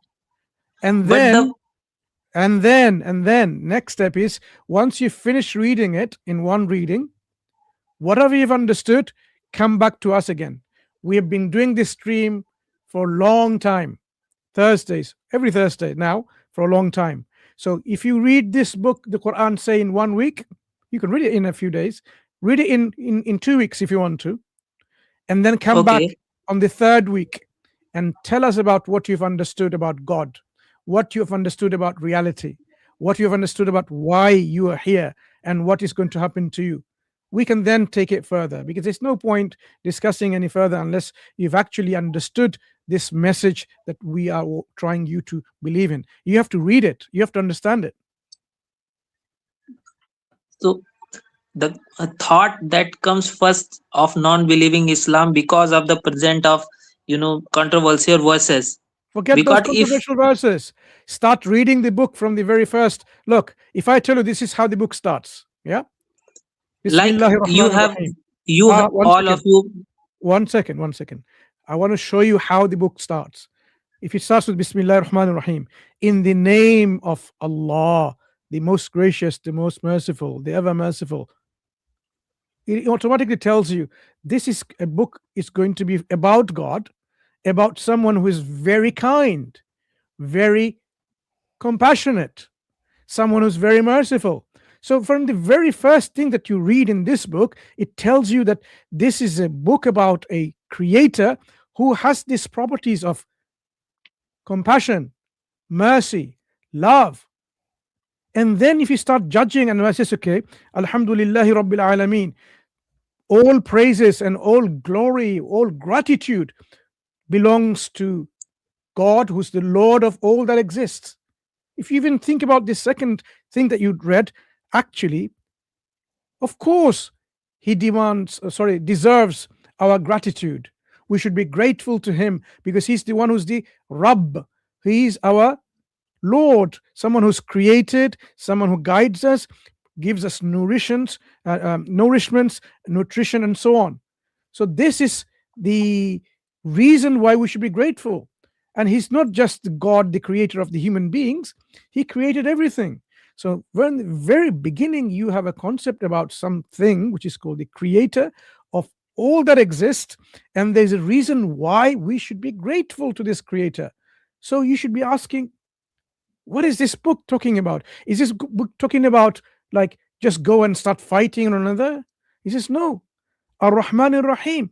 He is someone who is merciful, compassionate, so much grace, gracious.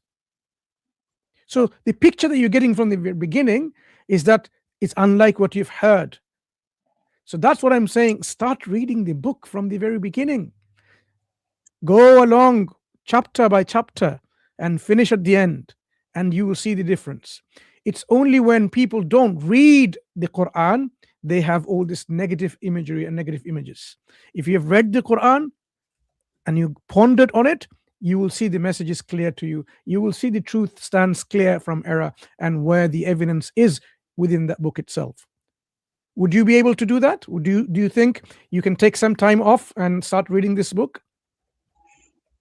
Yes, I will, but the thing is that when something written on a assumption that there is something that this he is merciful, he is great, he is almighty, then the first question that how he is true comes first, and there is no one to explain that he is present or he is you will read all of it in the Quran. All of the answers that you seek of your questions will be answered as you go on reading. You can't just from the 3 statements have all your answers. In fact, you could have actually, if you pondered deeply, it was enough when you read Alhamdulillah Rabbil Alameen, all gratitude belongs to God, the Lord of all the worlds. That should have been sufficient for you. But because you don't see what's in there, keep on reading, and it will uncover you all the answers to your questions, like it does to everyone. This is the book. It doesn't say this is a book for the Muslims. You'll be surprised. It often says, Ya ayyuhan nas, something on this line. All people, all human beings. Or it talks about Ya ayyuhalladhina kafaru, something along this line, like all who people who have disbelieved. It addresses people's in different dispositions, whether someone is a believer and a disbeliever, someone who's an agnostic, someone who doesn't believe in anything. Quran addresses all of these things. So when you go and read, you will then see. That's why I'm saying I would like to continue this conversation with you, but only once you have read it once. And then you will see we can have a meaningful discussion. Things that you are about to ask, you'll find that if the Quran answered already. That is what we're saying is the evidence comes with the message. That's why it's important to read the message to know whether there is any evidence for it. You have to understand. You have to understand the whole theory, to put it in your philosophical terms, before you can judge or evaluate it. Imagine, thermodynamics, quantum theory. People, learn just a small portion of it, a little piece here or there, and then decide to judge it, or decide they're gonna have a problem with it or raise something else. It wouldn't make any sense. You have to know the thing and not just say, oh, well, first of all, this needs to be proved independent of that, because everything hangs together, and that's when it makes sense. This is the same for all subjects. Would you like to give some advice to Aryan before we go to the next guest? I mean, you told him what he needs to do. He needs to open the Quran and read it without prejudice. Then he will come, if he is truly seeking the truth, he will find the truth in there. Because Allah subhanahu wa ta'ala speaks about it, Astaq al-Hadith, the most truthful of speech. So, yeah, absolutely. Aryan, I think the most important part here is sincerity. I've noticed that you are just rejecting your own scriptures. You're rejecting even your scholars. Do you have any respect for the 4 Shankaracharyas today? Who are in charge of the 4 different mats? Yes, I know the post of Shankaracharya, but I don't just don't listen to them. Why? They are from the Advaita Vedanta philosophy. Because they don't talk intellectual things. No, these 4 mats, okay, or you call them what, the Pritams. These 4 cardinal Pritams were established by Adi Shankara. Yes, the one who founded the Vedanta philosophy. And they preserve and propagate Hinduism and Advaita Vedanta, this doctrine of non-dualism. So you are, like I said, you would reject your scriptures, you will reject your scholars. Doesn't matter what it is, You can't even read Sanskrit, and you are rejecting your scholars just because they're on talk posh. Like what's that guy's name? The one that So the Sadguru guy. So let me tell you what the Shankaracharya said with regards to this jati before you leave, because I have to call the other the people waiting in the back studio. So just listen to what he says, because I did mention to you, but you did not believe that So, jati means birth. I have This a guy- point to Wait. one After line. you listen to this, One line, please. Okay, go on. One line, please. You have blamed me that I have, a biased view of Islam and all of that. I have not read all Quran, and I am just, claiming anything. But all of you also don't read all the philosophies present in, Sanatan Dharma, and just pointing out the Varna system or Jati system, and because of this evil, you are judging that this religion is, not truth or anything. So people This have evil, which you call this evil, is something that is endorsed by Adi Shankara. Okay, I have read the Upanishads. He never said that caste system is something we don't believe have in. you read about Sankhya philosophies, Advait No, wait. philosophies? Why would you and reject even Adi Shankara, the founder of Advaita Vedanta philosophy? he is Vedanta philosophy. him, He is caste not from system- Advait Vedanta. Who? Adi Shankara? What are you on about? He is Vedantic philosophy follower. And The Vedantic Shankaracharya philosophy don't founded follow- Vedanta darshan, and the They Advait follow Vedanta. Advaita Vedanta. What are you on about? Actually, I man, don't know. where I you are don't knowledge from? follow him, so I don't know him deeply. Exactly. If you don't know, don't make blunders like this. Adi Shankara is the founder of your philosophy of Vedanta, and Vedanta is Advaita Vedanta. There might be different different categories within Vedanta, but definitely No, Advaita no. Vedanta is. There is a difference between Vedanta and Advait Vedanta, as far as I know. Do they both follow non-dualism? They don't. They follow, single Brahma, single They Brahma. follow non-dualism. That's what Vedanta is. If you don't know the basics, I don't know why you follow the philosophy. Anyway, let me bring it up for the knowledge. If I know you don't want to have this knowledge, I'll do it for the sake of the other people. So just listen to what he's saying. He's saying it in Hindi. You know this guy, right? Yes. What's his name? He is. No, I don't know. I don't remember the name, but that's because you don't know your scholars. He's just nonsense person. He's the leader of the Advaita Vedanta philosophy in Puri. His 60% statements are just nonsense. Yeah, because that is what you are. You follow your desires, so you reject your gurus, you reject your books, you reject everything. So you again blaming that I follow my desire. I don't follow my desire. In fact, your ignorance is your biggest downfall. Unfortunately, you are ignorant of most things, but you think you have the knowledge of everything. This is no, I don't. I am a seeker. I want the when truth, I asked you, but I can't blindly believe on any when I claim. asked you what's the meaning of jati, you did not know the meaning, and you kept blabbering even though you didn't know the meaning. So let the Shankaracharya, the leader of the Advaita Vedanta in Puri, tell you what jati is. So just listen to this. It's only 29 seconds, and then you will know. His name is Nishchalananda. अनुकूल कर्म व्यवस्था, यही ना, जन्म से वर्ण व्यवस्था तदनुकूल कर्म व्यवस्था। जन्म नियंत्रित वर्ण है, जाति है। बहुत से लोग कहते हैं हम वर्ण को मानते हैं, जाति को नहीं मानते। गीता का पहला अध्याय भी तो उनको नहीं आता है। जाति धर्मा कुल धर्मा च शाश्वता। लो झक मार कर कहना पड़ेगा कि जन्म से वर्ण व्यवस्था तदनुकूल कर्म व्यवस्था, यही ना, जन्म से वर्ण व्यवस्था तदनुकूल कर्म व्यवस्था। जन्म नियंत्रित वर्ण है, जाति है। बहुत से लोग कहते हैं हम वर्ण को मानते हैं, जाति को नहीं मानते। गीता का पहला अध्याय भी तो उनको नहीं आता है। Okay, did you hear it?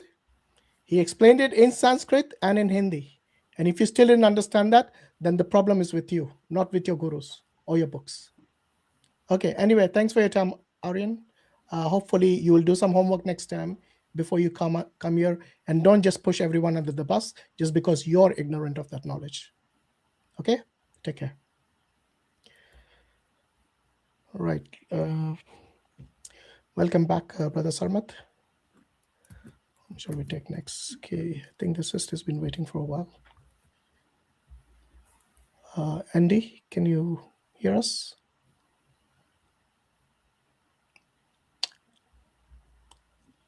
Yes, can you hear me? Yes, we can, yeah. Thank you. Appreciate letting me on the panel. I just had 2 questions. Yeah, sorry, Not Salaam alaikum, mine. sister. Can you come a bit closer to the microphone because I can barely hear you. Yeah, I know. I'm going to my car. Give me 1 second. Can you hear me better now? Yeah. Yeah, that's clear. Okay. Thank you. So my questions are not very, they're more specific, but they've been on my mind for a while, and I don't really know where I can start looking for information about clarity on them. One of them is more simple. One of them is a little bit more, I guess. That's fine. Go ahead and fundamental. ask your question. No problem. Okay, thank you. So the first question I have is, so I've been, because I have a lot of friends who don't have any, like, they're atheists or they're agnostic. One of the questions I do see in some of the Dawa videos is the concept of, you know, a necessary being, and then the attributes of this necessary being. And I understand, like, the concept of having to be all powerful, all knowing, and I think Brother Mansur may have mentioned it, or Hashim, sorry, I don't remember who said it, but the idea of a just God or a good God. I don't have any doubts on this. I just, because I know this is a question that might pop up with my friends, why is it a characteristic that an all necessary being has to be good or has to be just? Like, why wouldn't it just be potentially an indifferent, or not indifferent, but like not necessarily good? I guess, like, why does that assumption have to be there? Okay. So I want to sort of split those two apart, because just is not necessarily the same thing as good. And really, if you look at the names and attributes of Allah subhanahu wa ta'ala, there isn't one that directly translates as good. Good's actually a pretty mediocre word. They are more beautiful names than that. So the first thing I would say is, not every one of the names and attributes of Allah follow from the argument from contingency, which is the argument in which you get the necessary being. So only some of the names and attributes can follow. So he must be the creator, for example, because he's the one that is unchanging, and the creation is the thing that changed. He must be a samad, which is the one that's self-sufficient, independent, this kind of thing, right? He must, as you said, have the knowledge. He must have the foresight as well, the qadr. He must be able to enact his knowledge and what he wills. And the will is also, very important. It's not it comes under qadr, his ability to choose. It's by choice that he creates or not creates. It's interesting in the contingency argument. I won't go into details unless you ask, but there's a counter to it called the modal collapse that you might have come across or your friends might raise. But actually, the modal collapse is dealt with by showing that this necessary being must have a choice, must have will, the choice to create or not create. And that's the only way to resolve the apparent conundrum of everything in this existence being contingent. Now, when we come to just, if the concept of justice is essentially the concept of everything being in balance and everything being accounted for and everything being in some sense treated fairly and so on, well, this actually comes under the knowledge and the wisdom that would be needed to create in the first place. Because essentially, if everything didn't add up in a proper way, it would fall apart and turn into chaos. So without going into too much technical detail, we could unpack that in a lot more detail, but just a high level, Basically, if he were not just, then the system wouldn't work and it would start to fall apart. So it would only make sense for the creator to be just and to create something in justice. It's very closely related to the concept of creating it in truth. But as for being good, for example, what we might think is good, like al-wudud, the source of all love, yeah, that doesn't come out of the necessary being argument. It didn't have to be. In fact, he could have been all wrath. Alhamdulillah, a'udhu billah, he's not. His mercy overcame his anger. So yeah, that's some stuff we have to get from him. Only he can tell us. We can't get it from reason. Or maybe we can try and look at the universe and other things other than the contingency argument on the necessary being and try and figure it out and say, well, things could be much worse. He seems to be pretty nice, but it's not as strong. At some point, we have to take things from that being himself. Is that about pitched about the right level? Yes, I think that Okay. makes sense because at least from like, you know, the discussions I have had, my friends can follow the argument of there being a necessary being.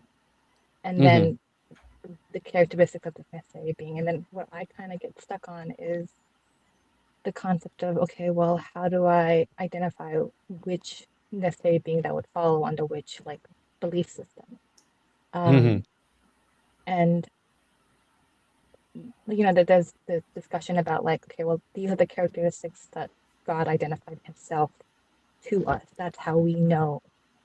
That's how we take this on principle that this is what God said he is, that he is fair, he is just, he is all powerful, all knowing, all merciful. Like you had mentioned, like mercy, he says he's merciful, so then why would you think he would be anything but that? Like the question of like, well, why do you assume that God is like, you know, fair or just? Why does he have to be? Yeah. And I mean, it makes a good question unless God himself tells you that. So is this one of the situations that it just look at what God and all these different religions is saying There's about himself? I think you'll find there's usually two main things your friends will try and bring. One is something along the lines of argument from evil or from apparent imperfection of the world or of life in some sort, and they would try and argue then that, you know, according to them, the world isn't that well designed, could be better, for example. And you know, the other one they would often try and argue is the necessary being is basically just the physical laws, or it's the universe itself, which is not God, is not Allah, because Allah is separate from his creation. So usually you would find something along those two lines. And so I almost think this idea of which necessary being is kind of a misleading way of looking at things. When we say Allah, we mean the God. There is only one, and there can be only one, and there's good reason for that. I'm sorry, Brother Hakim, your mic is going out. Oh, sorry. Yeah, I just got notifications through on my just shut my WhatsApp. I think it's better now, yeah. Yeah, I just WhatsApp on my computer came through and cuts my mic out. Sorry, what was I saying just before you lost me? I think we got her disconnected, sisters. Oh, she just dropped out. Oh no. Yeah, but maybe you can finish. No, she's back. She's back. Perfect. Sorry, sister. What was the last thing you heard before I dropped out? You're on mute if you're trying to talk. Oh, okay. Yeah, I'm sorry. I refreshed the page and then it kicked me out. The last thing I heard you say was, I don't remember. So I was talking about the two main sort of avenues they take, and I was saying how asking which necessary being isn't really a good question because we're talking about the God. Yeah. Okay. So it's interesting because I used to have this very same dilemma. You know, well, which God? And there's so many choices, but actually even asking which God is already begging the question in a wrong way, because we're talking about Allah, the God.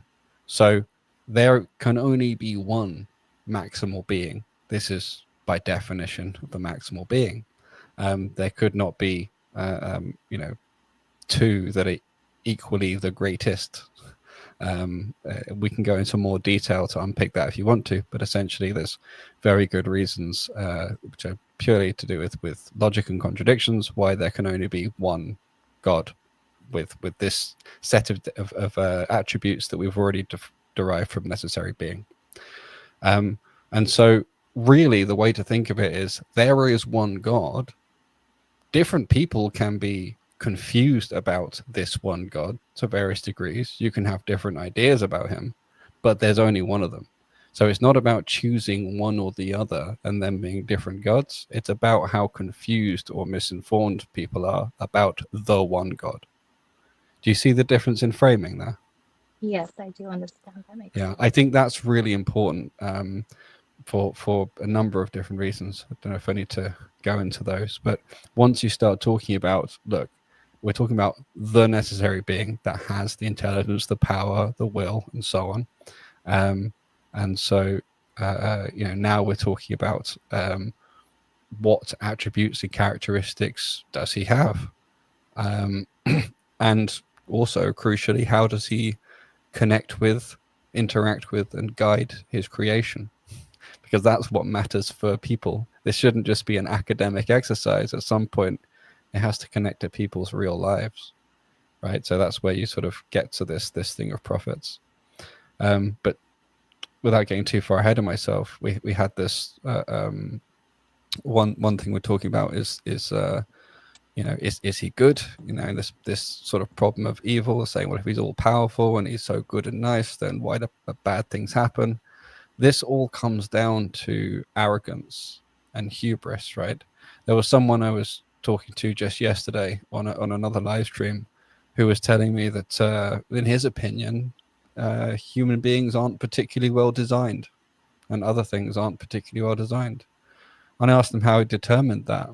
And he said, just doesn't seem to be, because it seems like things could be better. And what I pointed out to him, he agreed it's hubris, was that he doesn't really know or understand the full landscape. What exactly were we designed for? What exactly is our full purpose? Now, Allah tells us that he created us for no reason other than to worship him. And worship is a very comprehensive concept, right? So he might look at the human body and say, well, it decays and falls apart and you get old. What a terrible design. Why wouldn't it just run perfectly until the last moment, for example? Well, it decaying and falling apart and you slowing down is actually part of the whole, process of life. It affects how you are, how you operate, how you worship. It gives opportunities for people like your children to look after you and do their worship in that respect, and so on. It creates interdependencies and social connections in different ways. So there's many times when I've seen computer systems that I'm supposed to be analyzing security flaws and stuff, and I first go to the architect. We can't hear you properly, I.Hakim. Oh, should I speak up, or is that okay? That's better. Yeah. Okay. There's many times when I've been, working on computer systems and going in and asking the engineers, why on earth was the system made like this? It looks completely insane. This looks like a terrible design. And then once they talk me through the whole context, the whole landscape, and why it was designed the way it was, what its constraints and criteria were, and so on, then actually I come to agree that actually makes a lot of sense. And so this same idea comes back to anyone who thinks that the creation is suboptimal, could have been made better, or anyone who thinks that things that are happening are evil or indicative of God not being good, because they don't see the bigger picture. And if they insist that it's bad, well, that only shows up the arrogance, because either there's no objective standard or the objective standard is the God. Sorry, right? Brother Hakim, the sister was saying something. No, Yep. I'm sorry. I was just agreeing the fact that a lot of the discussions I have is a question of, well, I don't like why are we designed that we have to kill things? Why do we have to design to have greed and stuff and die? And I've explained the concept of this life is a test and we're going to be tested, and this is what the Islamic paradigm is, that this life is a test, and there'll be good and there'll be bad and there'll be suffering because it's to be a test for you. But the idea of design is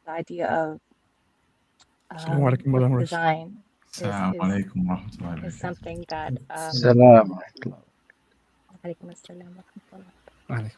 the idea of design is something that the idea of the design being flawed. I don't think I've come across anything in the Dawa wise yet, or any of the Dawa's videos of people making that claim. So I don't really know how to respond to that, because I don't know how No, that's fine. I thought this thing about problem of evil and imperfection of the world is just very commonly brought by the kind of atheists and agnostics you were talking about.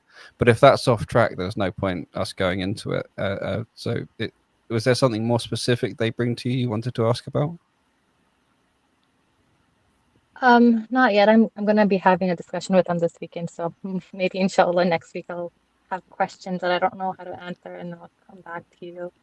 But that's kind of why I joined today, because I'm gonna be having a talk with a friend this weekend, and I want to make sure I'm versed on some of the things that last discussion. Okay. So inshallah, I might just do a deep dive on Dawa Wise this weekend and see if I can get any input. Inshallah. But Well, and for this also, answer. is there a chance to encourage your friends to come on here and talk to us? Or if they don't want to do Brothers. it publicly, we can set Unfortunately, something not else the up? kind of people who would do it. Well, But it doesn't have to be. What I was going to say is it doesn't have to be online. I wouldn't want to do one-to-one with another female for obvious reasons, but we Yes, can yes. set something up like a panel with some other people and but not have it live streamed if that's their issue. I'll let them know that this is like a source if they're interested. Like they can join this, check out this channel on YouTube, inshallah. And if they have questions, there's like open panel question Q&A. But yeah, like a private Zoom call, something like that. Yeah, we could do basically like a private call so that it doesn't have to be televised. I just find that because I'm from California, so a lot of my in the U.S. So a lot of unfortunately the conversations I have with people who are agnostic or atheist, or even just day-to-day Christians, they have already kind of quote unquote done their research and they don't want to look further. And I don't know really. I understand. Sometimes people find it interesting when it's something new or different. So you might be able to show them some selected portions of our streams that you think is relevant to them, and they might think, "Oh, okay, I could talk to these guys." If one of them is, for example, from a science background, you can tell them, "I graduated in theoretical physics. I went in atheist. I came out Muslim." That's something that's of interest to people who take I scientific actually view. have recommended your page, but Islam to one of my friends who is like, one of the questions was about like the idea. I don't really have a of page theory. yet, but we can if Your the YouTube mail. page? Oh yeah, but I haven't got any content on there yet. Oh, okay. Well, I just maybe that's why I just joined, subscribed to it Yeah. a while ago. Good stuff. Hint, it's a time to update your page, brother Islam Hakim. Yes, Please you do, are correct. inshallah, because I saw one of the questions that someone asked me and I didn't really have an answer. And besides the fact that we just don't know yet, it doesn't mean that it's not. But then that's an argument of objective evidence, I guess. It's the idea that, like, at the very quantum level, like, there's this theory, and forgive me for being wrong about this, the idea of, like, there's no causation potentially in, like, quantum level. Things just kind of happen as they are observed. Happen randomly. Yes. I don't know if that's true or not. Well, it's an. Oh no! That sounds like something really bad happened to a phone. May Allah protect it and keep it safe.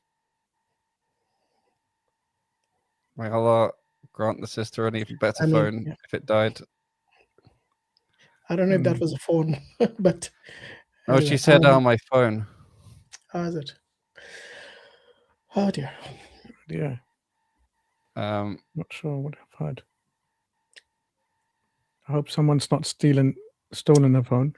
Was she on the go? Out? She's still online, so I suppose that she's not next to the telephone at least. Because it's still on the same. She's still on. Well, it's been muted, so definitely it's we can't hear them. But anyway, I'm going to put the sister in the back studio if she comes. Oh, it's gone now, so I didn't do that. All right. Yeah. Anyway, let's take the next call. I was just going to add for the audience's understanding a bit more. I know I.Hakim, brother, you're speaking on a very high level on these issues, but simply, the question she asked, why does God have to be just? Why couldn't he be otherwise? Not just, for example, not good. The necessary being, when we say the necessary being, is the most maximally perfect being, has to be perfect. There cannot be any imperfections in someone that didn't even begin to exist. If you begin to exist, then you may have introduced limitations, but if you did not begin to exist at all, you cannot have any forced, some kind of coercion in you in terms of who you are, what you are, your characteristics. They cannot be limited, they cannot be constrained. So that's why things like lying, things like being unjust and so on, is a deficiency, it's an imperfection.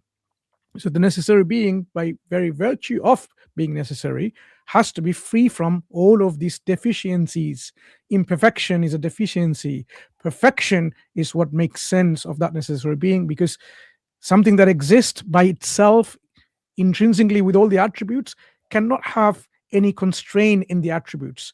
It cannot be something that you can say, oh, he lacks some of it, that's why he's not knowledgeable, he doesn't have the foresight and so on. So that's why being just is what makes sense in terms of the most maximally perfect being. That's why being otherwise, a concept of God which is less than that, is not the necessary being and cannot be true God.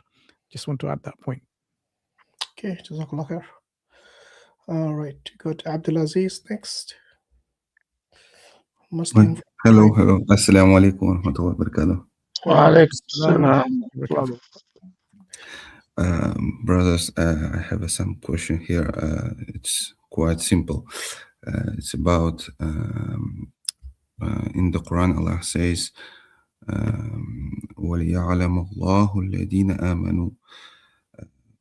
For clearly, for me, it's not some contradiction or issue, but if someone asks me, for me, I need to be ready for answering. Why Allah used this term here? I know about in the Surah Taha, Allah used the same term to Musa alayhi salam when Allah says, وَمَا تِلْكَ بِيَمِينِكَ يَا مُوسَى. It's mean what's in your head, in your hand, ya Musa.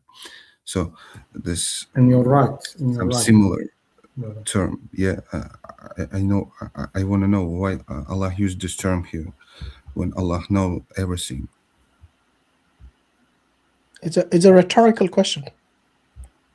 Yeah, no, it's a direct. Sorry, bro. What's the verse? Can you give me the verse? It's verse number. Surah Al-Imran. وَلِيَعْلَمَ اللَّهُ الَّذِينَ آمَنُوا مِنكُمْ وَلِيَعْلَمَ الصَّابِرِينَ. Yeah. Ali إن يمسسكم قرح فقد مس القوم قرح مثله. It's talking about the martyrs. Yeah, three, and then what's the? This comes from a group of. Let's Sheikh Ibn Hazm take this question. So just to give you a summary, and then Sheikh Ibn Hazm can answer, inshallah. In terms of when Allah says, okay, 140. The verse is 140. Yeah, this comes in a group of words that Allah uses in terms of He created to test you. Doesn't Allah know the results? Of course He does. Or la'alla, the word la'alla, perhaps He might know. Okay, so this word perhaps, does that mean that He didn't know? Or liya'alama, so that He can know. Does that mean He didn't know, He wants to find out? So all of these comes into one category, in which is it that Allah is telling you that He actualizes His knowledge at that point, not knowing it before, or He actually knew it all before? Because if Allah says He's Alimul Khabir, He is all aware, all knowing, He knows everything, then even though someone He's testing, He knows the results. But why is He using this language? So that's the frame of this question. So if anyone wants to take answer it, inshallah, and I can add later. So Sheikh Ibn Hazm. I would say just go to the tafsir, especially tafsir al-Qurtubi, and you will find that the Qurtubi has gone quite a bit on it. This is from the balagha of the Quran, the rhetoric of Quran, the eloquence of Quran. So Allah subhanahu wa ta'ala speaks in ways like what Brother Mansur just said, لَعَلَّ لَعَلَّهُمْ يَتَّقُونَ, or Allah subhanahu wa ta'ala speaks in this mode of speech, and not to deny but to confirm.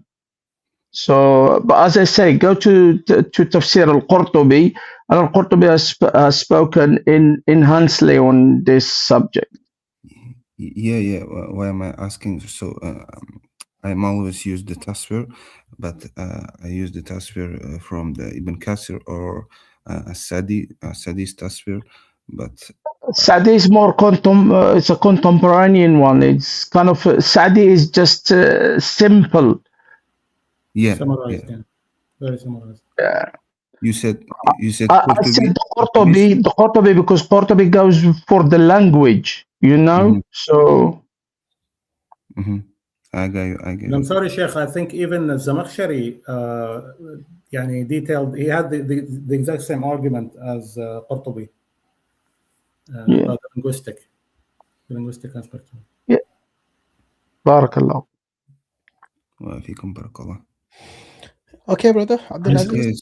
So my Just question curious, ask me what is the root of his question? Are you saying that Allah is acquiring knowledge and therefore it's making it seem like he's not all knowledgeable? Is that what you're saying? No. It's for me. It's not. No, brother.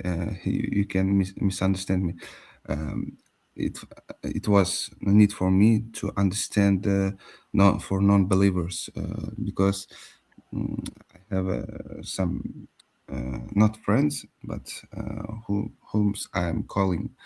So if they ask me why here the Allah says to recognize them when Allah is know everything, why Allah used this term. So that's why I ask. Sure. Let me give you a matter of perspective, right? Let's say that you're about to, there's a doorway behind me, right? There's this doorway here. Yeah. Right? Let's say you're about to walk through that doorway, but you haven't walked through it yet. Is the statement, Allah knows that I have walked through that door true? Mm-hmm. But you haven't done it yet. Mm-hmm. Does he still know that you will walk through the door? You mean you? Yeah, like let's say you're walking through the door.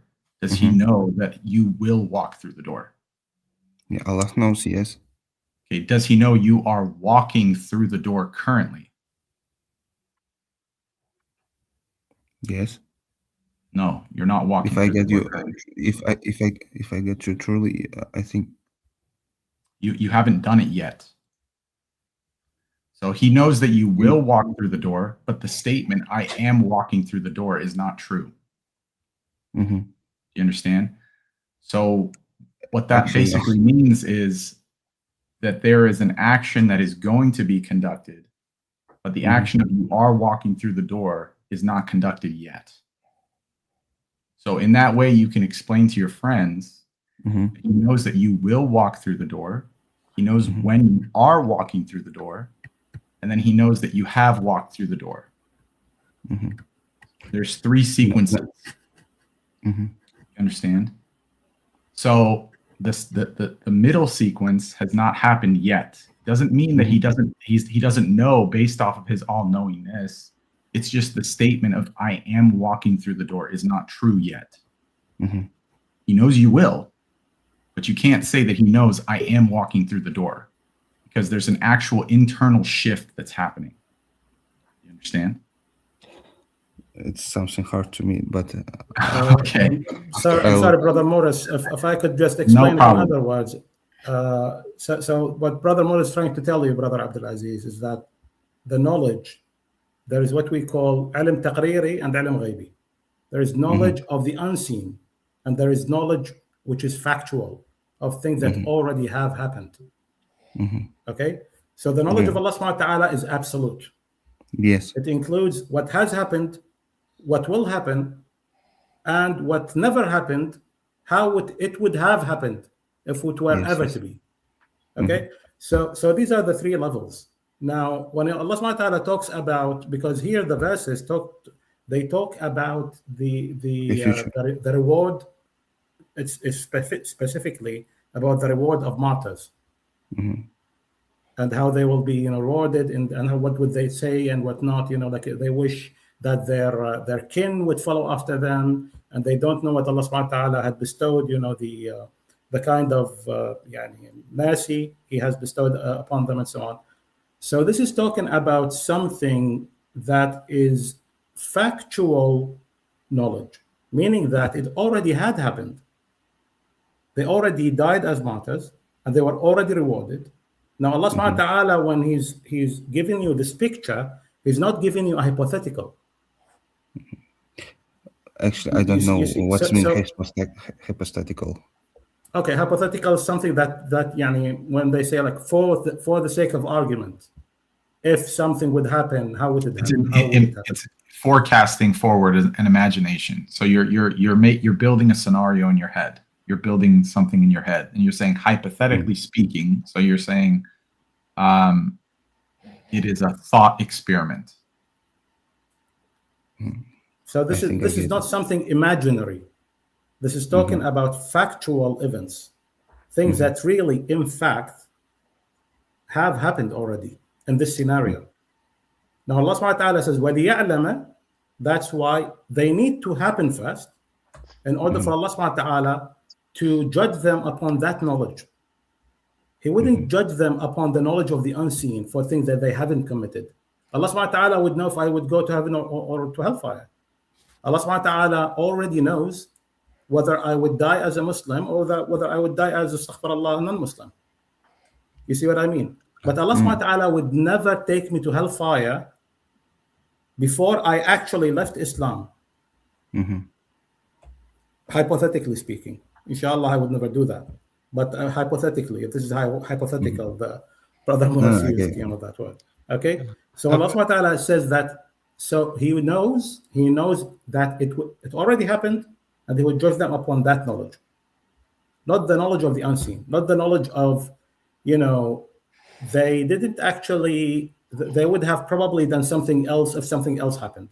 No, He would hold them accountable according to the circumstantial or the circumstances, the circumstantial scenario around them, and how each and every one of them is, whether they were well equipped in their faith, in their soul, in their physical capabilities, in their intellectual capabilities, all these nuances, the things that most of which we don't even consider, because Allah subhanahu wa ta'ala, his knowledge and His judgment would be taken to the most minute levels. You see what I mean? So these things need to happen first before they would be held accountable. And Allah knows best, but this is what Brother Muris was trying to tell you, brother. And the simplest, another simple way of thinking about it is, the evidence is not for Him, for Allah Ta'ala. He knows.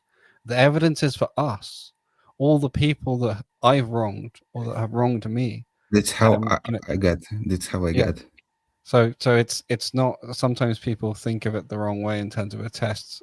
He already knows. He already made us as souls before we were placed into bodies, right? He could have just made us as souls and sent us straight into Jannah or Jahannam. But He is just, merciful, wise, and so He makes manifest all the evidence that shows, that demonstrates to everyone His justice, His mercy, and all these things. And so that's really the easiest way I've found to explain it to such people. I don't mean to backtrack. I had to step away for just a second. I just want to make sure that the brother understands that there is an actual internal change, and the knowledge has shifted based on the example that I gave you. So hopefully I didn't lose you in the example. I want you to spend some time reflecting on what I stated, right? So you understand that there is an actual internal change from before you walk through the door, as you're going, when you're in the middle of walking through the door and you actually have concluded walking through the door. Does that make sense? Brother, but your explanation is some hard for me. Too philosophical. Another way maybe to think of it is I got Hakim's explanation. I thought that's this way, like Hakim says, but I didn't. No problem. As long as I you was got saying your something question slightly answered. different. There's a point that problem. Muris is getting across, and if I can try another way, it's essentially you can think of your whole life as like a series of walking through different doors, right? You start as a baby, and you grow up into an old man. Like your life is progressing moment by moment, choice by choice, and you are actually your soul. You are developing as you take those steps yourself. If you didn't take those steps, you wouldn't be involved in your development the way you are. Something actually happens as you go through and experience life yourself. Does that make sense? Yeah. Okay. If not, then is that the there's point you're making, Maurice, or is it a different one? well, there's just a very simple example that I can give him. So here's a small cup and a large cup, right? I have the choice to drink from either one of them. Allah subhanahu wa ta'ala created the possibility of me drinking from either one of these cups. If I choose to drink from the bigger one, or if I choose to drink from the smaller one, the statement changes of he did drink from the big one, or he did drink from the small one. Do you understand? So whatever choices we make, he makes all of the possibilities for these choices, and we basically align with the possibilities. So if you can imagine, here is his will, right? And you have the choice of the big or the small cup, and you're either going to align with the big or you're going to align with the small. You can never go outside of his will. There's no third cup that I can all of a sudden drink from. Do you understand? Yeah, okay. Okay. All right, Brother Abdulaziz, I hope you got your answer, yeah? Just before you go, I want to share an Jazakallah khairan, article on this subject, so at least those who are interested on subject like this can benefit, inshallah. So this is an article in Journal of Quranic Studies in 2023. As you can see, the reference is there. The meaning and usage of la'alla in the Quran by Devin Stewart from Emory University. This is one of the things I mentioned, la'alla. So it seems things like liya'lama, lina'lama, all comes in a similar category, but this is a study only on the meaning and the usage of la'alla, and he talks about how this study examines the usage of la'alla in the Quran, arguing that its most common meaning is so that rather than perhaps, the common dictionary meaning. People think like, oh, so that they can be, people think that it means, perhaps means there's some kind of hope and a fear. That means, how can that be? How can Allah not know? Tamanni. Yeah, how can Allah not know? Because it doesn't indicate. The word la'alla, for example, if I say, for example, perhaps you will go, does that mean I know? This kind of things indicates that maybe I don't know, but you might go or might not go. That's what the word perhaps, perchance means. But the word la'alla in the Quranic usage, I mean, even Devin Stewart here argues that it doesn't mean that, even though it has a range of meanings, but so that, in order to. That's the meaning in the context involved. So that clarifies why it doesn't have a room in which the God doesn't know, because he does know, but he uses these words so that people can. So it doesn't mean perhaps. Likewise, the examples of liya'lama that the brother mentions, Allah did this so that, he often uses this word so that the actual thing is manifested and people can see that. So they have hope that, yes, it might, if I do this, this will happen. And then they go on in doing this thing. So it gives you encouragement and so on and so forth. So it doesn't necessarily mean that he doesn't know. Of course he knows, but the knowledge will then become materialized already in front of everyone. So things like God testing, for example, that he created life and death so that he might test you, those who are in good in their deeds, who are better or best in their deeds.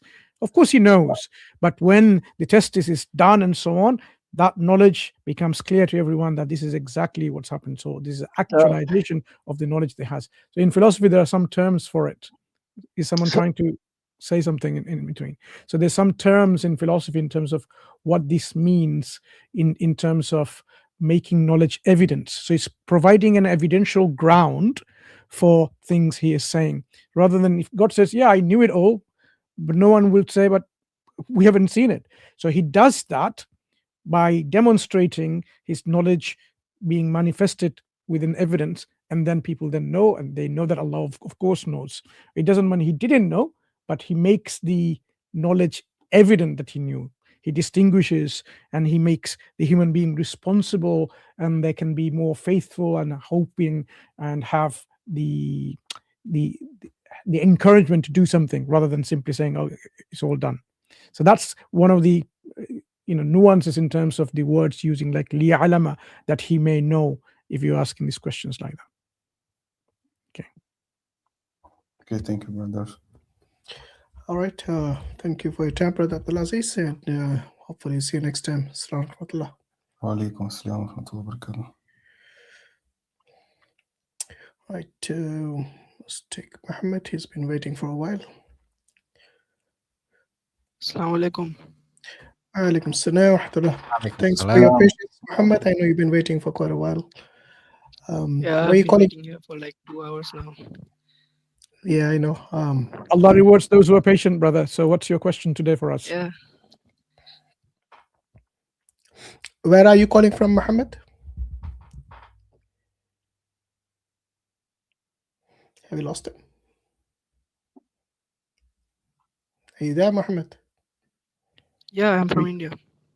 Okay. Yeah, we didn't hear you. That's why. Okay. Yeah. Ask your question. You said you had a question for us. So my question was, which is the sin that has been normalized between practicing Muslims, which is actually destructive to Iman, and the people who do know that it is a sin don't feel guilty for it. So Can you be more how does specific? it Which sin you're talking about? What sin are how you does talking it about? affect the how does it affect the heart, or like how can we not do it? Brother, rephrase your question so we can understand it simply and easily.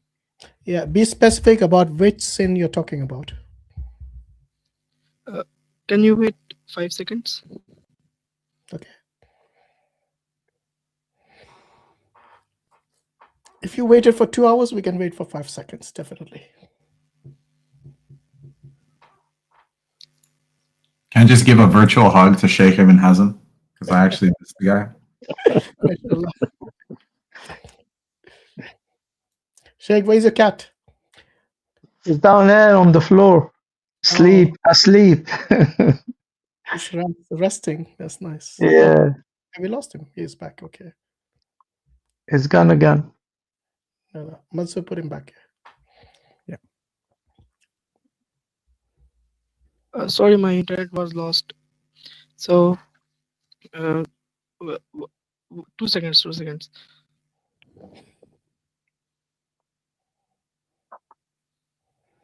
Yeah. Which is this sin that you're referring to, which has been normalized by Muslims? So if you can be more specific as to which sin you're talking about, that'll be good.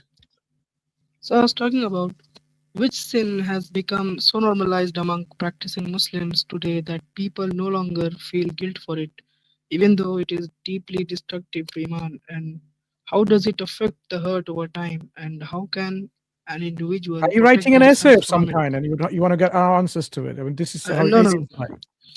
He's asking a question. Yeah, but he's reading a script like he's writing an essay. So he's written the question. Why are you asking these theoretical questions? Just say it. What, in your opinion? In your opinion, what is that sin that you think is normalized? Like alcohol and Alcohol has been normalized by Muslims? Where? Which country, which Muslim country has normalized? It's not normalized even in Turkey. I mean, there are people who drink there, the people who drink everywhere in many countries, but I don't think it's been normalized. It's a very difficult question to answer for the whole ummah. You know, who's done what has been normalized? I'll tell you. Something like backbiting. Yeah. People don't even blink, when they're doing the Use backbiting. your interest. Yeah, riba. Yeah. But even that, but backbiting is so bad now because the whole of the social media today kind of runs on backbiting. Everyone's gossiping about everyone else. And it's become normalized, like in all societies, unfortunately. So this is like eating the flesh of the dead, your dead brother. That is how repulsive it should be for a Muslim. Has he left again? Well, yeah, he's dropped. Let's take. I think he's having connection issues. Yeah, maybe. Yeah. If he comes back, we'll take him in. But let's take the next caller. Nablus Khalid. You there, Mr. Nablus? Is he going to sleep? You have to unmute and talk. Yeah, you're muted, Nablus. If you're talking right now, it's only to yourself. Hit the mute button. All right, let's take him later. Mohammed's back. Yeah, you keep dropping, Mohammed. Everything okay? So my next question is, at what point does constant exposure to sin stop being a test and start reshaping a Muslim's moral compass? And how does Islam teach resistance in such an environment? You're getting this question to write. You're an essay, right? You're asking us to answer for you. This is what I think. Oh yeah, he's doing a homework. Yeah, No, sounds like actually, I do research on Islam because in India, Islam is basically turned into cultural thing. So I'm relearning Islam in the way that Sahaba practice it. Yeah. How old are you, Muhammad? I'm 17. 17. Yeah. Okay, and you think Islam has become like a culture? Yeah, in my family also, it's very culturally affected. Okay. What about your own practice of Islam? Do you follow it? Do you pray regularly on time? Not regularly, but I sometimes like a week I follow regularly. Then I, Eid only. Wow. Are you saying I once said a year? week. Twice a year? He said a week. At least I heard a week. Sorry, I heard Eid. Okay. So okay, I have last question. No, wait. Before you ask the questions, have you focused on yourself? Before you talk Yeah, about I have. Muslims in the community, why don't you start with yourself, mister? Even though you're a teenager, you still are now old enough to do your 5 daily prayers on time. The question is, why is it only sometimes? I've tried, but I failed. On what basis? What is the hurdle? That's the thing. When you say you failed, do you mean that sometimes you pray late, you miss the appointed time? You mean you failed to No. go into the masjid, or you mean you haven't prayed it at all? By regularly, I mean when I said I was regular, it meant I prayed 5 times at masjid behind the imam. Mm-hmm. How about now? Are you just praying at home? But my nerves takes over me, and I just can't fight over it. So what do you do in Ramadan then? I'm planning to fix myself. No. What did you do last Ramadan?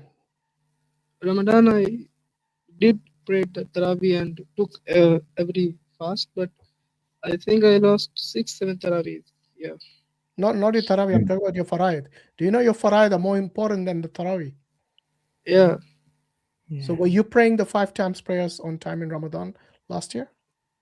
No. Why is that? I told you I just feel lazy or like. Okay. So let me help the guy out real quick here. I'm just going to ask you a super simple question, man. Why do you want to be a Muslim? To please Allah, of course. Okay. So if that's the case, then wouldn't you do the things that are pleasing for him? Yeah. Do you ever want to be a Muslim for the purposes of like self-preservation? Yeah. How about reward? Yes. And the avoiding of punishment? Yeah. And for self-benefit, like self-elevation, so that you have structure in your life? Yeah. Okay, so why are you abandoning all that, man? That's why I'm seeking help. Like, how do I do it? How do I become a good Muslim? How do I Okay, qualify what for are the your scholarship? well, the first thing is to get a proper mindset. If you have a value to all these things, then you're going to want to maintain a value-based mindset towards prayer. You see, the very question that you asked is ironically a reflection of the thing that you're lacking. So which sin has become so normalized amongst practicing Muslims today? How about the sin of abandoning what's fard? And then your follow-up is how does it affect the heart over time? And you're seeing the effects, which is you're accepting your laziness and your excuse, and you see the sadness that it brings for you to accept that laziness and excuse and to not fully commit to what you're being instructed to do. Like, you're literally seeing it in real time.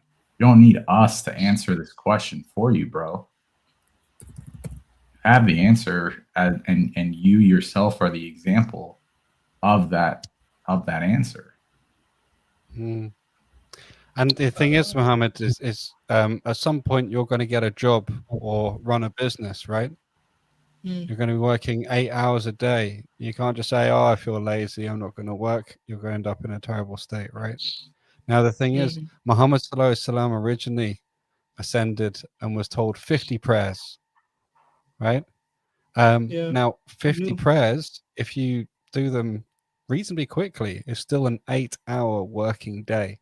50 prayers, 8-hour working day, a normal daily shift, right? And Muhammad Sallallahu Alaihi Wasallam ended up getting down to just 5 prayers, 1/10 of that. Now, if you think, imagine you were going to work and your boss said, "Oh yeah, for this year, I want your kidney. For this year, it's a one of your kidneys, and I want one of your eyes and stuff." You think this crazy. These are worth so much more than £20,000 or whatever you'd be earning. In this time, you wouldn't give away even a fraction of the things that Allah has given you. So think all of the things He's given you, and He's asking you not for a full working day, right? He's asking you for 1/10 of that. And it's not for His benefit, it's for your benefit. It's to keep your heart clean. It's to keep you aligned, to keep you straight, to keep your mind focused on what's important, to keep you asking for the straight path and asking for the guidance so that your mind is in the right direction. And as Muris beautifully put, is focused on the right kind of value system, right? You have this value mindset, but what is valuable, right? It's about your akhirah. It's about your hasana. What are you doing as an alternative in the time, right? dude? A genuine question. What are you doing as an alternative in the time? So, like, let's say it comes time to pray. What are you doing? That's my last question, but you are asking. So Yeah, I'm curious about what it is. Not only me, it's actually a problem with very Muslim people. Yeah, but online. bro, you can't solve other people's problems until you solve your own. I'm telling the problem. Yeah, so what are you doing? The problem is addiction. How can an individual leave addictions like social media or like pornography? They waste 16 hours, 15 hours a day on social media, and then Right. especially for those who are dependent on phone for like online lectures or their studies. Right. Get addicted to prayer. Yeah, get addicted to good deeds. You got to take the medicine, dude. You're avoiding the medicine and you're going straight for the the things that's The causing you free addiction. time that you have and which you're utilizing for wrong purposes. Allah has told you what is halal and what is haram, and you know that. Yet you are giving into your desire when your purpose is to submit to Allah and to only do what He has permitted us. So it's not just laziness, and like you say, your will is taking over. The only way you will train your nafs is by constantly doing what Allah has permitted and avoiding what He has prohibited. So I don't know what kind of friends you have. If your friends are very similar, lazy and watching I've got porn, no friends. that's impossible. Do you go to school? Yeah, totally impossible, Yeah, I bro. do, but I have no friends. Zero friends. Why is that? I don't get along with anyone. You seem like a nice person. You seem like a totally nice guy, dude. Yeah. Okay, fine. Let's say you don't have friends, right? You got Now you have. Now you've got 5 people you you're got- friends already. Yeah. So you don't have any friends. Plus the Facebook Oh friends. yeah, sorry, I've got 5 friends. Yeah. Yeah, and then what are you doing to ground yourself? This might sound really silly, dude, but when's the last time that you went outside barefoot and just stood in the grass or like tried to push up against a giant tree trunk and just laid your back against the tree trunk? What are you doing to ground yourself to reality? Because oftentimes I found that the people that are just so buried in their phones and buried in technology are trying Yesterday, I guess. Yeah, but I mean like without any type of interruption. No phone, no nothing. It's just you and the ground. No lies, but I tell you all 5 here. The thing is that it's my first time between big scholars, and so I've got a little nervous and my hands are literally shaking. That's why I messed up in the first part. This is the thing.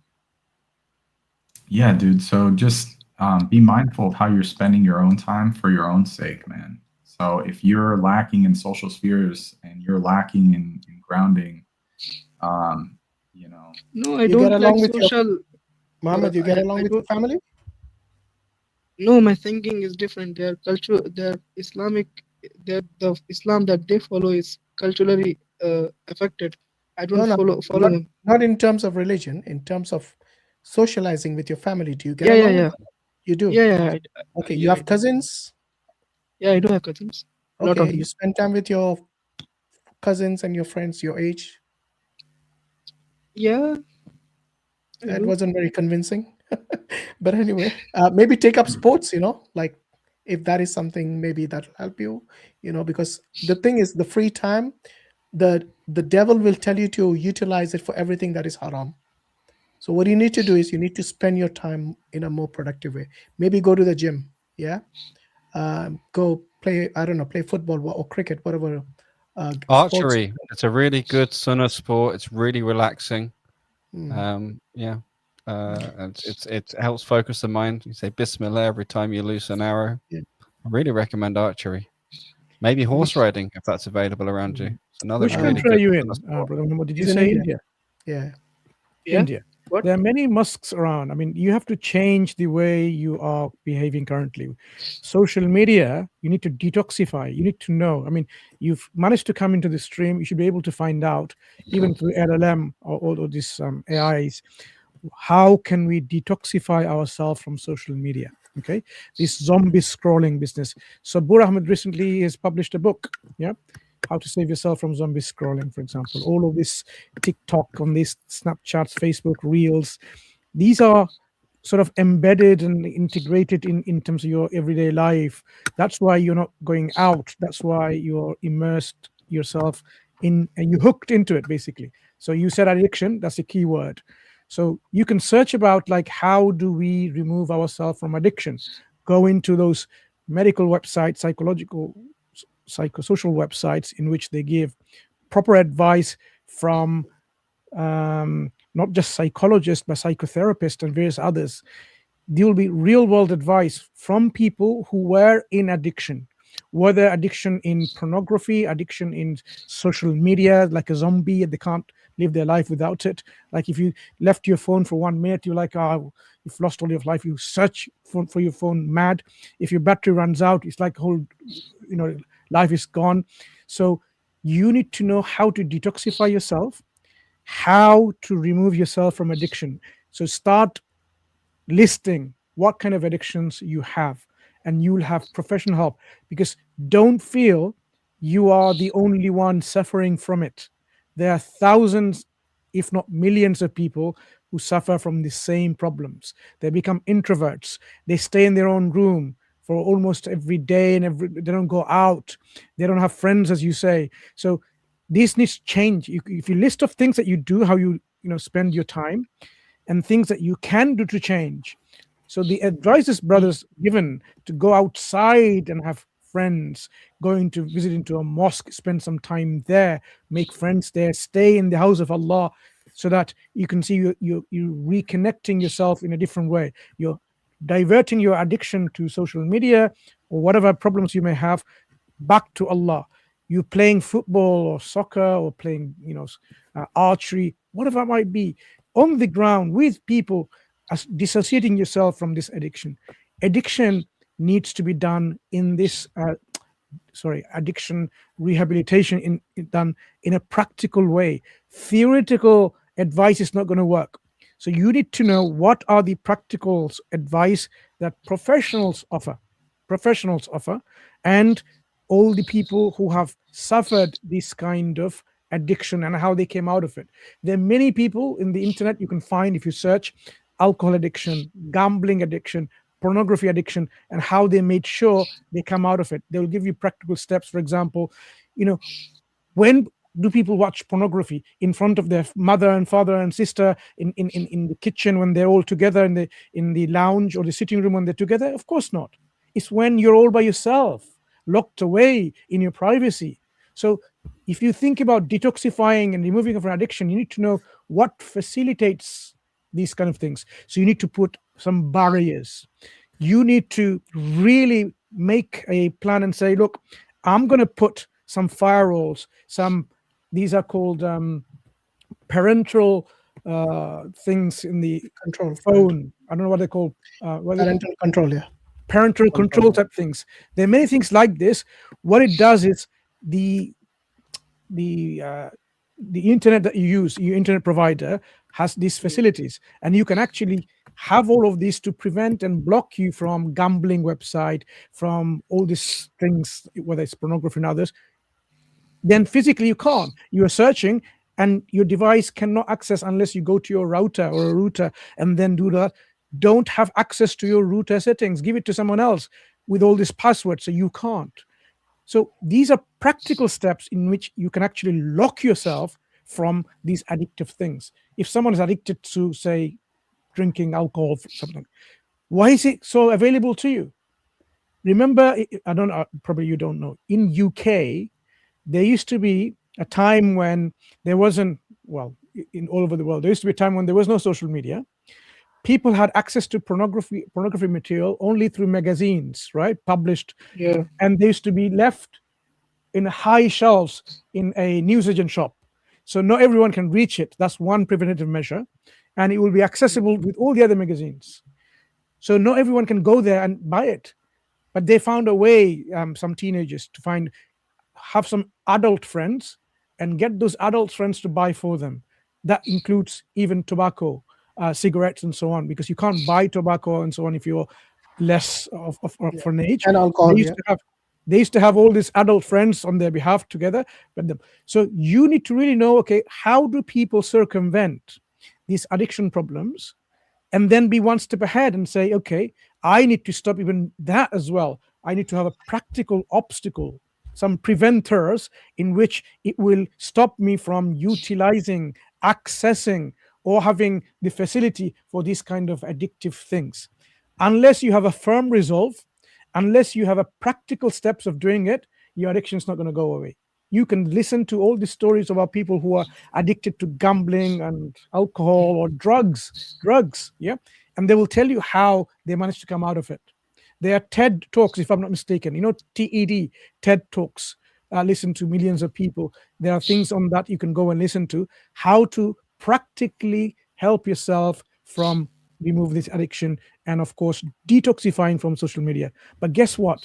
Ramadan is coming, a brilliant opportunity in which you can detox yourself, in which you can actually practice constraints and restraints, in which you can develop yourself of these evil traits and behaviors and characteristics and things which are really harmful to you physically and psychologically and emotionally, because they are not good for you.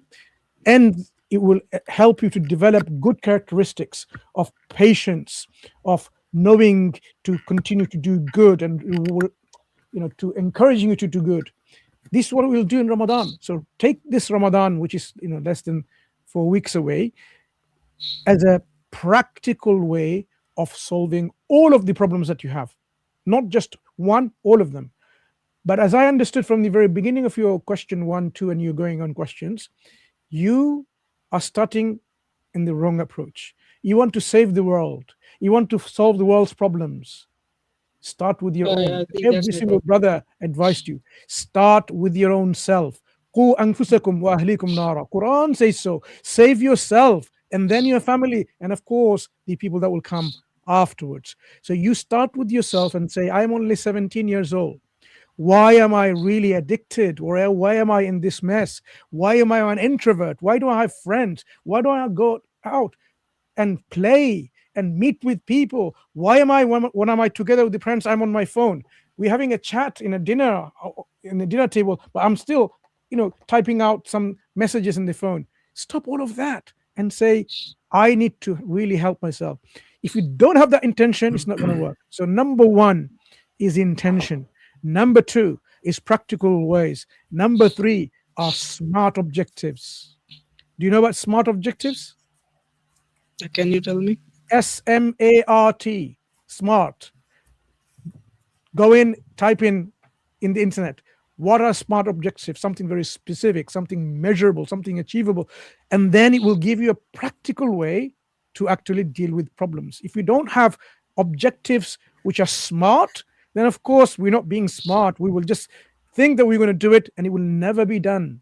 So start with smart objectives and aim to do things gradually. You can't just become a saint the next day. It will not happen because you have become so much engulfed and immersed in this mess, in this problem, that it requires a little bit longer of the time. If someone's smoking, say 3 packs of cigarette every day, you can't tell them to stop no smoking from tomorrow. The body will not cope it. He will get all these things, goosebumps and reaction syndrome and rejection and I can't remember the term. Maybe Samad can help me. This is what you'll suffer. Just like an alcoholic, it will tell them that you need some alcohol in your body. Someone who smokes, it will tell you, I need nicotine. I need more nicotine. And that's why we rehabilitate them. Sorry? The limbic system. The limbic system and dopamine, they play a... We need rehabilitation by giving nicotine supplements in a different way. For example, as you know, all these patches that people use, not smoking. So there are ways to solve this problem. What we can tell you, look, the brother in the green, he's a medical doctor. So I'm going to now hand over to him for some practical advice to really think like how we can solve a problem which has become physical as well as psychological and emotional. So listen to him carefully. Okay. Brother Muhammad, it's real nice to have you on. So I think you're on a very good path, actually, because most of the people you meet, who have addiction problems, their biggest problem actually is denial. Now, since you already don't suffer from this biggest hurdle, which is the key, this is the main key for any treatment to work or any rehabilitation to work. You're not denying that you have a problem, which is a very good step. You have good insight. So I think you would, inshallah, by the will of Allah, you will get rid of this. But what I wanted to ask first and foremost, since you already have, you put your finger on the problem, do you know how to do salah to start with? Yeah, I know how to do salah. Okay. Do you memorize anything from the Quran other than Fatiha? Yes, I and do. the short? Yeah, the short, Fatiha and the 4 calls and Ayatul Kursi. I know these 6 things. MashaAllah. So did you ever consider to increase, because I hear you have certain observations about your family around you, and their Islam is basically cultural and it's not coming through hard study and hard work. Have you ever tried to talk to them about religion? Yeah, I did, but they all gathered up on me and they started shouting, so I gave up. I was like, no, I ain't doing it. Well, these things happen in a family, so it's not surprising. But I mean, so do they listen? Do they engage with you if you have certain observations? The thing is, they couldn't answer me. My questions were genuine. My questions were according to the Sahaba, how they practiced Islam, not like them, my family members. So they just shout and try to intimidate me. I just shut up. Okay.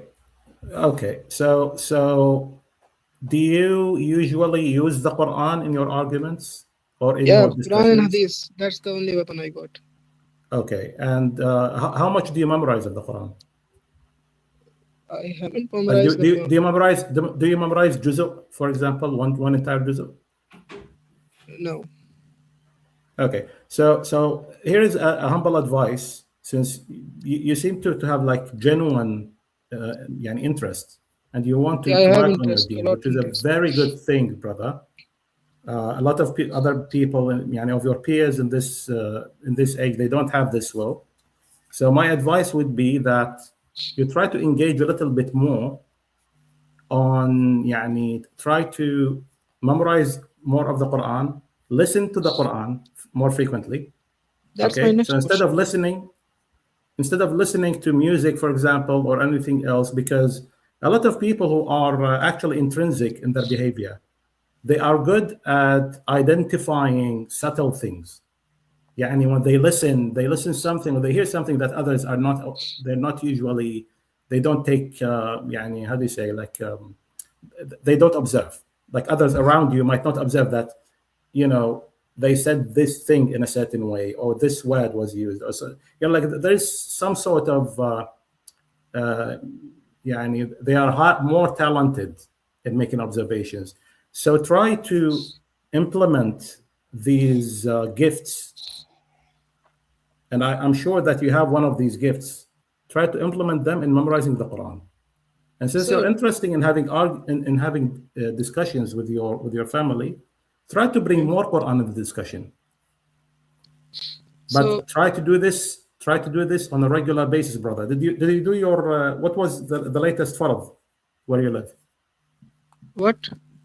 The latest farad, the latest salah. It was like 3 days ago. Okay, so did you pray today? No, I didn't. Okay, so here's a simple request. Why don't you go do your salah, the one that you have to do now, the farad that you have to do now, and come back to us, and we'll engage, inshallah. How far can you hear the adhan from your home, Mohammed? My mosque is steps away from here. You have no excuse. Yeah, I have no excuse. Yeah. So, brother, okay, just go and pray remember, and come back and rejoin us. We'll be here, inshallah. Go do your prayer before the time flies. No. Go do your prayer, brother, and then come back. No, it's actually 1 hour left in the Fajr namaz. Go, brother. You pray your Isha. The right of Allah subhanahu wa ta'ala is much more important than anything else, and this is the right of Allah. Do you know? You know what the problem with leaving salah is? No. Okay, so it's close to leaving Islam. Oh yeah, I know it's close to leaving Islam. Okay, so why are you putting this in this position, brother? Go do your salah. We're not flying away. Go do your salah and come back. If you have to take a shower, take a shower. Brother, I assure you, the brothers will wait for you. I'm speaking on their behalf. It will take just 10 seconds. One last question. It will take only 10 minutes to do your salah. Yeah. And it's more important than whatever question you And have. come back and join. We'll take your questions, further questions. Okay? But the salah is 1 hour from now. No, you have one previous catch salah that up you already. missed. So you missed your Isha, right? Go pray your Isha and come back. Pray the farad you have to pray now and come back to us. Okay. Just 4 rakah. We'll see you soon, inshallah. Okay. Assalamu May Allah accept from you, inshallah, in advance. Inshallah. I.Hakim. So this is a common problem amongst a lot of youth today. They become introverts, no friends. The only thing that they spend time on is a phone, and places like India and like this, even I think Africa and all, they have made the internet so cheap that everyone can afford it. Even the poorest of the poor can afford it. So, I would say it's a double-edged sword, brother. It's not it is, easy. yeah. It's very difficult, yeah. One of the things, this is for all the other viewers, if you have a computer or a laptop, right, have the ayat of Quran as your, what's it called? Desktop screen, yeah. Wallpaper. Have the Background, Quranic ayah as a wallpaper. And you know which ayah you should have? about hellfire, those who disbelieve, those who are negligent, and so on. Choose an ayah like this about punishment of Allah subhanahu wa ta'ala. Have something like this on your phone, same thing. Why don't you have your ringtone as an adhan or something like this? Yeah, and you will see, it will constantly remind you, when you open up your phone, it tells you about, subhanallah, this is the ayah of the Quran or something like this. Desktop like this, you want to go in a website, which is not really something for you should be watching, then it's there on your desktop. It's clearly there. It's screensaver, Islamic screensaver, in which all the ayah of the Quran, some recitation coming through and so on. Practical ways where when you see it, it will work. Let me tell you why it works psychologically. In Bangladesh, I mean, if you didn't know, the government had a huge problem in some of the cities because of so many people going there and the lack of public toilets, right? People were urinating on the walls everywhere, on a corner, this corner, that corner, on the walls and everywhere, right? In the drains and things like this. So the government took a very clever initiative. You know what they did? They start writing on the wall, "Do not urinate here." You might think, how did it work? Well, it worked. It worked because they wrote it in Arabic. La tabul huna, something like this. And every time someone went to urinate, they said, subhanallah, wa astaghfirullah, it's Quran. They thought it was ayah of the Quran or something, because it says in Arabic. They don't even know what it says. And they stopped urinating. It cut down, public urination in these, places, inappropriate places, by a long mark, just because of that Arabic script. So when I say have on your desktop a screensaver, a wallpaper about the Quran and so on and so forth, it will also work, have that effect, inshallah. This reminds me of some of these places in India again, where they have government buildings, and they normally, they chew this betel leaf and the pan, they call it, and they spit it everywhere. So what they did in those corners where they normally spit, they put a picture of the Bhagwan, the god or the goddess, and it stopped. So you'll see all around the picture is red except that part. And then, you said the screensavers and wallpapers as some ayats of the Quran or something. There were, these guys, they go and basically spy on, they basically cast the scammers. So this scam center, all the scam center, you see that on their screens, it was a picture of the Hindu Bhagwans while they are doing the scamming. So, it doesn't affect everyone. Once they start doing this, all that is irrelevant. These guys, the shaitan is always there. But yeah, we should take precautions. You're right. Yeah.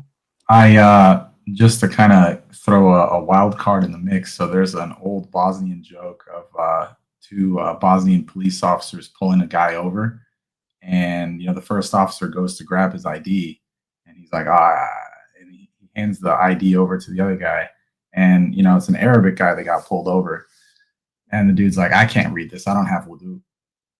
So they literally same thing, like, was it in Arabic? Yeah. Okay, interesting. All right. I heard a similar one, but that was a true story actually. I hired a cab in Baghdad, and back at the time we had this the College of Sharia in Baghdad, which was we had some international students joining from especially from the subcontinent and from some former Russian or Soviet republics and so on.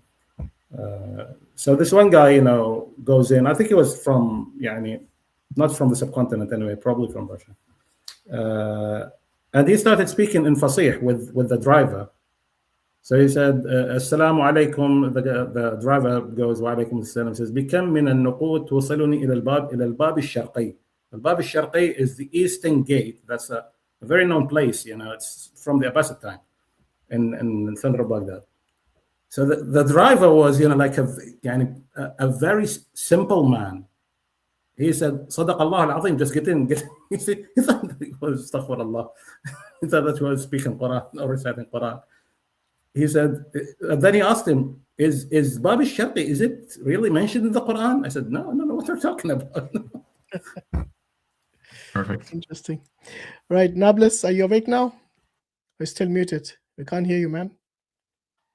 All right, I'm going to put this guy back in. in sleep mode. What's next? Muhammad. Okay, Hamza. Hamza, are you there? Assalamu alaikum, everyone. Walaikum salam. Where are you calling from, Hamza? I'm calling from Karachi, Pakistan. Okay, interesting. What time is it there now? It's 4. Yeah, exactly 4. Okay, you're nocturnal or what? No, the routine is kind of been out of control these days, but I'm trying to get it back. Inshallah. Yeah, what's on your mind today?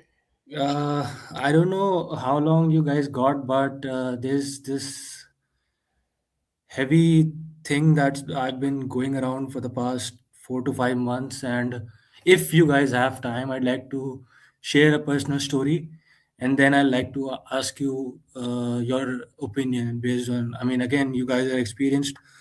I'm young, I'm just 20 years old. I really want to, get out of this problem. Okay, how personal is it? Because now that you have shown your face, I don't want it to be too personal.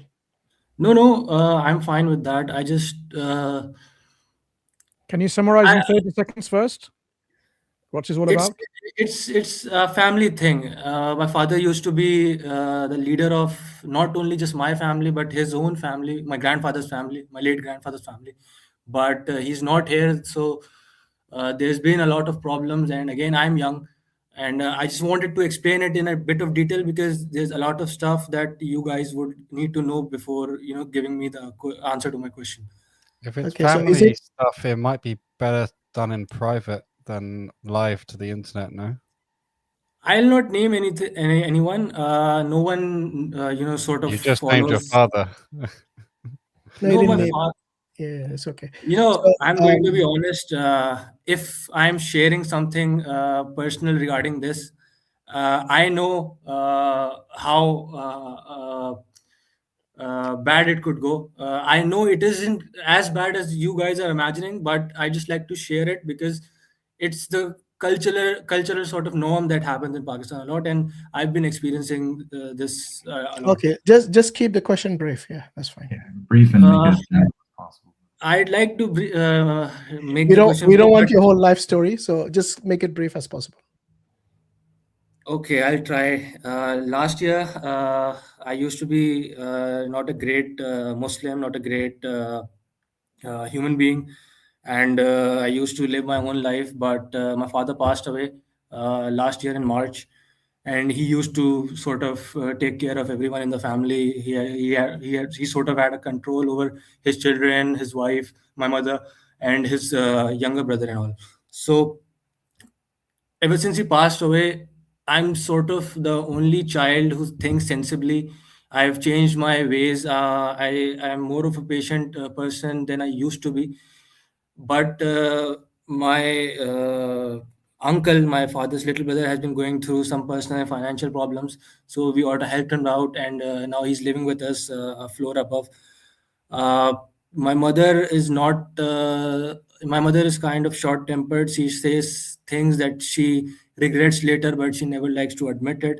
I try to be patient with her as well. Same goes with my uncle, and now something happened recently, and my mother has decided that my uncle cannot live with us anymore, and his family is good, but they can live, but my uncle cannot, and it's sort of hard seeing things go that directional, and I do not know what to do. I cannot take decisions on my own, and I'm sort of stuck between what Allah might not like and what my father would have been expecting of me, and I'm just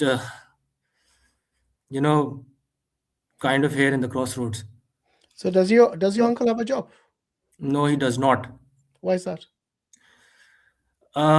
He does not have a job for 10 years. My father was supporting him when he was alive. Ever since he passed away, my father and us, of course, no one has a job in my family. I'm the eldest son. I have two younger sisters, and he kind of used to say that to his wife that jab tak aa raha hai, as long as my father is giving the money, it's fine. When it will not be there, then I'll decide to do something. And that is sort of his personality. But to us, he was very great. Recently, he disrespected my mother. It sort of crossed a lot of boundaries. That's why my mother has decided that he cannot live with us anymore. Although he tried to Who's the apologize. breadwinner in your family then? Currently, no one. So were Alhamdulillah. you guys are mega rich or something? You don't need to work. Alhamdulillah, my father, in his last 3 years, Allah gave him a lot. We kind of had a sort of financially troubled life, but in the later 3 years, up until the moment he passed, Allah did something that no one sort of. My father always used to say, "Ke Allah will give you from somewhere that you will not even imagine," and that is exactly what happened. No, mashallah, I mean, that's your father's risk. But the thing is, I still don't understand why your uncle doesn't have a job. He is sort of. How long has it been since your dad passed away? Last March. Last March, yes, approximately a year Okay, and so 2 months. it's been nearly a year then. I still don't get it. Okay, I mean your mother obviously, she knows this is her home. Yeah, your family's home, and she has a right to her privacy. I mean, I don't know what the situation is, but your uncle is still non-mahram for her. You know that. So I don't know from which angle she doesn't want him there, but it's her home and it's her right. But if your uncle has no excuse for not working, then I really don't know why it's not working. Like He unless just he's gives handicapped one. or He something just like that. tends to give one reason that it's an age problem. He used to be in a banker, a call center type of job, but now he's in his early 50s. He hasn't worked for the last 10 years, so it is really hard for him to get a job. Yeah, but he doesn't have. There are so many. He can learn a new skill. He can work from home. There are so many. But he doesn't want to do that, and anyone tries to tell him that, he tells that you are young, you're not on my level. Yeah, You but can. so here's the deal, brother. And I mean this with all due respect to your late father. May Allah have mercy on him, bro. But we're not family therapists, nor are we counselors. Yeah. We can tell you things from purely from like you as our brother in Islam. And you're right in a sense that he may have some type of argument saying, "Oh, you're younger, this is that." But if somebody's a deadbeat, somebody's a deadbeat. I'm just No, gonna I cut it. understand that. I'm just gonna cut it to you dry, dude. So, you actually, you don't have to cut ties with your family members, but you're also not in a position to provide for them either. Right? He's responsible for himself. He's responsible for his family from an Islamic point of view. Whatever you give to him, obviously, it's sadaqah, and the first portion of sadaqah that you should give is towards your family. But if it's causing like undue hardship, this is something that you should be visiting a local scholar for, and getting advice as to what steps to take in order to preserve and protect the sanity of your mom, because she has rights, you have rights, your sisters have rights, and we're not in a position to give you that type of a guidance. It's not everybody's a good dude, and not everybody is gung-ho about doing the right things, as you can clearly see. If this dude, again, all due respect to him, was putting up an excuse for 10 years, he's probably going to put up another excuse for another 10 years. It's not your job to fix somebody mentally. Okay, no, I understand. I actually agree with all the sort of things that you are saying, and I've studied Islam about this, and you're correct in saying that. I just worry that how is Allah going to feel when I tell my uncle that you cannot live here, and how is my father going to feel when I eventually die and go to the Alam Barzakh, and if Allah allows me to visit him or meet him, I'm worried that he wouldn't be so happy. Okay, so again, it's what's within your means. If it's within your means to be, that's why I said it's not about cutting bonds. It's not about cutting communication. It's about setting boundaries, right? So you have to establish that boundary. And at the end of the day, Islam doesn't say, "Oh, everything is fi sabilillah," right? Meaning like not everything now all of a sudden is sadaqah and fi sabilillah, and you don't have to go out there and fight for stuff. And no, it's quite the contrary. You have to struggle and do a lot of things constantly, right? If your intentions are good, meaning that you're setting your intention to please Allah subhanahu wa ta'ala, and you're making that disconnect in order to please Allah subhanahu wa ta'ala and not earn his wrath, then that's what you're going to go based off of. If your intention is, I'm doing this despite the uncle in some way, shape, or form, only you'll know that, right? So if your intention is, I'm trying to preserve my mom, I'm trying to preserve my sisters and myself, and this is literally, even though that it's a tough pill for him to swallow, this is the best possible thing that could happen to him. And I'm not going to cut communication with him. It's just that I'm removing something that is impeding on the rights of my mom or the rights of my family. And my intention is pure in order to help the guy out so that he can get that extra push to go and do the things that he needs to do, or find an alternate solution in a manner that's befitting towards, you know, his age and what have you, and cool. You shouldn't sit there and try to, and that's why I said, take this situation over to somebody that's a local scholar. It seems to me that your heart's in the right place. You're not a bad dude. You're actively seeking out solutions and stuff, but you can't let people be trampling on you or your family members or their rights just for the sake of having a fear of what Allah subhanahu wa ta'ala is going to do when you know that your intentions are pure. On the opposite side, if your intentions were bad, and only you'll know that, right? Like you and Allah subhanahu wa ta'ala know that, then you're going to have to answer for that. But this whole idea of like visiting and what's my dad going to say, all that's secondary, dude. You got to worry about what's present right now. And, you know, so like right now, what's your mom saying? If your mom's saying, I'm uncomfortable, I'm this, I'm that, this needs to happen, then that takes priority. You know, your father has lived his life and now his examination is different, right? So that's how I would look at it. I would look at it very realistically and pragmatically. Right? Yeah, good advice, Brother Muris. Your uncle has family? How many kids? He has two sons that are about 14 and 12. Okay, and his wife, obviously. So he's got a family himself. I'm surprised that he was depending on your dad. But anyway, I mean, well, like Brother Muris said, we are not family counselors. We are not qualified. It's above our pay grade. I know you were asking for our advice, but to be honest, you know your situation best. So what were you expecting from us in terms of... you know, actually, I'm really thankful. I am going to rephrase. I was not actually here to ask advice. I got my answer from Brother Muris. I really wanted to hear that, what he just said. And I'm really at peace with it because he said it's all about the niyyah, the intention. And if my intention is at the right place, then I shouldn't be afraid of anything. And that is actually what is said in the Quran and the Hadith. So I think I got my answer and really thankful. And to brother, if I may just add one thing. So your late father, may Allah grant him Jannah, inshallah, the highest degrees. Your late father is not going to judge you. Judgment is only to Allah subhanahu wa ta'ala. No, neither your father, nor the Prophet ﷺ, nor anybody else would judge us except for Allah subhanahu wa ta'ala. Now Allah subhanahu wa ta'ala showed you the way.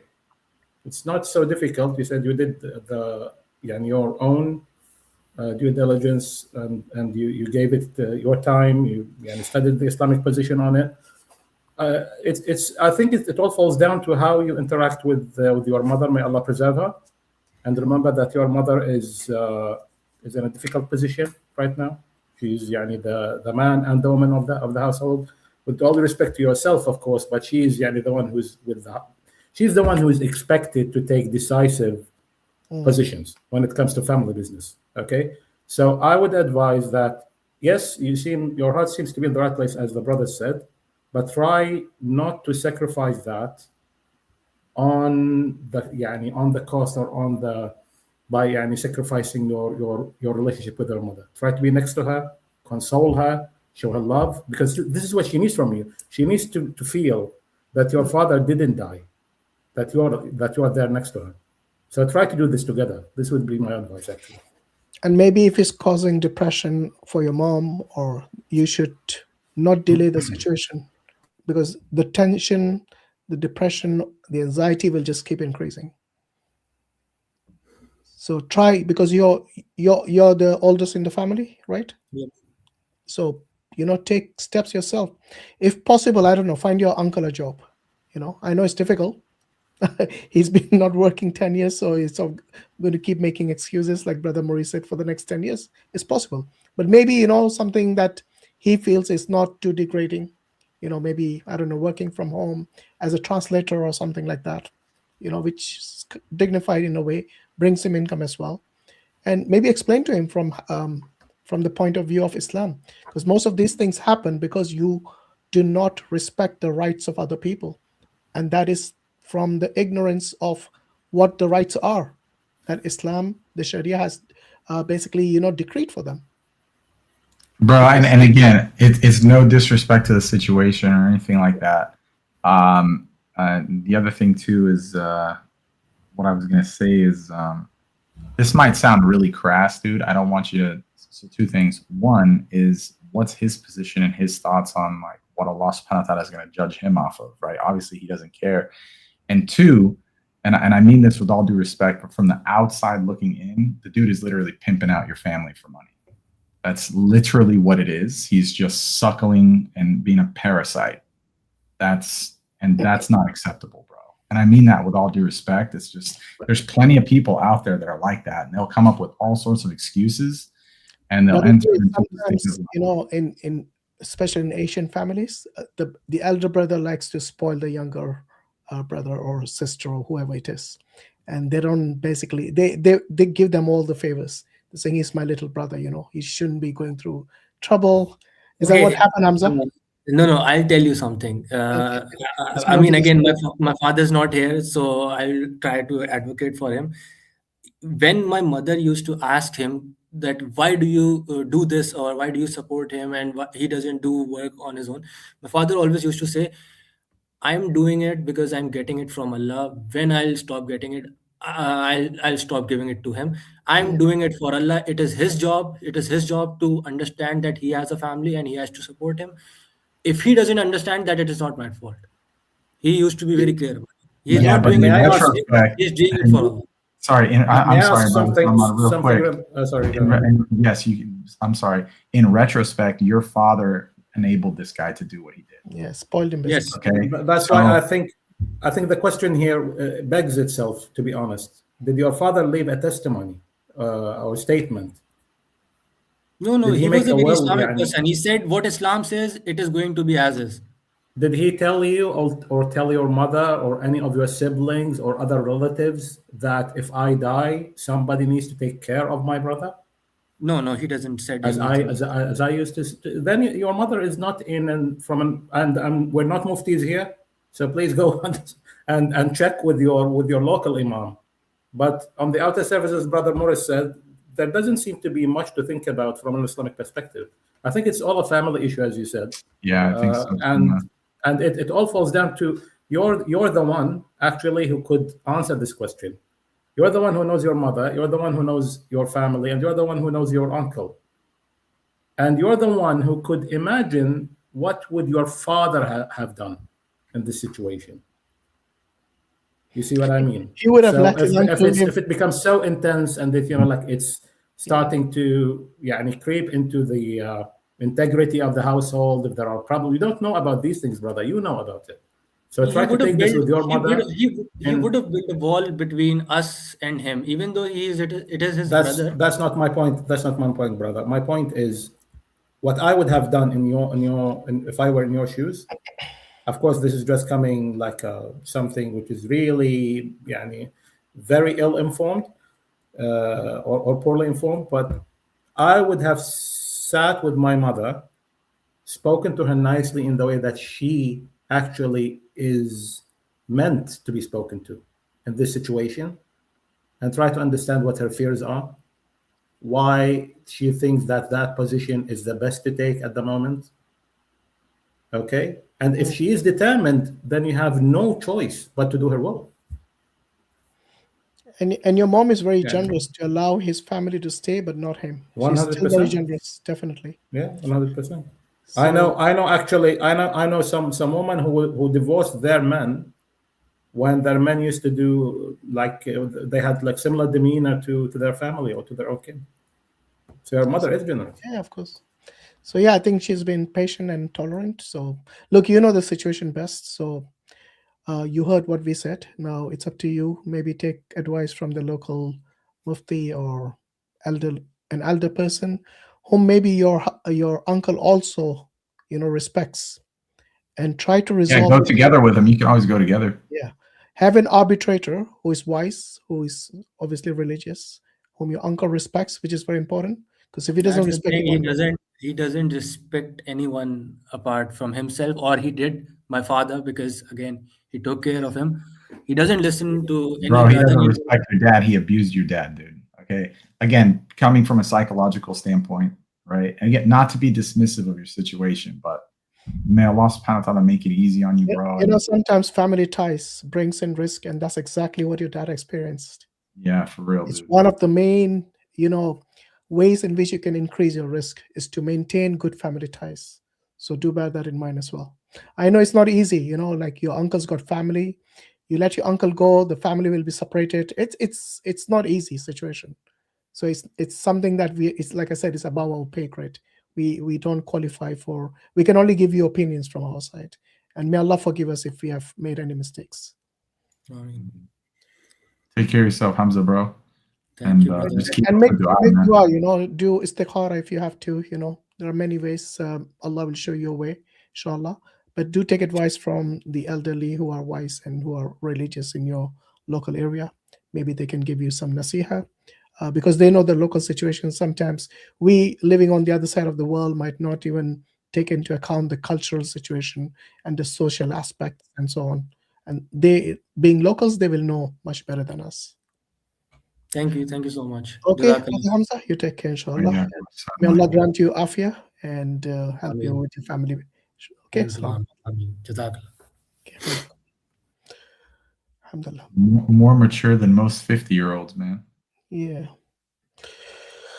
Right. Who's next? Ramon. Okay. Assalamu alaikum, guys. Can you hear me? Yeah. Wa alaikum salam. Good. Yeah, we can hear you. Go ahead. Good. So yeah, I just had a few questions I wanted to ask you. And obviously, I know I was meaning to call you a couple of hours ago, but I just got a bit busy with the wife and kids, so I just thought I'd jump on now, and hopefully it's not too late. So where do I start? So I'll give you a bit of background about myself first, because then at least that way I could paint the proper picture. Okay. So I used to be essentially a Shia Muslim, and then I started reading a bit about the religion. And after reading the Quran, I decided that some of the beliefs weren't quite true, or they shouldn't. The stuff I was being told as a Shia, they weren't quite true when I read the Quran. So I basically changed some of my beliefs. But at the same time, there's one thing that's on my mind, which I can't quite get my head around, and I was hoping that maybe you could help shed some light on that. So what are you? Are you a Sunni Muslim now? I wouldn't say I'm a Sunni Muslim either, simply because the Quran says not to split into sects. So I don't want to label myself as anything. Sunni Muslim means you follow the Quran and the Sunnah. That's what it means, which is from the Quran. Ati Allah, Ati Rasul. Yeah, I guess everyone would say they follow the Quran and Sunnah, though, right? No one would say they don't. No, but the thing is, there are many things which go against the Quran and Sunnah. And that's when they separate into another sect, which directly goes against it. But anyway, look, I mean, if you consider yourself a Muslim, so are you saying you're not a Shia anymore? You're just a Muslim. Is that what you're saying? Yes. Okay, that's fine. No problem. Yeah, go ahead. Yeah. Yeah, so the question I had was, when I read the Quran, right, there were loads of ayahs that I came across when reading the Quran, which basically suggested and implied that Prophet Muhammad, peace be upon him, the only miracle that he had was essentially the Quran, and that he wasn't essentially given a miracle outside of the Quran that was revealed to the people during his lifetime.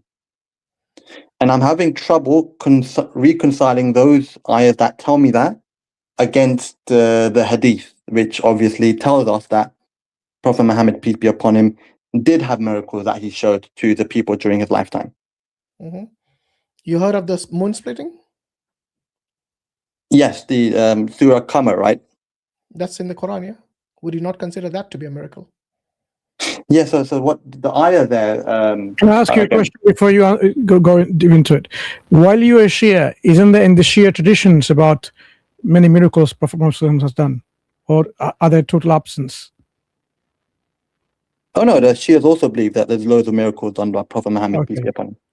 Okay, so it's not just the Sunni Hadith literature that you have issues with apparently now, but you're saying the Quran apparently denies Prophet having any miracles. Have you looked into this ayats yourself properly and the exegetical works or tafsir materials on this?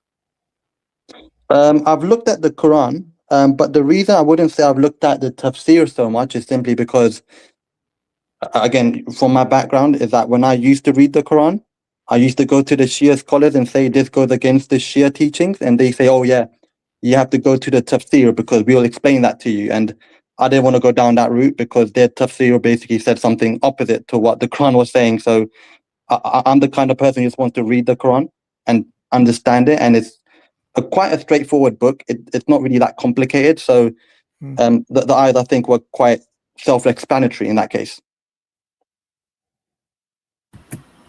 So how do you understand Assalamu alaikum? How do you understand سبحان الذي أسرى بعبده ليلا من المسجد الحرام إلى المسجد الأقصى? الإسراء, the ascension to heaven. Yes, so or the that night journey happened, and and that I believe was a physical ascension to the heaven. But I guess the claim that I was making was there wasn't a miracle that the people witnessed around Prophet Muhammad, right? So if the Prophet ascended to the heaven, but no one around him saw that ascension, then from their perspective, it's not really a miracle, right? So there was no miracle shown to the people of his people. That's what I'm trying to say. Could you just guide me? Could you just guide me through, because I'm not understanding your perspective. So you're saying that Allah subhanahu wa ta'ala is mentioning it as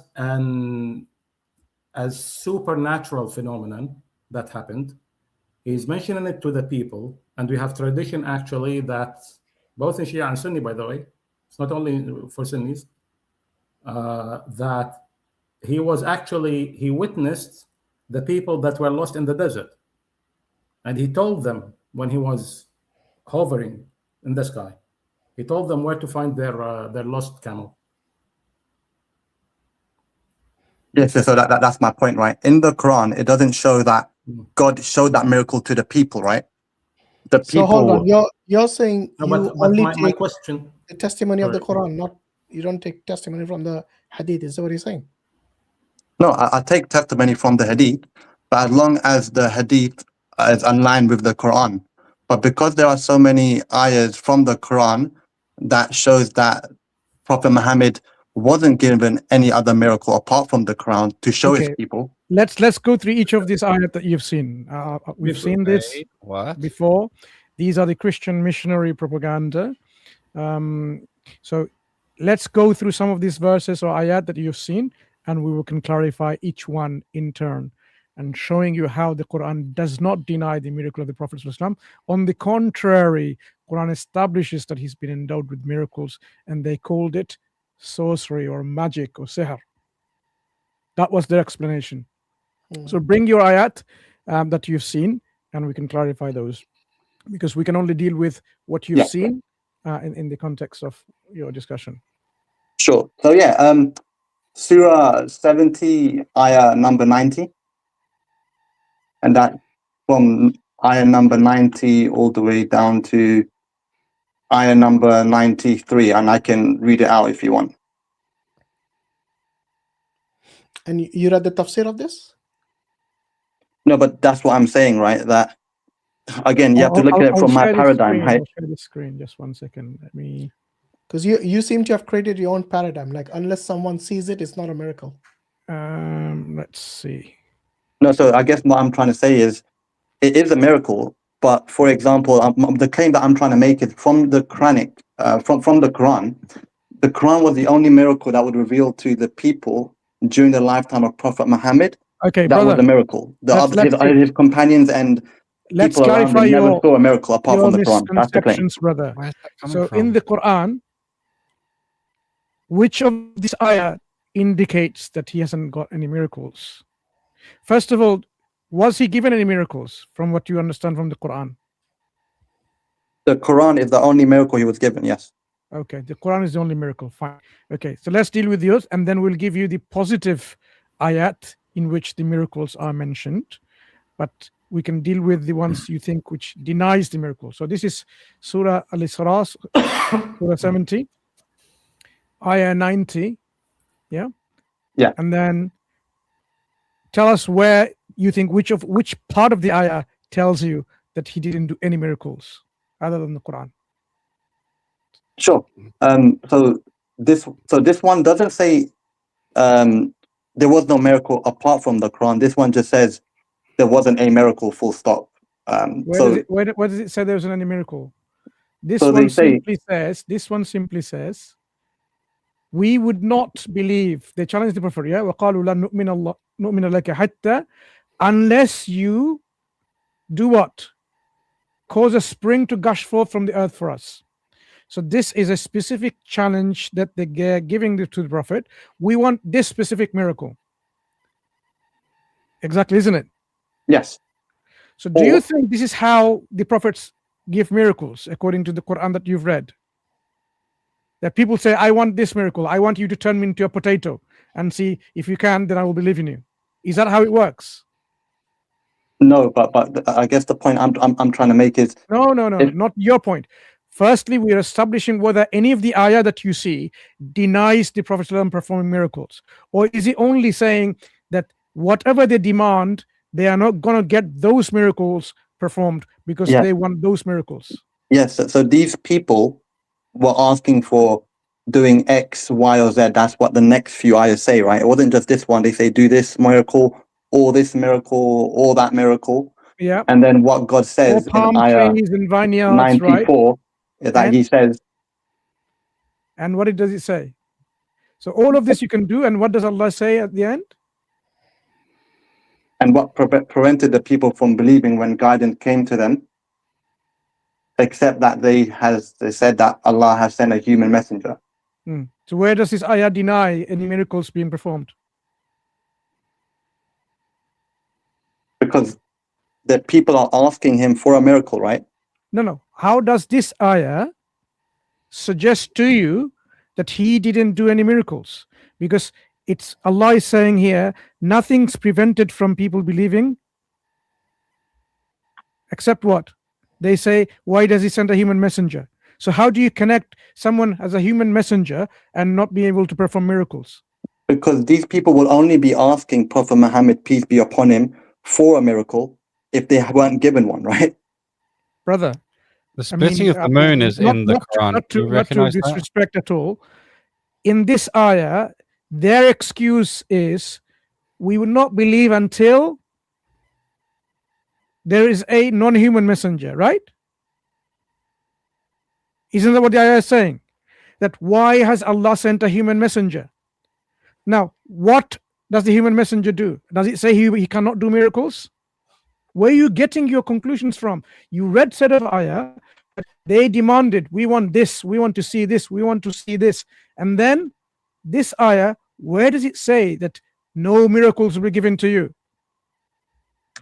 Okay.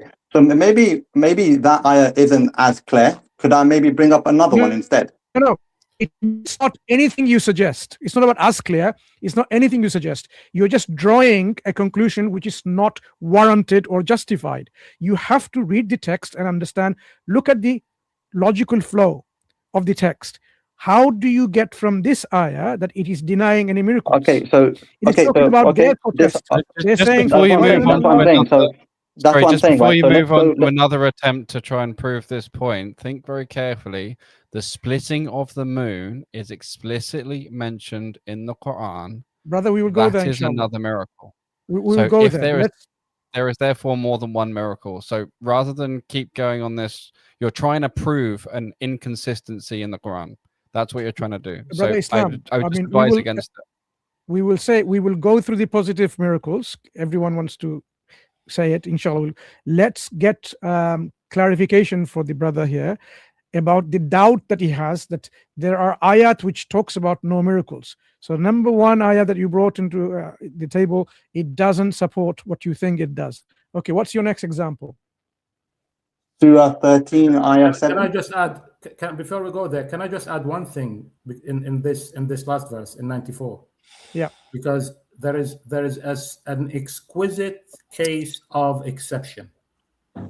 That this they didn't believe, except for that the messenger who was sent to them was not an angel. Even though they asked before about, making a fountain of water gushing forth from the earth. So what does that tell you? You still didn't answer the question. Shifting the There's an goalposts. exquisite exception, which leaves no doubt whatsoever that actually what they asked for happened in many ways. Yeah, so like I said, maybe the ayah I showed wasn't the best one. Okay, so let's go to the other ayat then. No, it was counterproductive. But yeah. Okay, what other ayah? Which one? Surah number 13?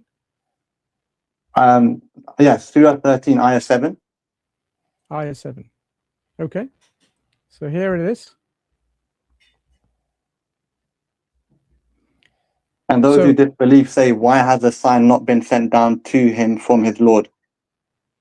You are only a warner, and for every people is a guide. So where is it denying no miracles? So the people there are saying, why has a sign not been sent down to the messenger from his Lord, right? The sign is the miracle. The answer is at the end of Surah Al-Ra'd, the same chapter. Yeah. If you go 6 verses before the last, Brother Mansur. 6 verses before the last. I think 6 or 5 probably. Just show me. Sorry about all this Bangla translation. That's all right. I need to work on my Bangla as well now. If you scroll Let's down, see if I can just hide the translations. How do I do that? Yeah, it should be in the settings. Oh, here. Translations. Oops, Lower. too much. Go down. You need to go down. There you go. Yeah.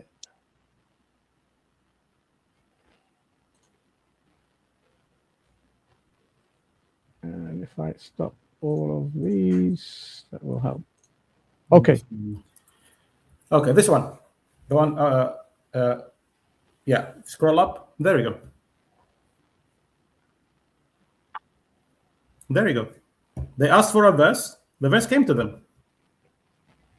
We have certainly sent messengers before you, O Prophet, and blessed them with wives and offspring. It was not for any messenger to bring a sign without Allah's permission. Every destined matter has a set time. So, with Allah's permission, the sign comes, the miracle comes. So it was only telling them that you are not in a position to dictate to Allah subhanahu wa ta'ala what signs He would reveal to you. So this ayah you're presenting here said it was not for any messenger to bring a sign without Allah's permission, right? Yes. Right? So Prophet Muhammad won't bring a sign unless it's with Allah's permission. Yes. That doesn't prove he brought a sign. It does. It does, because what was the request in the first verse, in verse 7? And by the way, it's not only in verse 7. The same verse he brought is repeated in 2 pages after it in Surah Al-Ra'd. Alhamdulillah, I memorized Surah Al-Ra'd the other day. Completed memorizing. Which one, brother? If you go to 7 and then you go to let me bring my Quran. So can we go back to the ayah that I was referring to, just so I can make sure we're all on the same page first, right? Yeah. So here. So what I'm saying here is those who disbelieve say. Let's go through this ayah. So they say, those who disbelieve, why isn't there any signs from his Lord, right? Sent down to him, right? Yes. And then 27. And what's the response? Does it say no signs will be given? No miracle will be given? So this is the question. And what's the response? That he's a warner, and for every warner, every nation, there is a guide. And it's repeated. The same verse is repeated in 27. If you So from that ayah, before we move on, I just want to make sure, right? So there's people. Hang on. Just let Brother Mansur show us 27, please. No, I just want to make sure that our understanding on ayah 7 is the same before we go on to 27, right? Because I feel like that I'm going to show you. The same verse, I'm going to show you the same phrasing. They're quite close to one another. I'm just telling you that they kept repeating this request. In 27, what does Allah say? Same thing again. The disbelievers say, if only a sign could be sent down from his Lord. Allah says, say here, Inna Allah yudillu man yasha wa yahdi ilayhi man anab. Allah leaves to astray whoever he wills and guides himself to whoever turns to him. And then he tells you about the characteristics of the believers, and then he goes on to tell you about how guidance. Hang on. Could we just go back to the ayah you showed? Brother, wait. You asked Listen, continue. You asked a question. Just show some patience. Okay. So he tells you the characteristics of the believers, and then after it, he goes on to tell you about how the guidance comes only from Allah subhanahu wa ta'ala. If Allah subhanahu wa ta'ala had wanted, he would have guided all mankind, and so on and so on and so on, until he comes to 38. What does he tell you in 38? That signs come only by the permission of Allah subhanahu wa ta'ala. And this is not only with you, O Muhammad, peace be upon him. This happened with all the messengers before you. So just because God is saying in that ayah, that's what I'm saying. This is what he calls singularity for takhsis ala wajh al-ta'mim. So basically he's taking the word for one messenger, meaning all messengers. وَمَا كَانَ لِرَسُولٍ. So no messenger would ever be able to bring any sign except by the permission of Allah subhanahu wa ta'ala. So what does that tell you? And we say in Arabic, الَّبِيبُ بِالْإِشَارَةِ يَفْهَمُ. That you have to understand what the chapter is talking about. You don't just go and cherry pick verses just to find flaws. That's not a scholarly approach. Okay. So we have established here, it talks about that Allah sends evidence or ayat miracles with his messengers. In fact, this is all messengers. It's a matter of when it's going to happen. Allah is going to set the time. Every destined word has a set time. So miracles, when it's going to come, it's not by the dictates and wishes of the people. Allah decides when he sends a miracle to them. Okay, so this is this ayah. Again, it doesn't support you saying the Quran does not. Quran indicates that actually there's no miracles. It doesn't. So in that case, if we go down that route, let's go down that route. Okay. All then you will then have to do is then show me a miracle that was. Sorry. So, this is contextual reading. You can't just read one ayah and not the whole context. So the brother gave you two similar kind of repetitive claims people are making, and this is the response. Now, may I ask you, did you even read that ayah number 38 in surah number 13 for the response before? Yes, I read the whole surah. Yes. No, did you read number 38 was a response to those claims? Yes, when you scroll down, it was ayah 38 right there in front of the screen. No, right? no, not now. Not now, as the brother indicated to you. Before coming in the stream, you knew about ayah surah number 13, whichever ayah you gave, number 7 or something. Did you know that within that surah, this had a response? Yes, but I'm not. How does the chapter of thunder, Ar-Ra'd, how does it end? So can I just get a word in, because you guys are speaking, but then when I speak, you just cut me off. So I don't think it's fair, right? Hang on. We're not fighting, okay? So I'm trying to have a conversation, a dialogue. How does it end, Surah Ar-Ra'd? This chapter, the same chapter you cited or referenced. How does it end? The last verse, what does it say? Well, I'll memorize the last verse of this chapter, right? No, you don't need to memorize, brother. I'm just asking you. Say don't know. I'm not interrogating you. Yeah, but I don't know. I don't know the last verse of surah. Yeah, that's fine. Okay, no worries. So this is the last page. 38 is the last page.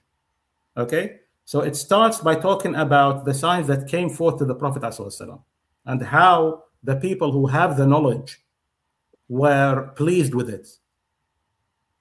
And then it ends by them still denying. ويقول الذين كفروا لست مرسلا, and they say, the brother got it up, mashallah.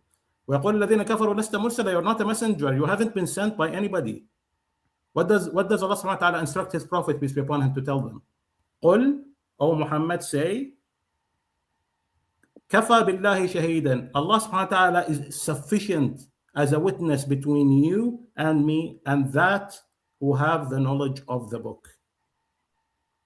What does that mean? The dialogue or the challenge ended because he brought them verses, they still denied. Brought them verses, they still denied, and they said, "Antum washanukum, you're on your own." Yeah, that's my point. He brought them verses from the Quran, right? But what I'm saying is the Prophet Muhammad didn't have the physical signs. They asked for signs. Allah subhanahu wa ta'ala told them that I'm not giving you the signs you asked for.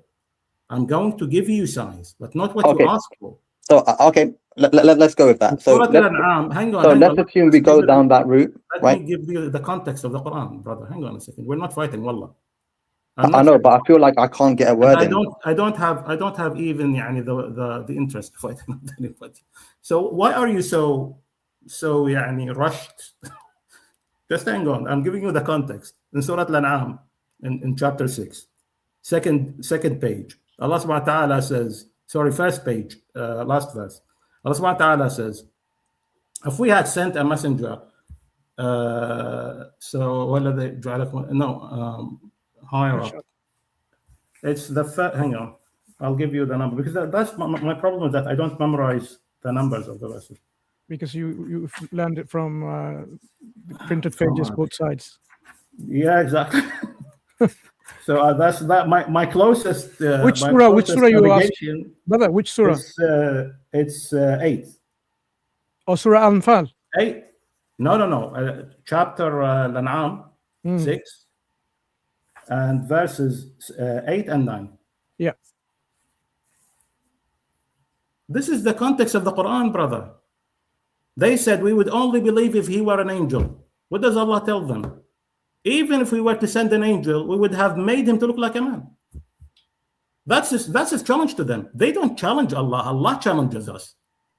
It's not we who challenge Allah. Who are we to challenge Allah subhanahu wa ta'ala? Allah sends his signs to them. And then they say, okay, he sends signs, but he's not a messenger because he's not an angel. Okay, so what signs were given to the people? Hang on, just hang on.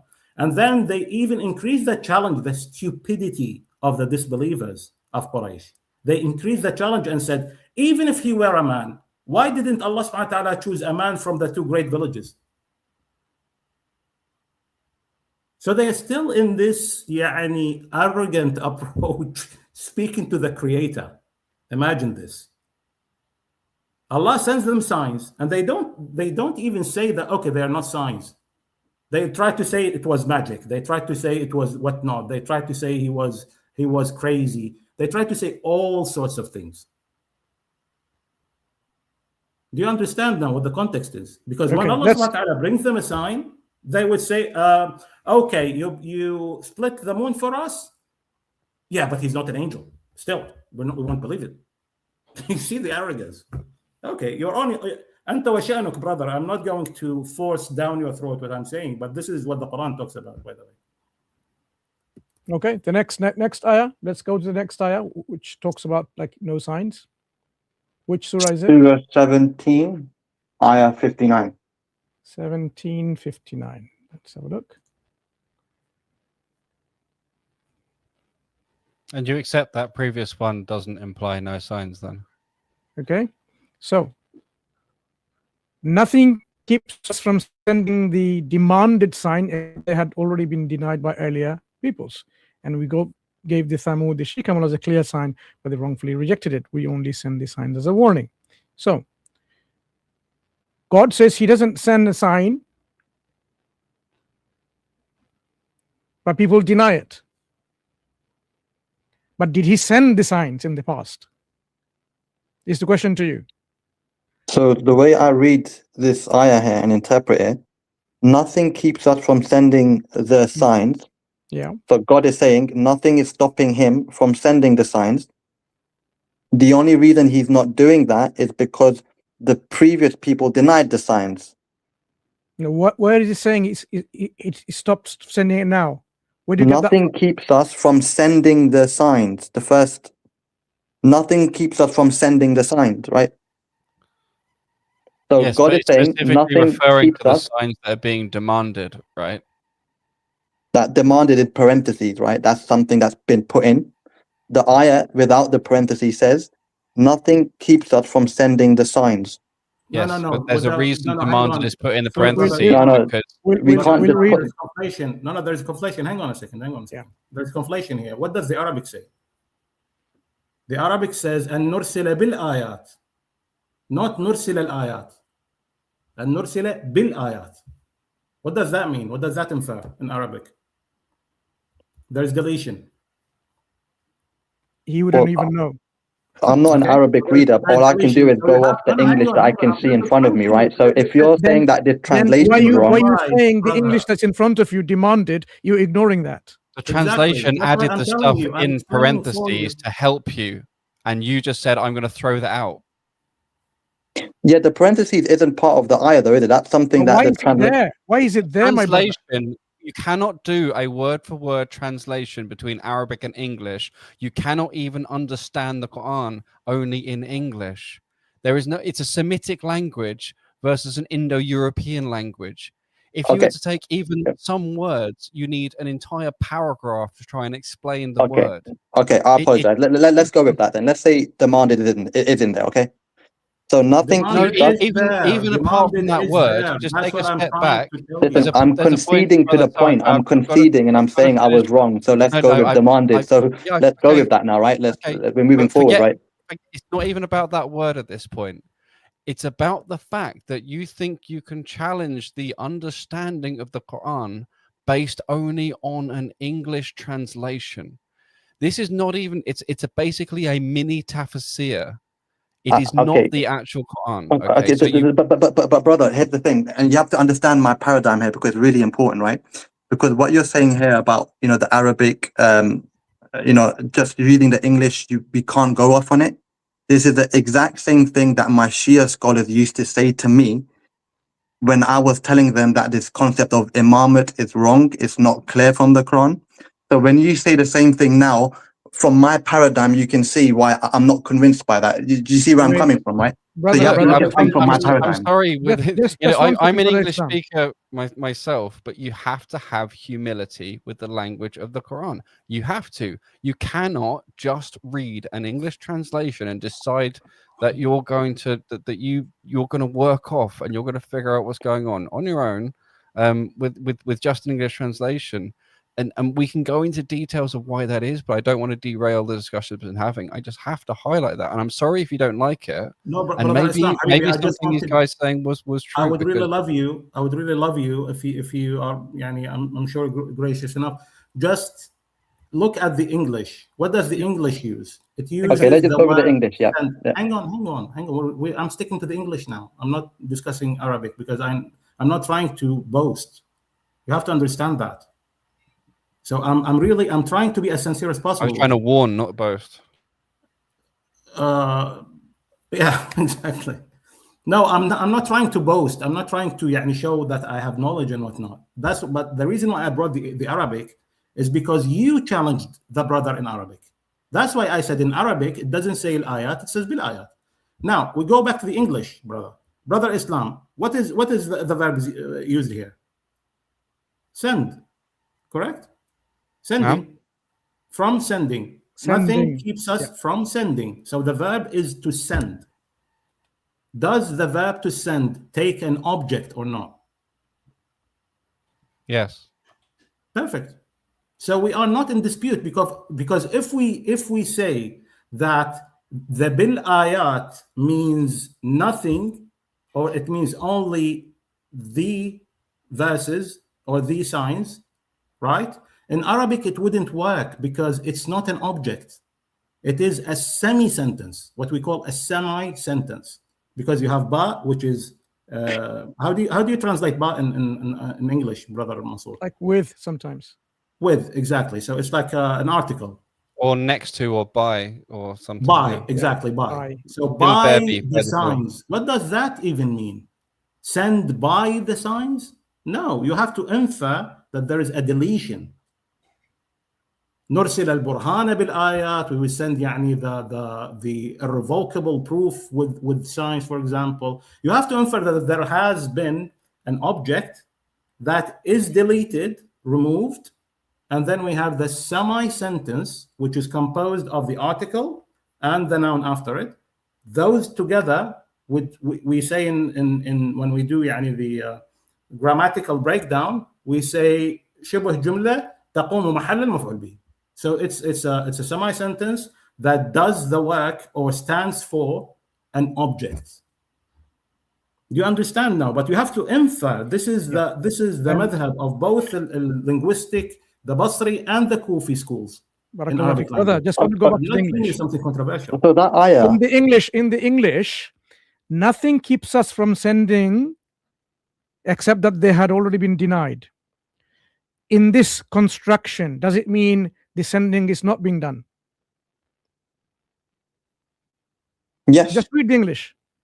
nothing keeps us from sending the demanded signs except they had already been denied by earlier prophets. Yeah. So Just stop God there. is saying that No. there's nothing stopping him from sending the signs that the people are asking for. So The what only is reason this he's ayah not saying? doing that is because Is he sending the signs or is he not sending the signs? he's not. Where does it say it's not sending? It says it's nothing stopping him from sending. Yeah, nothing So that stopping him means- from sending the signs. That means he is sending the signs, right? Is the opposite to what you claim. Ayah says Allah is sending the signs despite they're denying it. And the So if I say nothing's keeping me from drinking this Wait, glass of water nothing except keeps me this, from, look, nothing I don't keeps get me it. from, one second. Nothing keeps me from sending. What does it mean? Am I sending or am I not sending? You're not sending.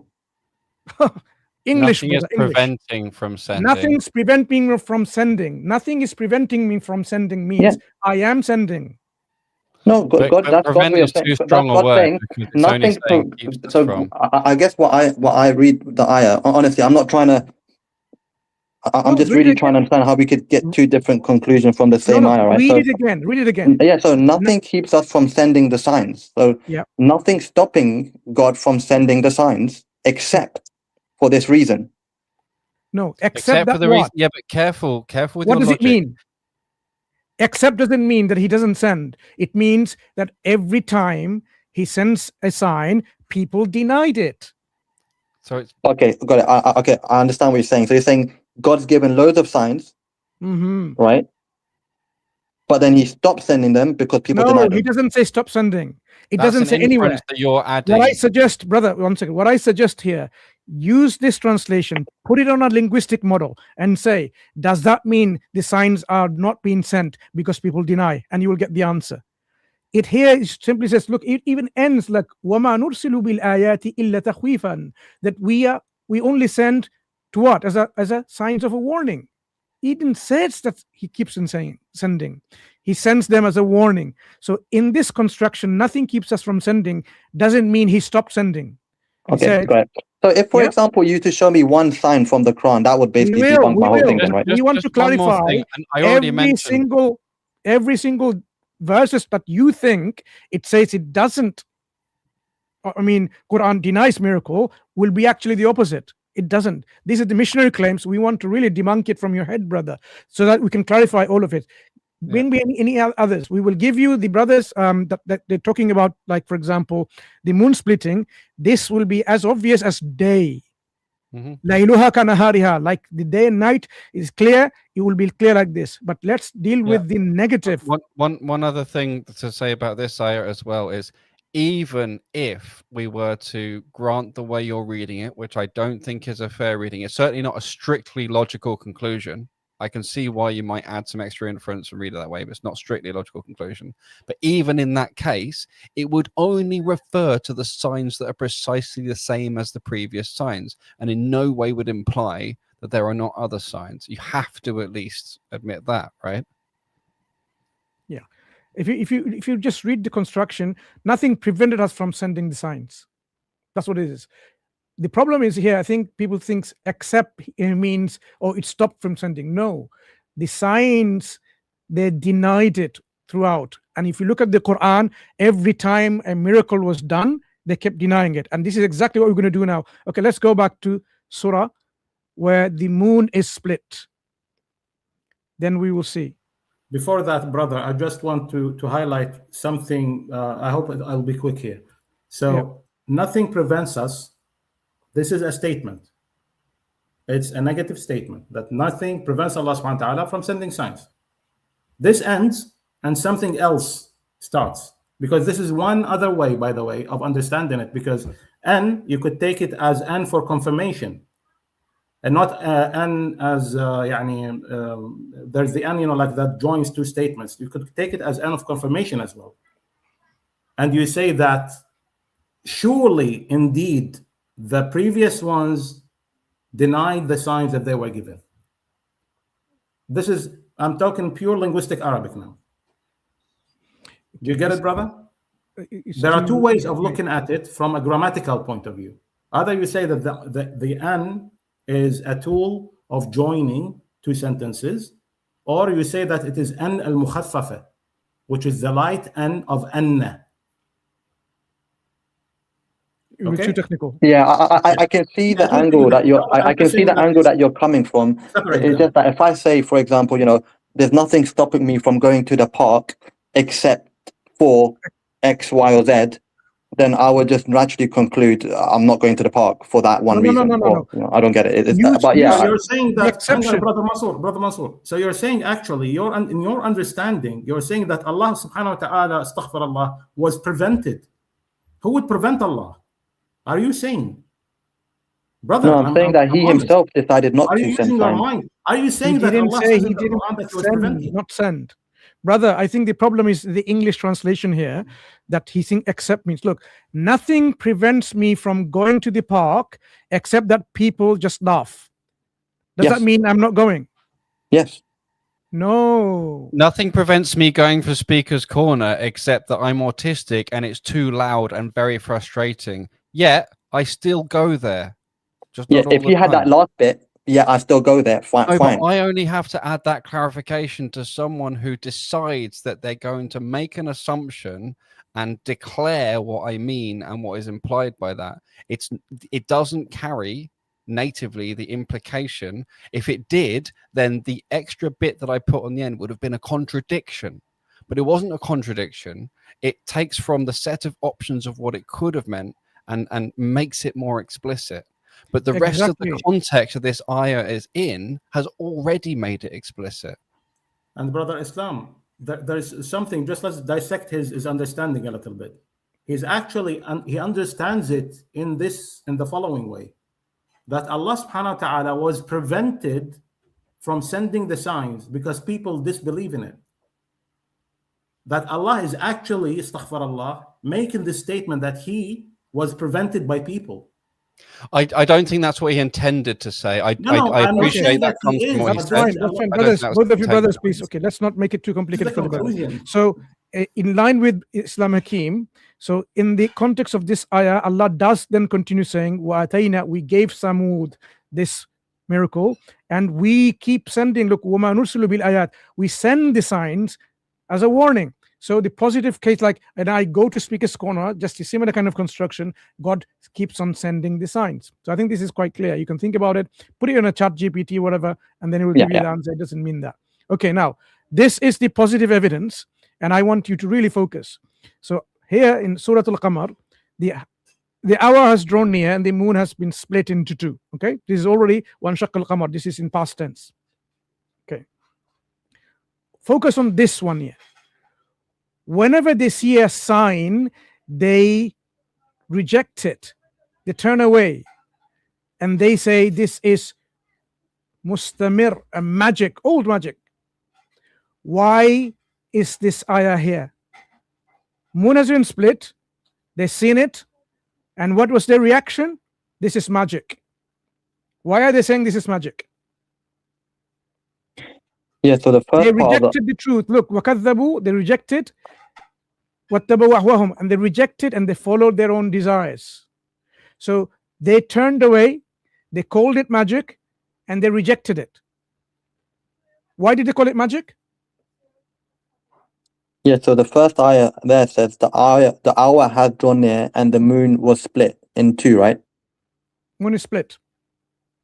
The moon was split, yeah, in two, right? Moon split, right? One shaqqa al-qamar, the moon Yeah, split. that's what I just said. But I mean, we're saying the same thing, right? Right. So Yeah, they have so seen it. وَإِن يَرَوْا, when they see an ayah, when they see a sign. Wait. Let's go back to the first ayah. The Go back. hour has drawn near, right? Every time the term the hour has been used in the Quran, which is about 50 times. Oh, now you're going to that- do another exegesis about the hour. Can you let me Focus finish on. my point? Can you let me finish at least? No, I'm not going to let you I haven't finish. even finished my I'm statement. not and you're- interested in every time. I want you to focus on this. The moon is split and they see the sign. Can you let me finish the statement? I'll let you finish. Now, just let me finish. I'm not arguing. I'm just saying, just let me finish my sentence. First of all, I'm giving you a positive statement. I want you to deal with it first. Then I'll go back to yours. So when they see a sign, why do they say magic? Tell me. You haven't seen a sign. Can you let me just answer the question first? Brother, read the second ayah. وَإِن يَرَوْا آيَةً Okay, what sign have they seen? What sign have they seen? The sign just before, talking about just before. Yes, the Seeing sign the of the moon moon split. splitting, right? That's what you're referring to, yes? I am not referring to. The ayah is saying. But that's what I'm saying. So let me just finish my sentence and then you understand where I'm coming from, right? Brother, you're not very sincere and honest. I noticed that from the very get-go, right? So I may be wrong. Prove me wrong that you are actually sincere. So now tell me, Quran talks about the hour is being near, this moon is being split, they see this sign and they turn away and they say this magic. Now tell me, why do they call this magic? Are you going to interrupt me or can I just finish? I want you to answer my question, then I would not interrupt. The moment you talk about bananas and football, I will interrupt. So focus on the question I ask and please answer the question.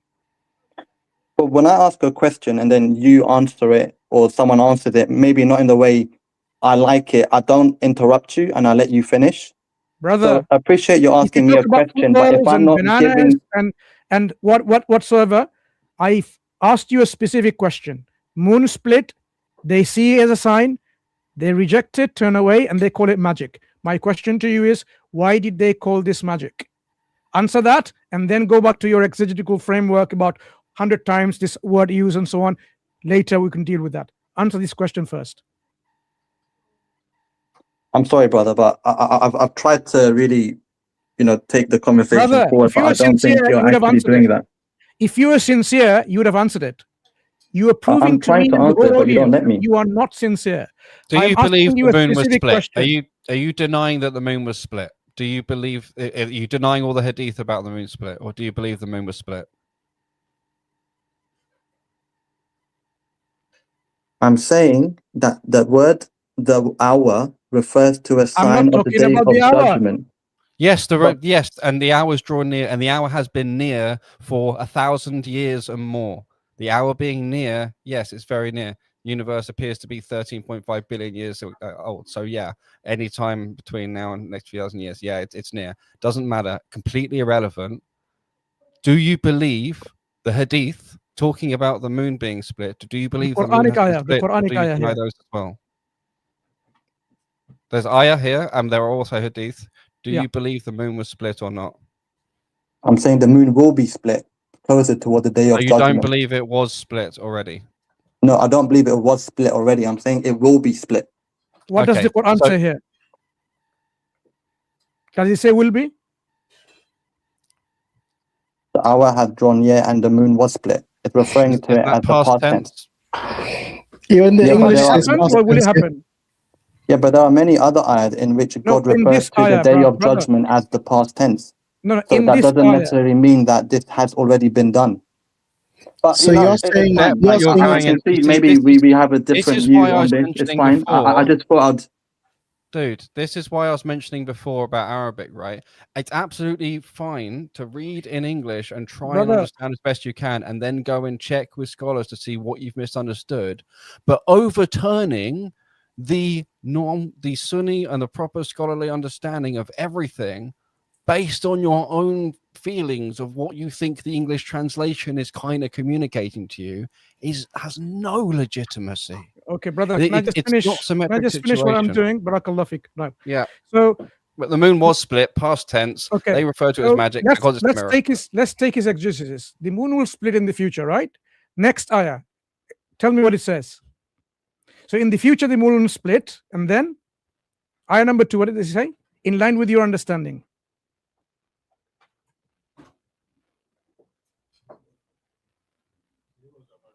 What happened? Has he left? No, I'm still here. It says, Okay, yet, whenever they see a sign, they turn away saying, same old magic. Yeah. Okay, when is this happening? This speech? Who's saying to who? When? Yeah, I don't know. I don't know. No, you must know. Yeah, because when you read the second... Brother, you must know. You know how many times it's used, so you must know. So tell me, is this referring to in the future, the present, or the past?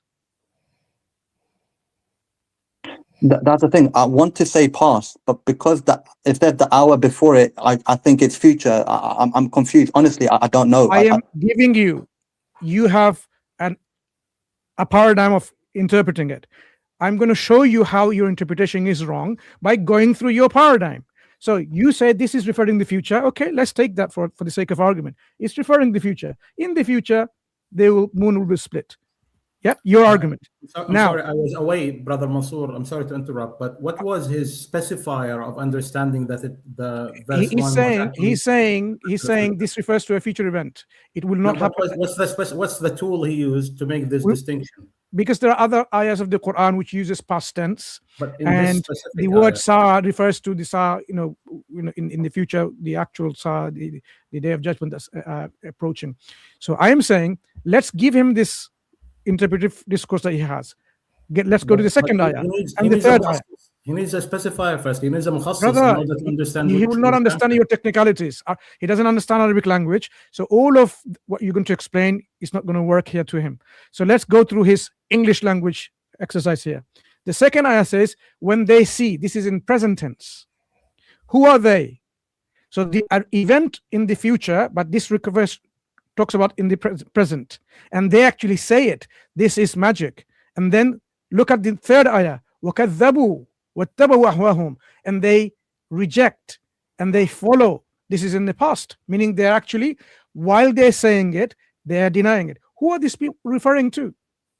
Look, and it continues. Yeah, I know. So basically, everything you're saying, I get it. It makes sense. If, for example, you know, the two words in the beginning of the ayah weren't there, the hour, I would say, yeah, you know what? It happened in the past. People saw it, they rejected it. With the term the hour there, I find it hard to believe that it already happened. So when the Quran says iqtarabat as-sa'a, the hour has drawn near, I.Hakim explained to you quite eloquently, this is happening now because compared to billions of years of our history of the creation, the hour is actually quite near. This is what all the examples the Prophet ﷺ gave in terms of the major signs and the minor signs. If you think hour means like 24-hour clock or something, that's not what it's referring to. This is referring to the future is already happening. So, these are the signs. One of the signs of the day of judgment is this X, Y, and Z, and this is already a part of it, where the moon is split as a magic. The last prophet has come. After the last prophet has come, this is itself a sign that the world is coming to an end not too long. Now, how long? We don't know. No one knows except Allah subhanahu wa ta'ala. If you go in the Quran, you will find every miracle that like Musa alayhi salam or Isa alayhi salam has done. I'm going to show you some examples. This is precisely what was their response. So that you understand why when we talk about the language, you use like this. So if you go into, for example, brother, 10, 20. Sorry to interrupt. Brother, I will come to you. Inshallah. Just to help. No, but when he talks about the Sa'ah, as we're talking about Sa'ah, just show him in Surah Al-A'raf 34. Or Surah Al-Anbiya, first verse, 21:1. 34. So what do you want to say, Brother Salman, here? So what I'm saying here is that is the exact same word, وَلِكُلِّ أُمَّةٍ أَجَلٌ. For every nation there is a time, and when that time comes, I'm just saying it in layman English. Yeah. Okay, when that time comes, they would never be able to postpone for 1 hour, ساعة, ولا يستقدمون. So it's not universal, as you say, that the term hour refers to the day of judgment. It's not universal, brother. In fact, if you look at Surah Al-Araf, it says the exact same word, اقترب للناس. So sorry, just on this ayah, you're saying that the hour is also used, right? Yes, hour, but it doesn't talk about the day of judgment. It's not talking Where about does it say the hour? لا يستأخرون ساعة ولا يستقدمون. This one the brother is pointing out. So sa'a means hour. Pointing to. Sa'a is the same. اقتربت الساعة. This is the same. This is indefinite form. The other one was the definite form. Like that has L. يعني that. THE. An hour.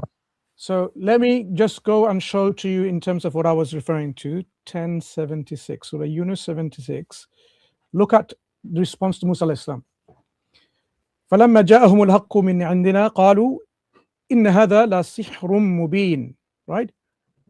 And then this is what Prophet Musa alayhi salam said. So every time when Allah sent a messenger with his signs, look, we sent Moses and Aaron to Pharaoh and his chiefs with our signs, right? When the truth came to them from Allah, they said this is certainly pure magic. So when they saw the signs, the miracles, the ayat, they say these are evident magic. When the moon split, the same reaction, magic. Let me show you another example, 27:13. He probably doesn't know what the signs that Pharaoh okay. was showing. The signs but these are signs from the previous prophets, right? Brother, focus on what I'm saying. Look, this is فَلَمَّا جَاءَهُمْ آيَاتُنَا مُبْصِرَةً قَالُوا هَذَا سِحْرٌ مُبِينٌ. When our signs, when God's signs came to them, what was the response? This is sihr mubin, magic, pure magic, clear magic, evident magic.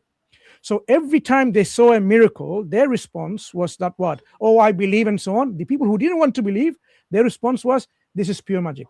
This is an example where about the stories of Musa alayhi salam. Let me give you an example of Isa alayhi salam. Surah number 5, ayah 110. And let's see. I know there's many miracle that the previous prophets did. Brother, and listen. which other people said, oh, this is Please, just brother, please. Let me make my argument. Look, when Allah will say, so this is what, look, here. When you came to them with clear proofs, signs, yeah, look, ayat. إذا جئتم بالبينات. All of this, فقال الذين كفروا منهم إن هذا إلا سحر مبين. So even Isa alayhi salam, when he came with clear evidences, right, they said this was clear magic. So when we go back to Surah Al-Qamar and we see the moon is split, they see it and they say what? They turn away. Sihrun mustamir. Same reaction, magic. Why do they say magic? Because they saw something they could not explain, because it's a miracle. They could not just simply explain it rationally. That was their understanding of how to justify their rejection, saying he's a magician doing magic. Why did they call, question to you, my dear brother, why did they call Prophet Muhammad sallallahu alaihi wasallam a magician? Because every time he would reveal an ayah of the Quran to them, they would say it's magic. No, not an ayah. A magician. A magician doesn't just recite an ayah. So which ayah in the Quran says that they refer to the Prophet as a magician outside of him revealing the Quran? Look, I'm saying Yes. Which ayah? I'll bring you the number. I'm going to say. Inshallah. Because every time the disbelievers said to the Prophet that he's a magician, that was because he revealed an ayah of the Quran to them. No, not because of that. Because it's not just ayah is they considered magic, but what he actually brought. Right? Look, this man is clearly a magician. Why did they say that? قال الكافرون إن هذا لساحر مبين. They called him a magician. They said he brought magic. There's various ayahs in the Quran that indicates they just could not simply accept him and the works he do. So when the moon is split, they called it magic. So for this ayah, they're calling him a magician. Yes, it says that at the last bit of the ayah. Indeed, this man is clearly a magician. And you're saying they're saying that he's a magician because of a miracle he's shown, right? No. Why did they call him a magician? Question to you. That's what I'm saying. Okay, is it astonishing to people that we have sent revelation? Yeah, because there we go. It says there that God sent revelation to Prophet Muhammad, which is basically the Quran, right? That's the revelation, right? And when he recites that to the people, they say you're a magician because of that revelation. Surah Sad, verse 4. Wait, just stay on this one for now, right? So can we agree that for this, saying that brother, they called him a magician because they could not explain the Quran. This is what you are saying. We agree. Yes. They called the Quran magic. Yes, but the Quran is not the only magic they accepted as a magic. Okay, so which other ayah shows that they call him a magician because of another miracle outside of the Quran? I guess that's the question, right? Brother, what I'm saying, they called him a magician, the Quran as a magic, as well as the things that done. One shaqqal qamar, they see it and they call it magic. If you can't so see that apart yourself, from the moon splitting, were there any other ayat in which they referred to the now Prophet you as a realize, magician? now you accept, so that he did miracle of moon splitting. That one, okay. If we assume that that's true, were there any others as well? It's not about assuming. You have to be sincere enough to admit it and say, accept it. It's not about. Okay, Surah Sad, verse 4, Brother Mansur. Let's see how he understands that. Which Sad is number? Sad is number 38. 38, yeah. Yeah.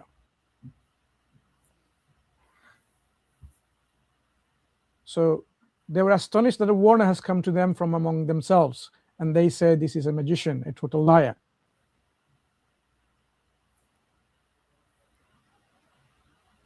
Okay. They called him a magician. No link to about just as the Quran.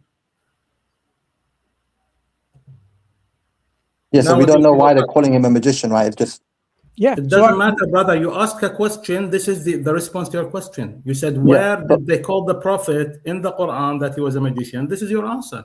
That wasn't my question, though. You asked earlier, where does the Quran? Wallah, it wasn't your question. Wallah, Wallah, it wasn't your question.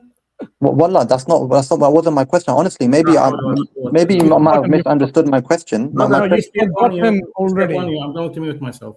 Brother, that's fine. That's what I'm saying. So now we've established the Quran does talk about the Prophet ﷺ performed miracles, which they said it's a magic. So Quran is also a miracle. They couldn't explain. They called it magic, as well as the things like moon splitting that he did called magic. So now, is there any other things that you want to ask before we go to the next caller? Because I think we've answered your question about. Sorry, I have to leave to go to bed now. Okay. Just one thing, very, very quickly, I want to say before I go. Notice how we've gone from the beginning, which is the statement that the Quran tells us, that the only miracle from Muhammad ﷺ was the Quran. And now where we are is that you feel that you can argue that it is potentially a viable position to say that you can read this from the Quran. Do you see how far we've gone? Clearly, the Quran is not saying the only miracle was the Quran. In no way is it saying that. So we've really moved the goalpost in the course of this conversation. Okay, right. But thanks a lot for your time. I really do appreciate it. Maybe I just need to look at those ayahs from a different. One more to add for you. Look. I've got to go. So, assalamu alaikum, everybody. Wa alaikum salam.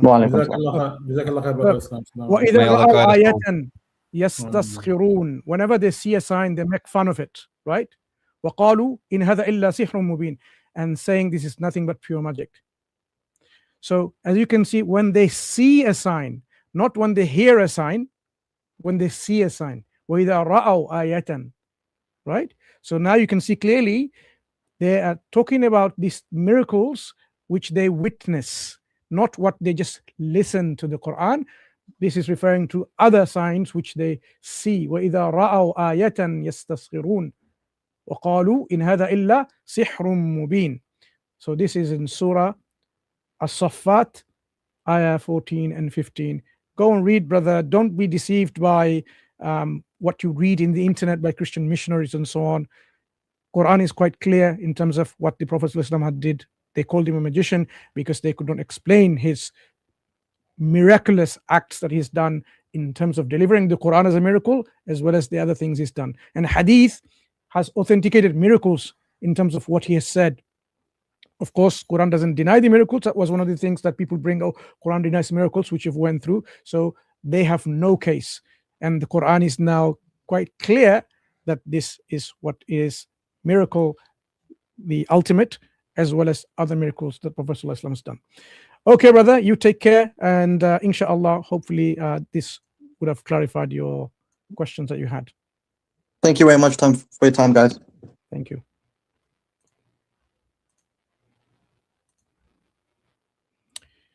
Okay, let's see who is next. Brother Muhammad, I'm going to add you.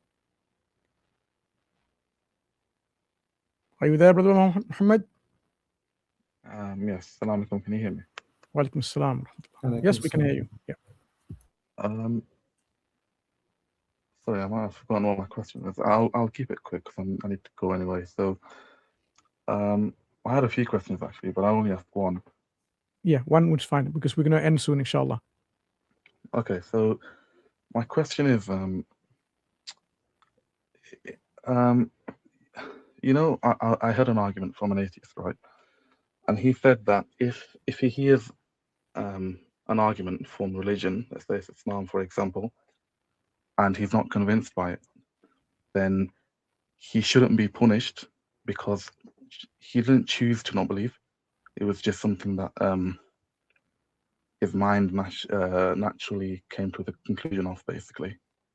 In other words, he had no control over what he chose to believe and what he didn't choose to believe. Okay. So my question to you was like, how would you respond to this? Sure. If an atheist is not convinced by our arguments from Islam about the truth of Islam, then how can we make him liable to accountability? That because he's not convinced. So it's beyond him to actually accept it, because for him this or her, there's no real matter of conviction to have in this matter. That's why they're not convinced. There's nothing substantial enough for them to accept it to be true. So in that case, why are they making them accountable and saying you're going to be punished? That's your question, right? Yeah. Yeah. Okay. So if I'm convinced that I am not forget me, if a thief or a criminal is convinced that he hasn't actually done any criminal act, and the judge is going to, pass a verdict, are you saying the criminal has the right saying, nope, you can't punish me because I'm not convinced with your court? It's a court that you've just decided in terms of your argumentation, but I'm not happy with it. I'm not convinced. It doesn't convince me. Your lawyer's case, whatever, doesn't convince me. Do you think if that was the case, then all courts and judges will stop executing the punishment on criminals because the criminals are not convinced that a crime is established? Yeah. No, they wouldn't. They wouldn't. So who cares about what they're convinced or not? It's their own making. Saying I am not convinced is actually a stance they have taken themselves not to move in terms of their attitudes and behavior and change their life. Oh, I'm not convinced. What will convince you? Nothing. Even if you see, that's what the Quran says, even if you see clear evidence in front of you, stairs going up to heaven, mountains of gold, the dead speak, still there will be people who will not believe. Why? Because they're arrogant and stubborn. They don't care about evidence. So what happens is here in this life, evidence is being established against them. And based on that evidence, they will face their accountability and punishment. They can't just simply deny because I'm not convinced. It doesn't matter if they're not convinced, because their conviction is such that even if evidence is there, it will not make them accept it. So just because someone is not convinced because I'm not convinced. It has no real value. I'm sure many examples can be given. I'm just giving one example from the criminal system. Just because someone is like that, you can give other examples. Oh, I am convinced that what I've written in the exam is accurate. You need to really pass me. You have to give me the good grades. You have to give me a good pass. You can't just do that, because there is a clear-cut reason why your approach in terms of your, say, a particular bad essay that you've written doesn't deserve the merit of being passed. Likewise, believing in God has clear, reasonable, and rational argumentation why God exists. And people with sound reason can clearly see that. But there are some people who can't see it because they're blind to these kind of things. It's not their eyes are blind, it's their hearts are blind. They see the evidence in front of them and still they deny it. So this denial is not an excuse in saying, oh, now you have a good excuse not to be convinced.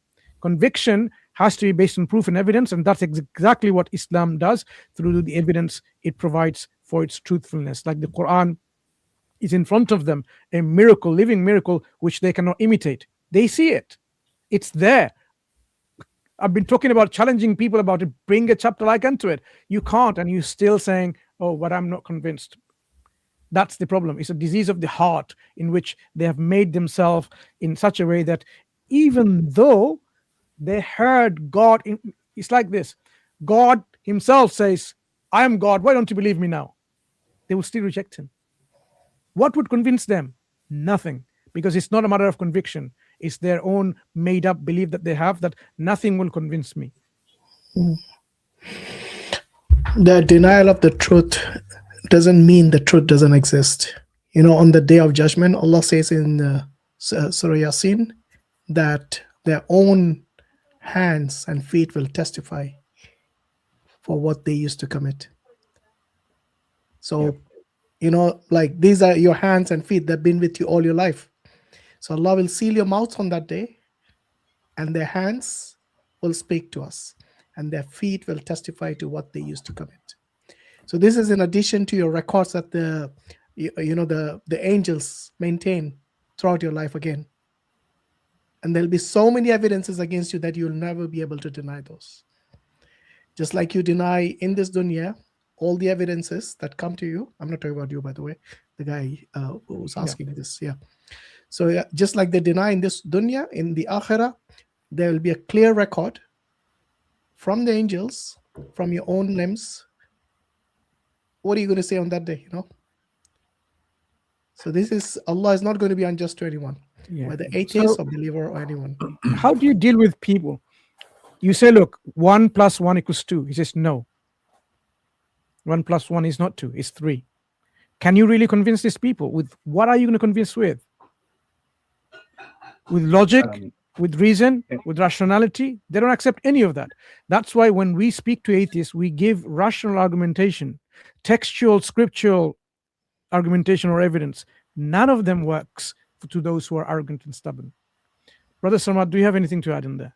No, Jazakallah khair, brother. I just wanted to add one of my favorite verses that I always quote, just because I just finished memorizing Surah Al-Ra'd again. So, my way of celebrating it. When it comes to discussing or debating the Quran and Allah subhanahu wa ta'ala with non-believers or disbelievers who just don't want to see it.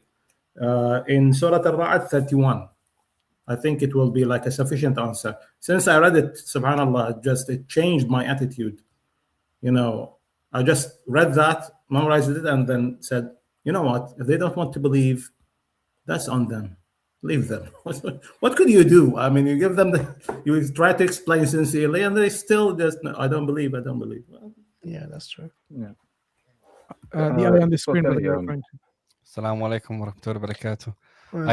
I know I said I was going to sleep, but I was just listening to the rest of the thing, and then we're still waiting for you. And then we close it. We're still waiting for it. But when this guy came, I just really had to join again very quickly to explain. I used to be an atheist, and I know what it feels like when Allah has covered the eyes and the heart, and you cannot see. And I used to have this kind of problem, right, where, you know, I'd say, well, like, you know, I'm not convinced, so I can't be held accountable for that. I even wrote a poem about it. The thing is, Allah will only do that for good reasons, and those reasons will be revealed. Those reasons will be shown on Judgment Day. So you can say, oh, how could I be held accountable? My eyes were covered and my heart was covered and I couldn't see the truth. It's like, why were they covered? Oh, yeah, because of my arrogance, because of these other things I did. And so you're still accountable. It's just not the standards that the atheist might expect or might think about. He's never unjust.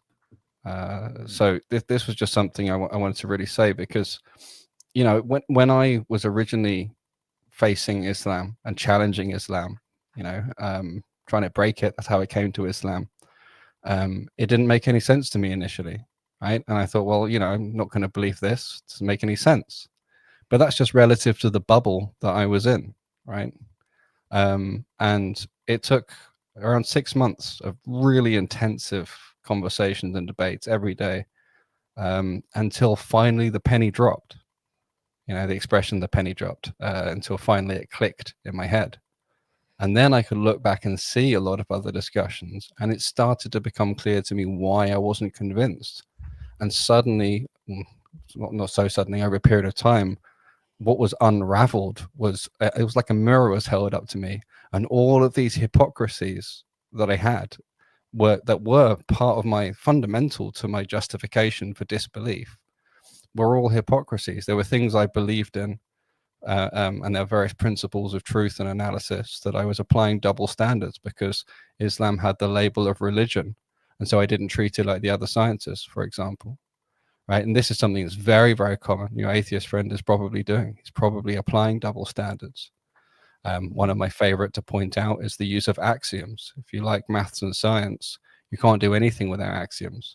But as soon as it's got the label religion, they disallow you having even the one axiom of the Shahada, and showing that once you take that, it comports to reality perfectly.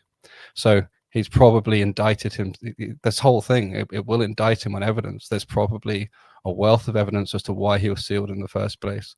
There's probably a whole load of hypocrisy and other things that are being made manifest for the reasons he gives for denying things, and some of it in his heart, some of it not even really known to him consciously, but still known to him in the, you know, in the frontal cortex, maybe, that he can see clearly. But all of this is because of disease of the heart, because ultimately he has the fitra, and if it wasn't for the diseases of the heart, then his fitra would immediately recognize the truth.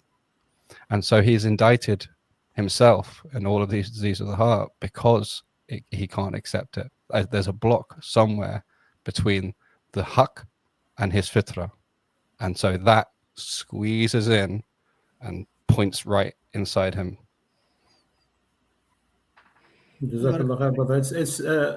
It's definitely very touching, you know, when it comes from somebody who's been there. So, you know, like it's really could imagine how this struggle was.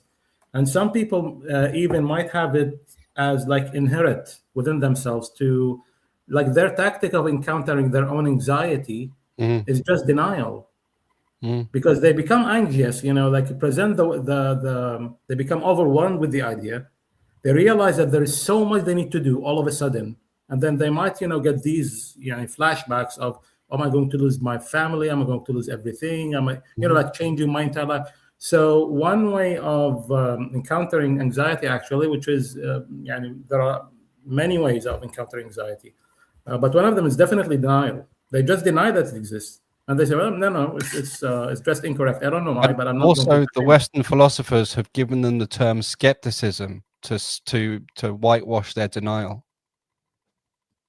So they try and make it sound healthy, where it's not, because you'll find that in those denials, in that skepticism, is double standards, where they don't apply the same skepticism, the same evidential standards to other things, and then they justify the double standards.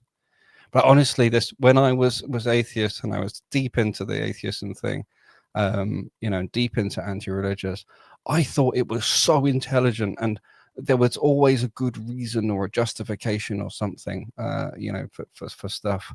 And it wasn't until I was on the outside looking back at that squalid little bubble that I realized it was crap. It was nothing. It was just this small, pathetic little sort of bundle of ideas that didn't even really fit together. But I could not see it. And this is something that I can't really get across to people who have always been Muslim, is what it's like to really be blinded. And at the time, I thought, how could I possibly be held accountable? One of my lines in my poem was, where if to my surprise, when I died, there was a pearly gate, I'd stand on truth and explain to God why I should not suffer in my fate. Right? This is how I thought. This is how I thought about it. And it wasn't until I started to really understand Islam and Islamic perspective that I realized how arrogant that was, how many other diseases of the heart are involved in that, how much work I had to do as a human being to be worthy of the gift of Islam. Because this is the other thing missing from that conversation. It is a gift. It is not something to, be, sit here and convince me, try and force a gift on me. No, it's a gift. Ultimately, you have to be in the right kind of position, framework to accept it, and for Allah to give it to you. True. Yeah. Very good points, mashallah. It's arrogance. Yeah. I think that is the key word there. Sahi. Which was if you took all the arrogance out, then there'd be nothing to stop you going to Jannah. Because if without the arrogance, you would accept Allah. Don't forget, it was a downfall. Not you, brother. Sorry, I mean one. Yeah, it was a downfall of the shaitan, which was arrogance again. It's with all the knowledge and all the privileges he had in the Jannah, in paradise. Yet it was the arrogance and the pride that he had that led to his downfall and eternal damnation. And you can see it in all the atheist arguments, right? The argument from evil is the arrogance of judging Allah and his morality, right? And the argument from the imperfection of the world in various kind of ways is the arrogance of thinking you know why things were made and designed for. And you go through the list, and all of the arguments are founded on arrogance. And that's why why Allah tells us that they're going on nothing but their assumptions. Their desires. Well, sometimes desires, but sometimes it mentions speculative assumptions, essentially. Yeah, that's right. And it's only by arrogance that you can try and stand on those and argue against God and His revelation. So when they say I'm not convinced, they basically are saying I don't like what God has ordained for me, what He has told me to stay away from, like all the haram things, all the prohibitions. That's exactly what they're saying indirectly. Yeah. Because the submission part is is obviously the key, that they think that they are above everyone else, and no God is going to tell them what to do. But the only thing I'd say there is they almost certainly won't see it. I certainly didn't see it. I could not see any of this stuff about myself until I'd been given that gift of Islam and the clarity and to look back on it. Yeah. Because in that position, you can't see it. It's to stunning. Yourself, And there's so many people you see talking, you think this guy is so insincere because of contradicting himself left, right, and center. You just can't see it. Yes, true. So I think because they think that death is the end of them and there is no hereafter. But the question that they ask is ironic, isn't it? Like these atheists, they are convinced that there is no afterlife, but then they are scared that just in case, why would God punish me if I didn't understand it? You see what I mean? So even though they are in denial of the hereafter, but in the back of the head, in the subconscious, the thing, look, like I'm taking a huge risk here. But that's why I'm telling you that there's an element of anxiety to it. There's an element of anxiety to it, definitely. And this depends because, you don't get the same response from everybody sometimes, even though they could be probably on a comparable level of intellectuality, of, scholarly achievements, reasoning, but you don't get the same response. And definitely this difference in attitude has to do with their tactic of encountering anxiety, basically.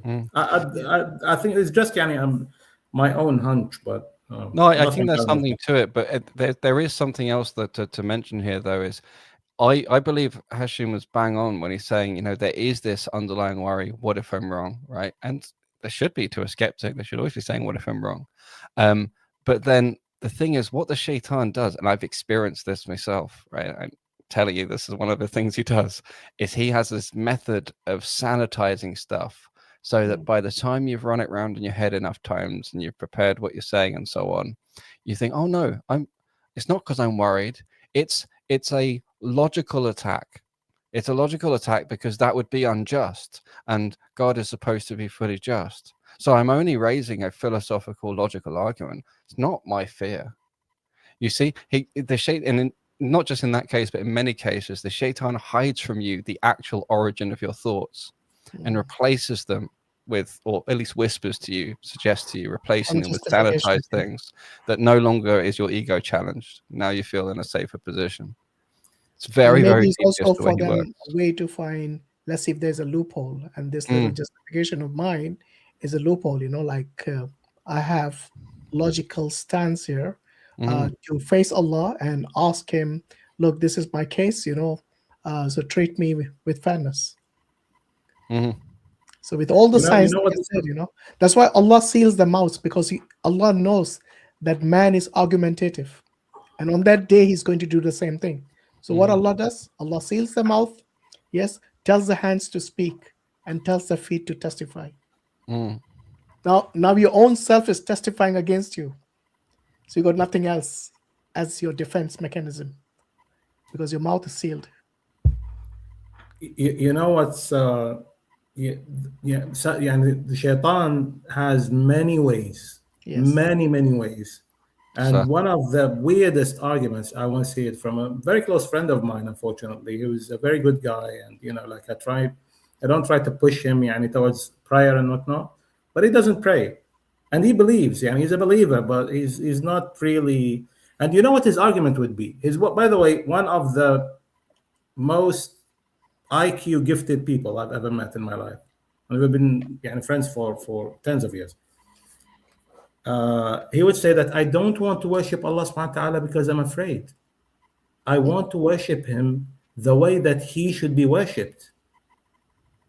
So, my counter argument is always the same. Start with that, take baby steps, and get to that level that you want to, but you really don't want to take that step. That's what's happening here. You know, I'd love to talk to him. It's interesting because in most things, you know, with created things, we are. I mean, as humans, we're influenced by fear and love, right? And with most things, you know, if you fear something, you don't love it. If you love it, you don't fear it. But if you can, and so this is also this push and pull you have. If your fear and your love both draw you towards Allah subhanahu wa ta'ala, that's when you're most secure. You need both. Otherwise, you're not fully submitted. True. Right, Brother Muhammad, I hope you understood the argument. I just wanted to show the brother this verse from Surah Al-Ra'd because I think it might help him, you know, get some tranquility when it comes to those who reject. Inshallah. So it's 31. And I'll just, you know, make an ad hoc translation. Oh, there it is. Okay, so it says in English that if there were a recitation, meaning the Quran, because this is what it says in Arabic, وَلَوْ أَنَّ قُرْآنًا. So if there were a recitation that could cause mountains to move, or the earth to split, or the dead to speak, it would have been this Quran. But all matters are by Allah's will. So basically he's saying that if they had wanted to believe, they would have listened to the Quran and believed. Why are you so, exhausting yourself with them? Allah subhanahu wa ta'ala says, even in Surah Al-Kahf, فَلَعَلَّكَ بَاخِعٌ نَفْسَكَ عَلَىٰ آثَارِهِمْ إِن لَّمْ يُؤْمِنُوا بِهَذَا الْحَدِيثِ أَسَفًا. You might exhaust yourself near to death just because they don't believe, they disbelieve, and because all the consequences that follow. So it's not our job to make them believe. You give them the message, do the best you can, and then Hidayah, guidance is in the hands of Allah subhanahu wa ta'ala. Yeah. You know, sorry, can you guys still hear me? Yeah, we hear you. In that same verse, it did say that it's something like if God wanted to guide everyone, he could have guided all of humanity. Yeah. Does that mean that God could have made everyone a Muslim? And Yeah, if he so, did. Of course. why not?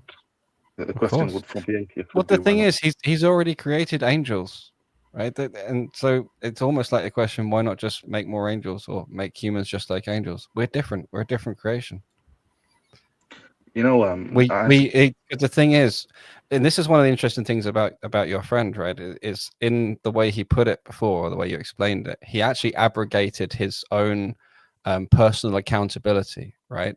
This is something I noticed that I was doing as an atheist as well, was giving up more and more of my personal accountability until I was basically nothing. Oh no, I'm controlled by the signals that come in, by the chemicals in my brain, by the what's left of I.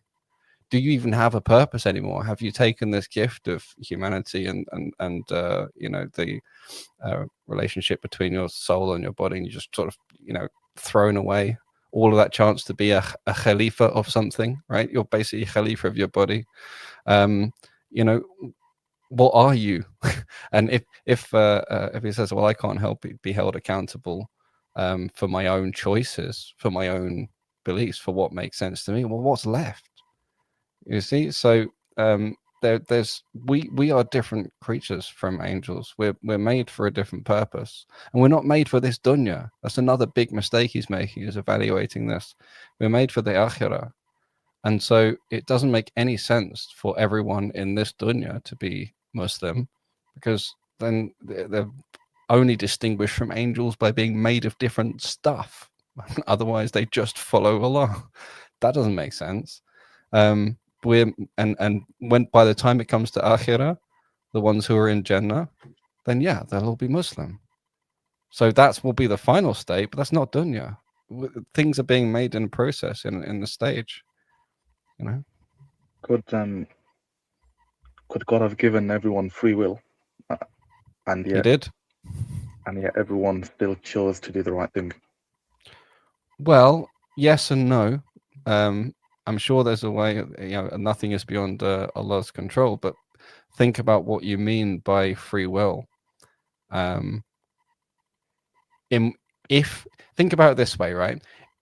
If the arguments that are around and the evidence of the signs are so compelling, right, that everyone becomes Muslim, it means that you have no choice other than to become Muslim, which already at least erodes the free will, and that will have significant knock-on consequences.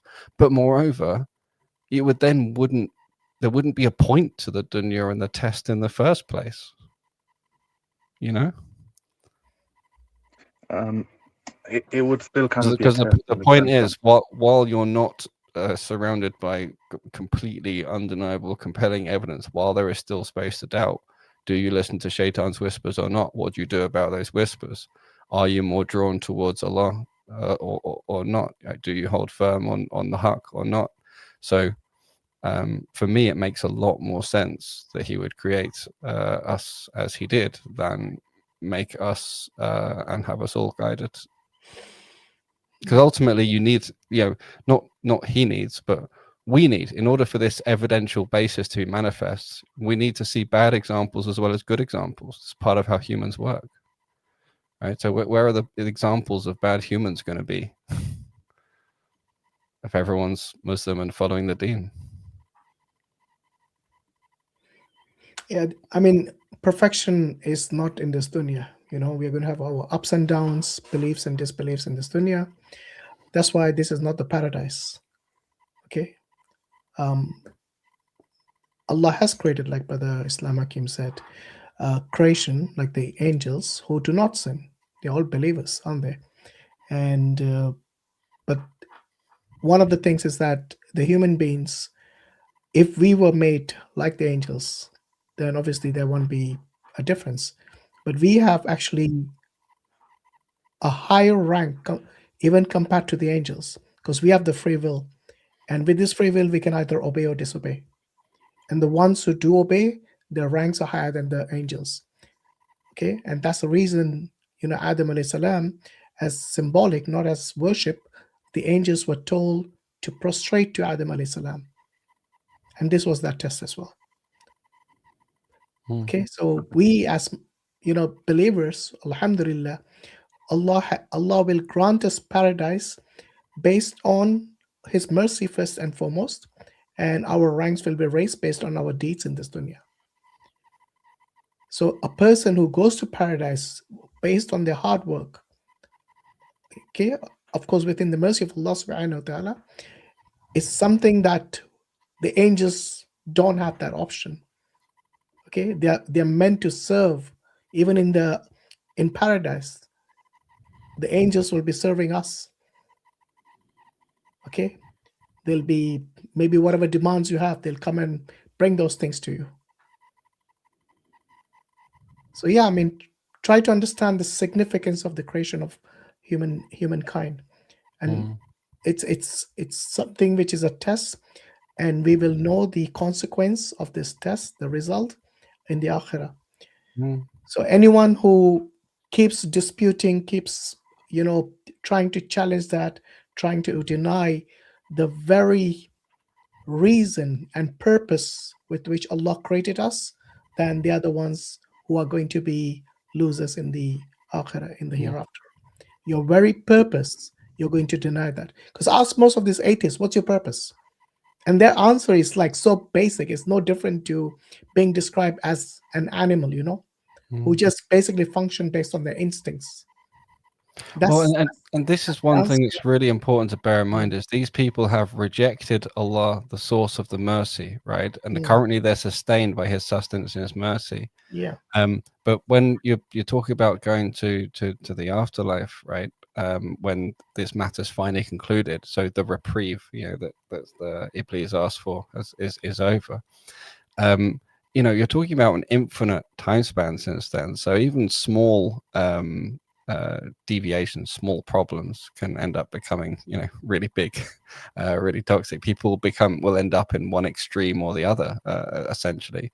And the ones who can accept genuinely, and you have to believe in Allah to genuinely ask Him for forgiveness. The ones who can do that can be purified. The ones who can't be purified. They only be worse. No one is going to regret anyone who's in hellfire, except that they were friends with them. No one's gonna think, oh, I wish that guy was out of hellfire and with me in heaven right now, because I'll look at him and go, oh my God, what a disgusting disgrace that thing is. You might, because you see these people now and you think, well, they seem fine, they seem nice, they seem intelligent, but you don't know what's underneath, what's under the surface, and what they would become if it were not for Allah's mercy, right? And so this is another important point. Like, I don't grieve or worry over people that Allah decides to put them in hellfire. If He's doing that, He knows, and He's putting them for a good reason, and I wouldn't want them anywhere near Jannah, because that would taint Jannah. It's like if you have a piece of steel and it's all sort of dirty and rusted and stuff like that, and you cover it in acid and it cleans off this steel. It's nice, bright, shiny steel, and then what's left is like a bath of acid and ferrites and other junk. And that, should be thrown away, discarded. Don't touch it, don't smell it, don't drink it. No, don't worry about it. They had a purpose in dunya. They served their purpose. They had their chance. And the reason they didn't become Muslims are the reasons why they could not be compatible with Jannah. If they're not compatible with Jannah, they're only compatible with the Nar. So don't grieve. SubhanAllah, when we talk about atheists especially, because this is what I used to feel as an atheist. And I'm not exaggerating. By Allah, this is exactly how I used to feel. You get this, it's not a panic attack, because I didn't have these pathognomonic features of a panic attack. Like this, it's a form of anxiety, I'd say, when I think about my life. What would I do? And what's the purpose even? And this is Allah, subhanallah, when I read this verse, Surah Al-An'am, just, I couldn't even believe it. It was literally speaking to the deepest darkness in your soul. MashaAllah. And it's speaking directly to the one who is affected as well, isn't it? Exactly. And he talks about, even in another verse. Do you want to read it? Because some people actually just listen. Yes, So Allah subhanahu wa ta'ala says in Arabic, بعد أعوذ بالله من الشيطان Surah الرجيم. Al-An'am, yeah, 125. Surah Al-An'am, that's chapter 6, verse 125. بعد أعوذ بالله من الشيطان الرجيم فمن يرد الله أن يهديه يشرح صدره للإسلام. Whoever Allah wills to guide, He opens their heart to Islam. ومن يرد أن يضله يجعل صدره ضيقا حرجا كأنما يصعد في السماء. But whoever He wills to leave astray, He makes their chest tight and constricted, as if they were climbing up in the sky. And I think we had this discussion before that there is even like a scientific aspect of it, because when you go up, there is like so low oxygen. The highest degree of anxiety you ever get is when you're low on oxygen, believe it or not. That's a medical fact. And you feel like out of breath. Out of breath, yeah, because your oxygen goes down, and this is even there's a scientific depth to it, but this is not the point. The point is how it describes, even when you hear the Arabic, كأنما يصعد في السماء. It's not even يصعد, which is smooth to say. It is يصعد في السماء. It's even making it difficult to pronounce. Yani by Allah, the miracles of Quran, if you look at them and how everything is put together in a way that it's not just speech. It's like, astaghfirullah, not an art of work. It's something beyond. When you see this description, he's not even describing that he's going up in the sky. No. He's even making it difficult for you to pronounce it. Because it says, يَصَّعَدُ فِي السَّمَاء. It's not يَصْعَدُ فِي السَّمَاء. يَصْعَدُ is smooth to say. But يَصَّعَدُ فِي السَّمَاء. It's even giving you this difficulty, like part of the difficulty.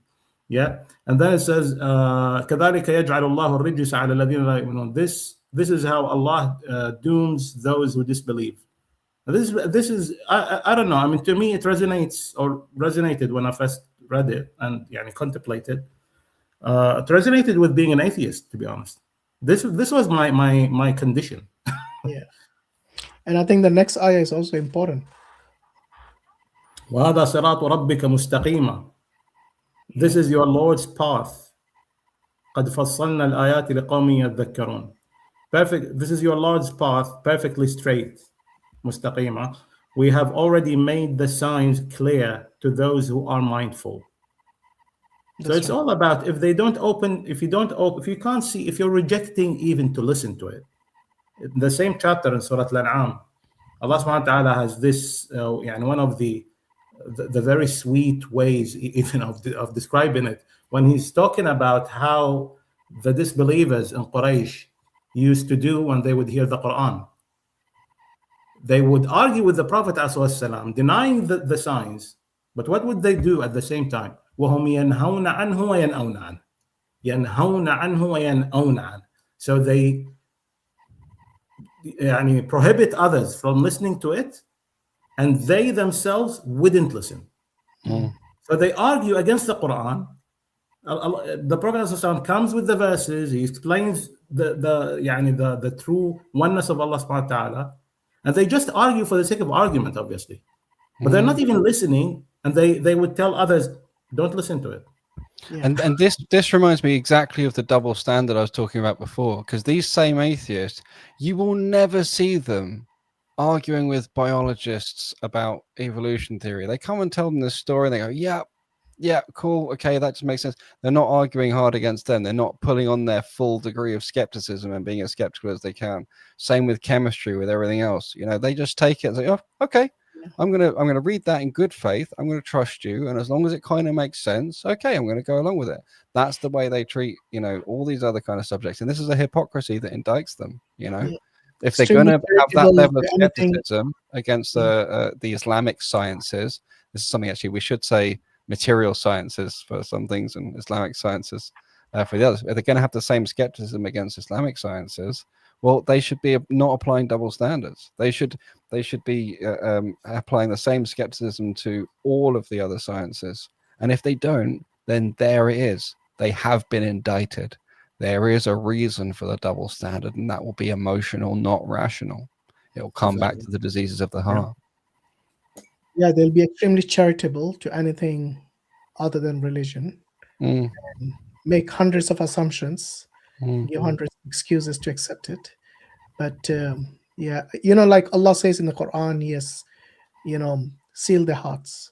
That's exactly what it is, basically, because you've reached such a point that after so many clear signs, as it said in that other ayah, this path of Allah is straight, perfectly straight, and Allah has shown clear signs, but they kept denying, and this has really, you know, darkened their hearts, which then can't see truth from all the falsehood around you. Yeah. But anyway, I think Brother Muhammad, I think he gets the idea. So inshallah, hope we have cleared your given you a good answer. Yeah. See if you can get your friend to watch this section of the stream. See if you can get him to join in, have a discussion, maybe. It's not actually a friend. It's just somebody. Something I heard online actually. Oh, okay. I thought someone you knew. But okay. Well, send them I the did link have next time to join the stream. I want to ask it today because it's been 7.5 hours. But when do you guys normally do this? Is it every day? We do every Thursday. Yeah. Every Thursday. Okay. So Every I'll ask Thursday it next week, from 5 inshallah. p.m. UK time, 5 p.m. GMT. Cool. No problem. Jazakallah. Assalamu alaikum. Wa iyyakum. You know what I'm missing, brothers? Brother Muhammad, we sent him to do his prayer. He never came back, did he? Yeah. I assumed that he was catching up for the last Is 3 this the days. brother Muhammad or is it a different one? That's a No, I different don't one. think it's A different one. A different one. No, I think he was catching up all of his missed prayers for the last 3 years. I think that's inshallah. Inshallah, I mean, may Allah accept your wish. Muhammad, yeah, you need to unmute yourself. Are you there, Muhammad? He was there a second ago. Yeah, what happened? Oh, there he is. Hey, can you guys hear me? Yeah, we Yeah, I can. hear you. Hey, assalamu alaikum wa rahmatullahi wa barakatuh.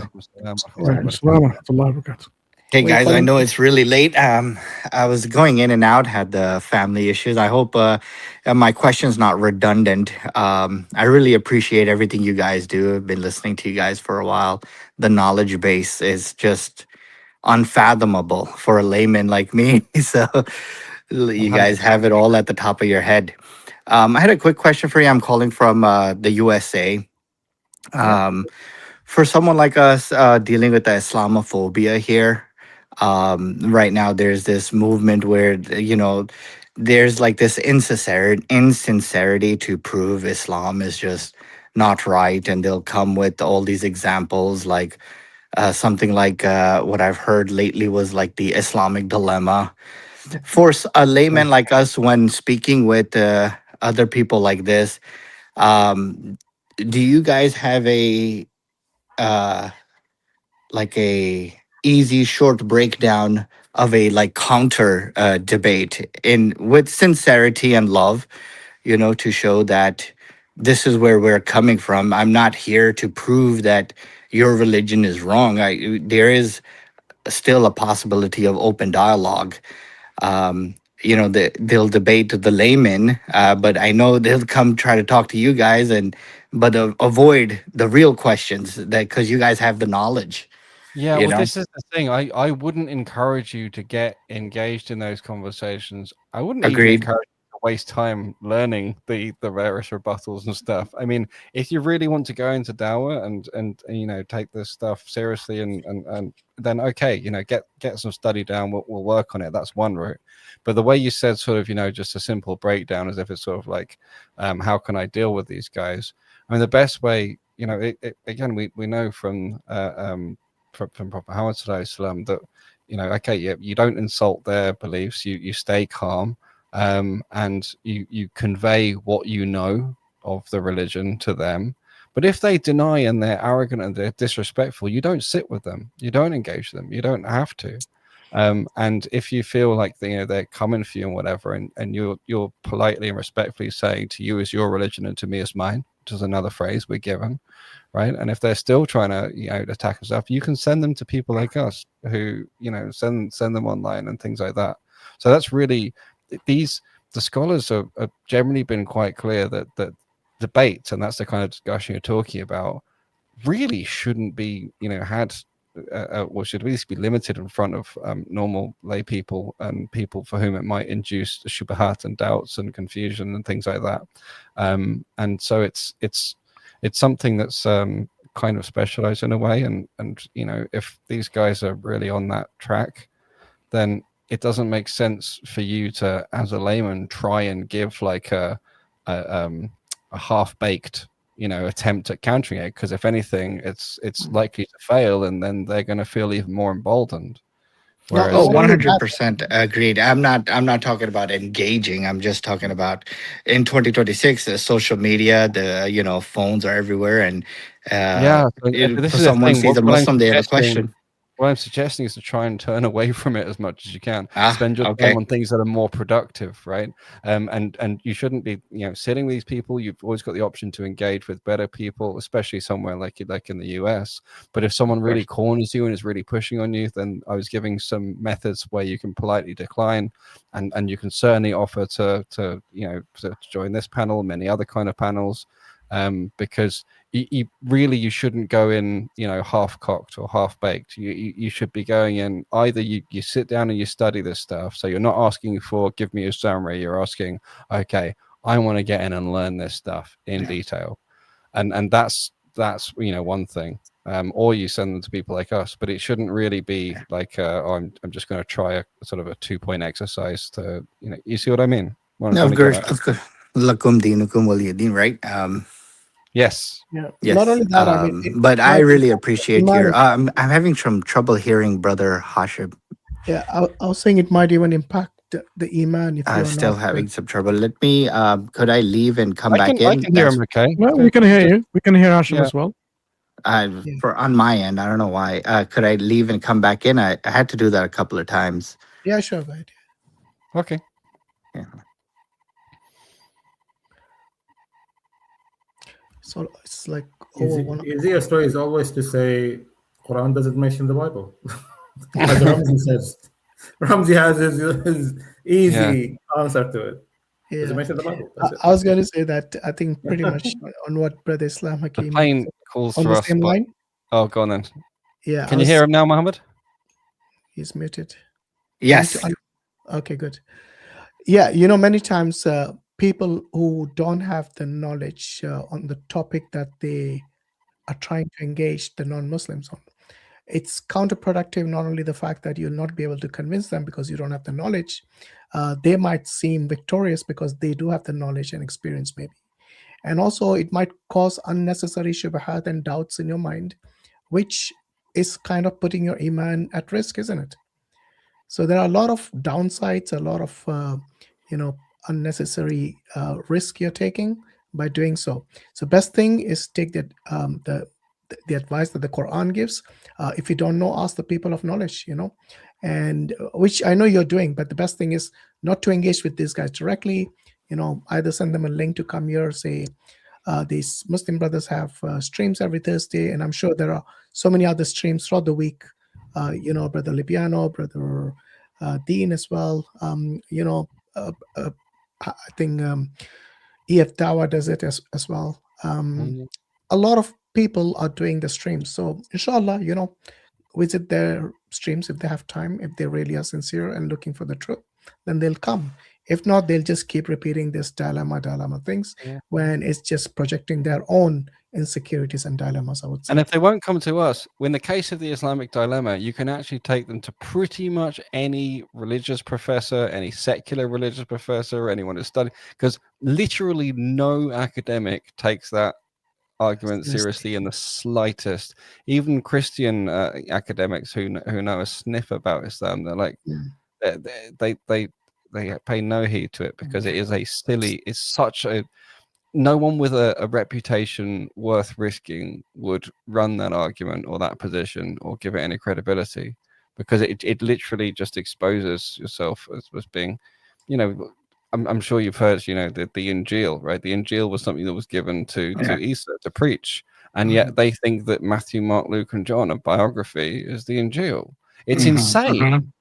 And so but it doesn't make sense for you to necessarily memorize all these things. And if you start with just that one nugget, they might have a bunch of counters. They come back and you end up wrestling with pigs in the mud, and that's just not great, right?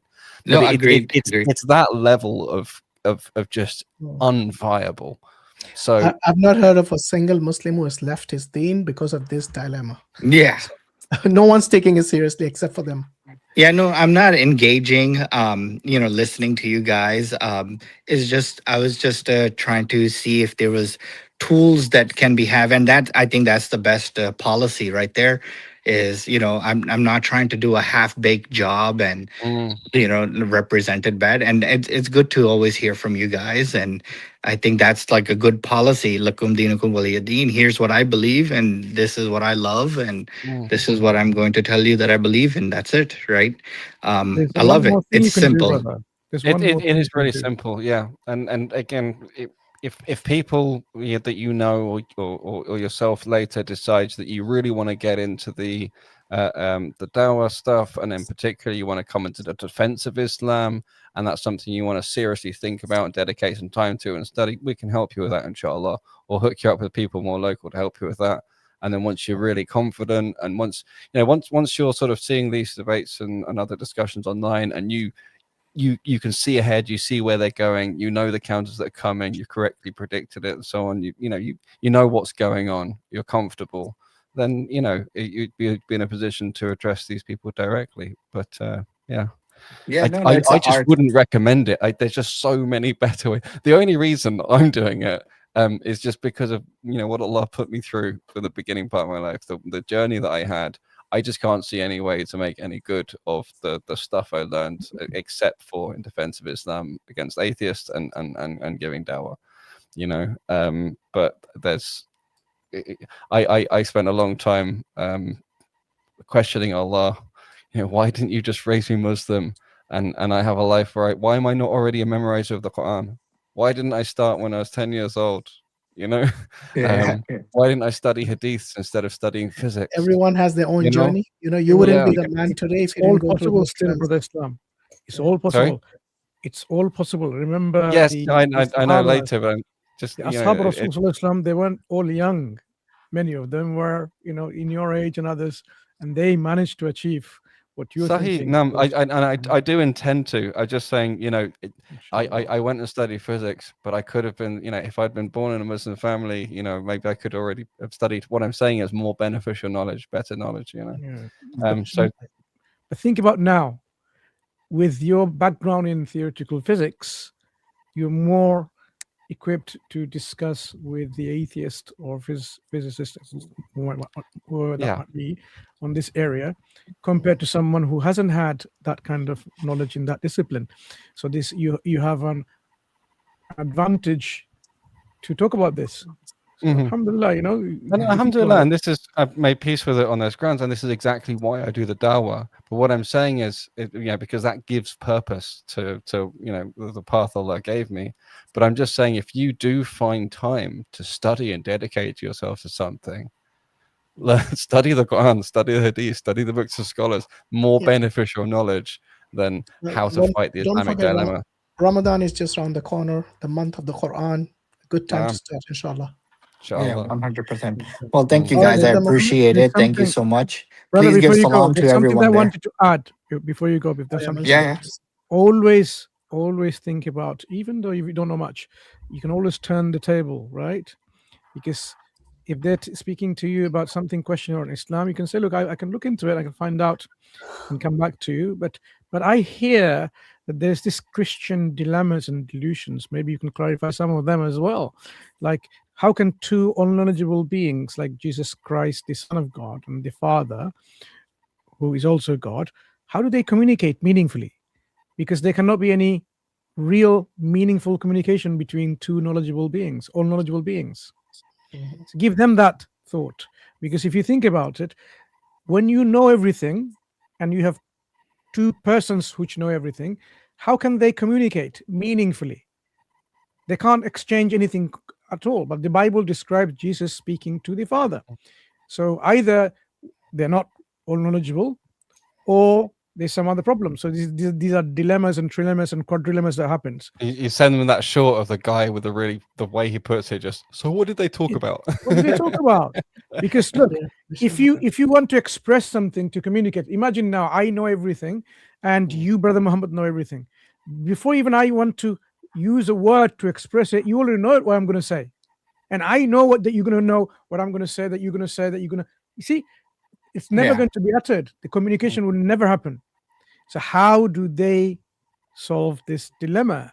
Because you believe, Christians believe in two unknowledgeable beings. Makes no sense. So try to get some of those things for them to look into, especially when they're coming up with all this delusions. Just make sure you're wearing appropriate clothing, have your safety glasses on before you light the match and throw it. No. This is you guys. You guys are like, you see, you guys have that knowledge of the Bible and the Quran. It's just amazing to me. And you've trained for this. You have years of experience with this. Alhamdulillah. If someone brings something up to you, boom, here's the reference. Where laymen like us, we don't have the reference. And like you said, the best policy is I could talk about why I love my belief so much. And then that's what it is. That's it. You know what I mean? Sometimes This is that's the best authority. hour, man. Sometimes Yeah, that's yeah, it. yeah. This is something I say to people often. Is people being aware that you're Muslim, and then they see, for example, you have remarkable patience in some situation where they lose their mind. They say, "Where'd you get the patience from?" It's from Allah. It's from the practice of religion. They see you praying. They're like, "Why are you praying?" Like, it gives me so much peace and other kind of stuff like that. Like, there's so many opportunities for dawah that come in. As soon as people know you're Muslim, effectively you're either giving dawah or anti-dawah, whether you like it or not. Then these ways are often much more effective as well. Yep. Just like the Sira, how many times were actions looked at more, right, than just having talked to the person, right? So, like you said, actions, right, and just be patient, and it is what it is. But I really do appreciate it, guys. Thank you so much for your time. I know it's late. Please give my All the salam best. to everybody. You're welcome. Jazakallah khair. Assalamu alaikum. Right. Let's sister come back. You've got someone called Better Life. We haven't taken. Oh, the sister came back. I really wanted to know what happened to her phone. Oh, yes. So that Sister, does imply it wasn't dropped. It wasn't stolen, which is good. You need to unmute yourself, sister. We can't hear you. Assalamu alaikum. I'm so Wa sorry. alaikum My salam. phone died. Oh, its battery died. Yeah, SubhanAllah. Ours really almost died, died. sister. You know what you did to us? We Because thought that the you were. last thing I heard was my phone, and I was making No, dua you for you to didn't. Oh have my your God, I phone screamed replaced that. by a We better phone assume if you'd somebody lost it. snatched your phone from you and ran away. Yeah, someone thought I'm it's been sorry. snatched. I'm I thought so you sorry. dropped it, and I said if it's broken, may Allah Oh my grant me a gosh. better one. No. Everything is fine. I was like trying Alhamdulillah. to charge my phone Just and ran out then of it juice, huh? like Okay, no problem. completely died. Happens to all of us. I Right. What feel were we perfect. discussing before your phone died?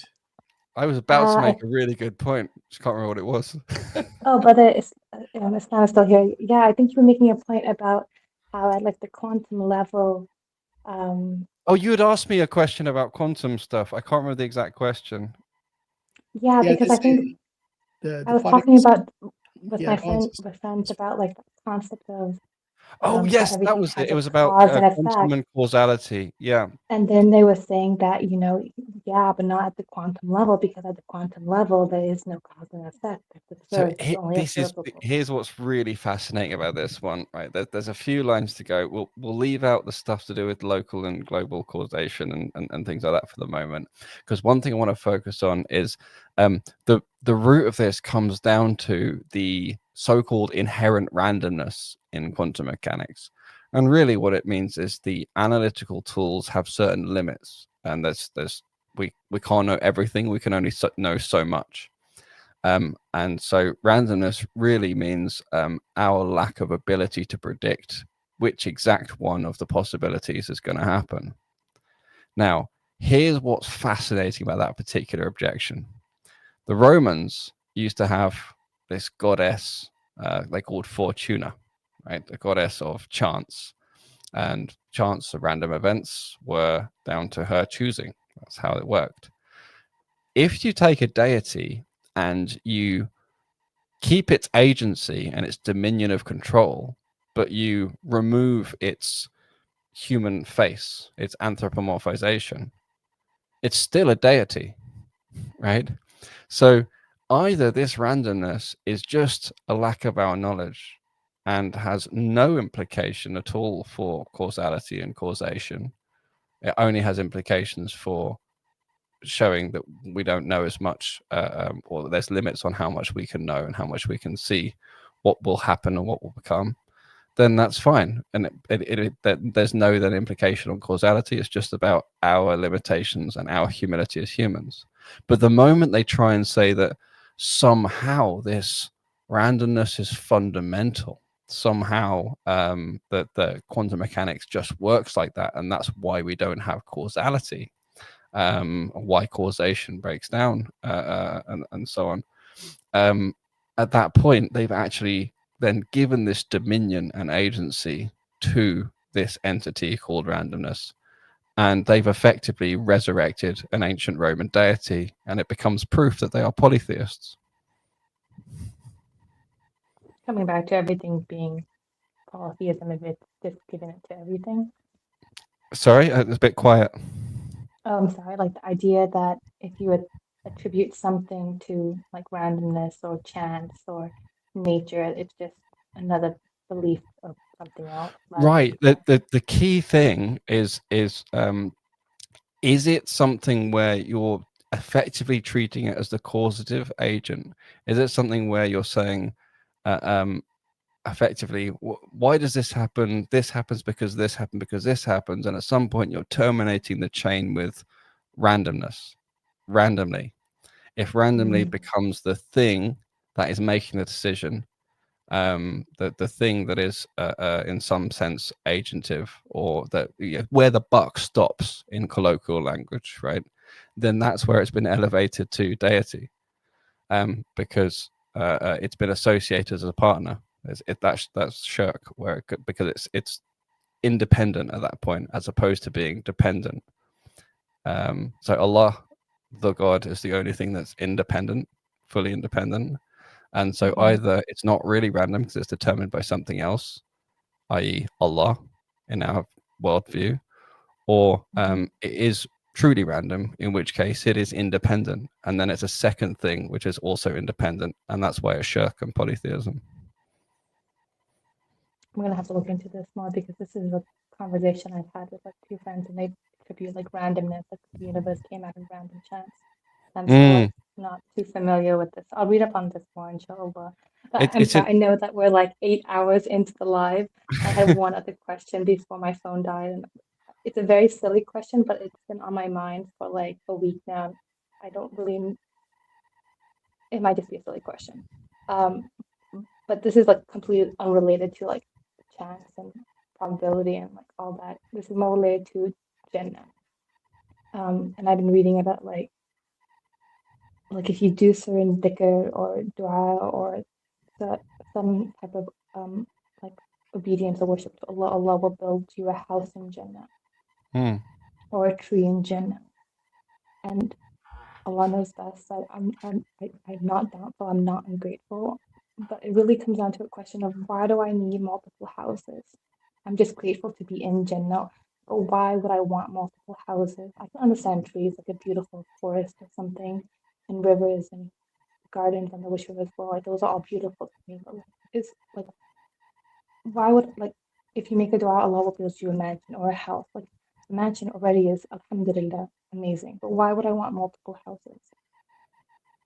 Yeah, well, I mean, I love the sentiment that underlies the question, because you're saying, well, Jannah's, enough. Jannah is such a gift. Why would I want even more? There's a beautiful, essence underneath that question. But I mean,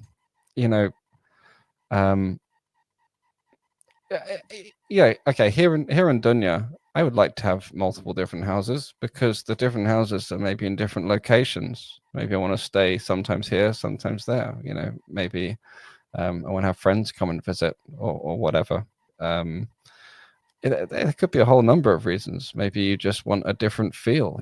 One house is a small little cabin in some trees somewhere, and one house is a giant mansion, and another house is like a fairy tale castle somewhere. Like, why not? I guess it depends. If when you get to Jannah you are going to desire those things, then either Allah will give them to you anyway, or He'll have caused you to do the appropriate dua, or whatever other actions, so that be the reason He makes one. either way, if you're going to desire it, you're going to get it. He's going to give it to you. But maybe you don't desire that. Maybe you won't be doing that.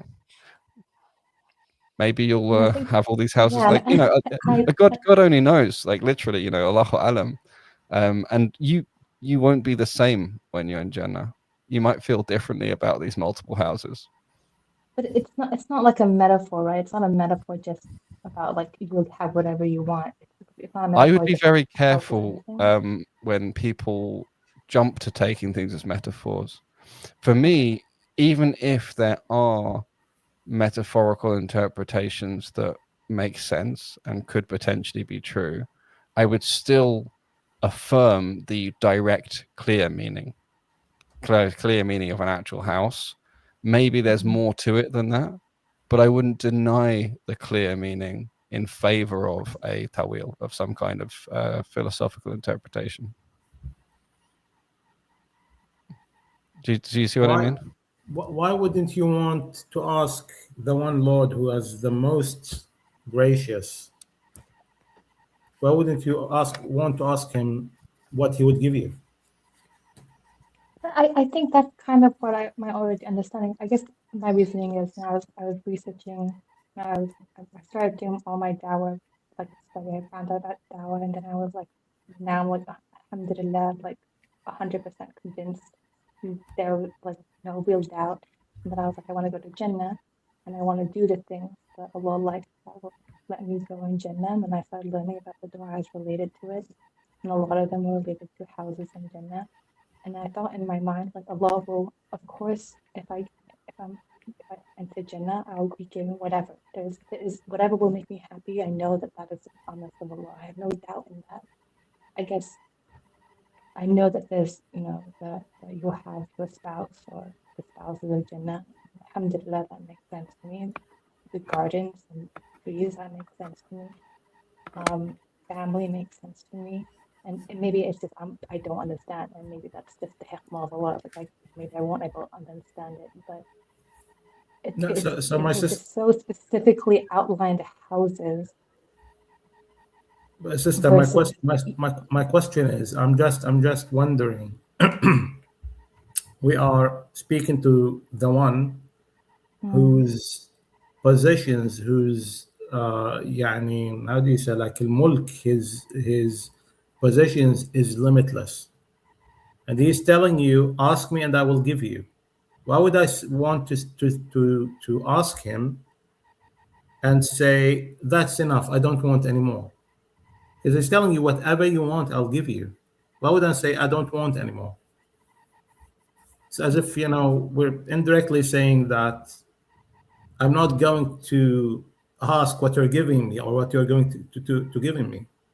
Yeah, bear in mind, we're not going to have to clean these houses. We're not going to have to pay rent on them. So the reference I give is like there's like a booklet, a book by one of the imams. I know that we don't want to say names, but basically it's a book about Jannah, about du'as that you should say. And one of the du'as was, if you say this du'a, if you recite this Quran, the surah, like a certain number of times, the hadith is that Allah says that if you recite it 22 times, I think it's Surah Al-Ikhlas, Allah will build you a house or a mansion in Jannah. And I'm like, I want whatever the sunnah is, I want to start practicing it. But like, but that's the sunnah of the Prophet, sister. The Prophet ﷺ said, إِذَا سَأَلْتُمْ رَبَّكُمْ فَاسْأَلُوهُ الْفِرْدَوْسَ الْأَعْلَى. Ask him for the highest firdaus. Ask him the best. Well, that's what I do. I just pray for Jannatul Firdaus and whatever Allah gives me. But should I make this dua specifically, like, should I recite Surah Al-Ikhlas 22 times? Because it's sunnah, and I don't want to. If it's in your capacity, I mean, do it for the sake of Allah rather than doing it just for the house. If it's a sunnah that's in your capacity, yeah, consider adding it. There might be more important sunnah before that one that you're not yet implementing. I don't know. So maybe there's a prioritization thing, but yeah, why not? No, so even in this life, sister, when we talk, it reminds me of a guy I once met in like a city that's quite far from where I lived. And when I told him where I lived, he said, if I only get anywhere in that city, I would just like to live. I said, I told him, listen, there are places in that city that if you go to, you would say, oh, I would like to get the next place and the next place and the next place, because the city is really beautiful. I said, no. If they just put me out on the street, that would be sufficient for me. But if you get him there, he would keep asking for more. So why not ask for more for the highest degree from the start? Why are you taking it? Brother, you reminded me of the hadith, and you can correct me if I miss speaking it. It's quite a long one about the last man who's saved from the hellfire, and he takes him out and he's sort of crawling, and then he sees this little tree, and he goes, "Oh, look!" Sorry. I just read that story and I was so touched. It was so Yeah, sweet. it's beautiful, isn't it? Right. And actually, in the same khutbah where I heard about this one, he also spoke of where we would be sitting to see our Lord, and we'd be on different pillars of different heights and things, and there was like diamonds and gold and whatever was mentioned. And I spoke to him and I was like, I don't get it. I have no interest in diamonds and golds, and why would I want to be up on the pillar instead of sitting down on the floor? And he says, That's well, also was my thought. I was like, why would I want, like, for me, because of right, and why would I want gold and silver and rubies when I'm just happy to be in Jannah, to not exactly. And this is exactly my thought, and I was having a discussion with him, and he's pointing out, well, this is part of the sort of status and station that these people have earned, and Allah knows why they put in those positions. We don't know until we're there what the significance of these things are, and maybe gold and whatever is the lowest of the stuff houses are built from, the least material that's used, Allahu alam. And so, like, that's not the focus though. Is silver. It's the least silver. Yeah. Okay. The least is silver, and then silver. Jazakallah khair. But the point is, like, and this is what the discussion was, I'm doing it for the sake of Allah, and I'll be happy with what he gives me in response. And if something indicates a higher status in his eyes, I want it, not because I want the material, not because I want to sit on the pillar, but because the significance of that is that he's somehow more pleased with me. You see what I mean? Like, I want to have the inshallah, the headpiece or whatever that people get when they're hafiz of Quran. It's not just because I want that sort of cool upgrade in the akhirah. It's not because I just want something on my head. It's because of what it signifies, and it's an achievement. It's something that Allah's pleased with you. So it's about Allah's pleasure in the dunya, and him being pleased with me. So yeah, there's definitely something to that. But what you said resonated with me for exactly that reason. I had those similar thoughts, but one thing was that I don't know what I'll be like in Jannah, but I do know that these are good things that he's offering in exchange for doing good things. So it's all good, and not to worry about it too much. Does that make sense? Yeah, it does make sense. You have earned everything you'll get, inshallah. All right, sister. We are going to close. Jazakallah khair for taking me last. I'm pleased that your phone was not either dropped or snatched or going down a drain. I'm so sorry. I don't but know. My dua for you to get a better phone is still made anyway with full intention. Inshallah. I'm gonna draw my phone last because I'm not buying a new phone anytime soon. So, Jazakallah khair. Thank you.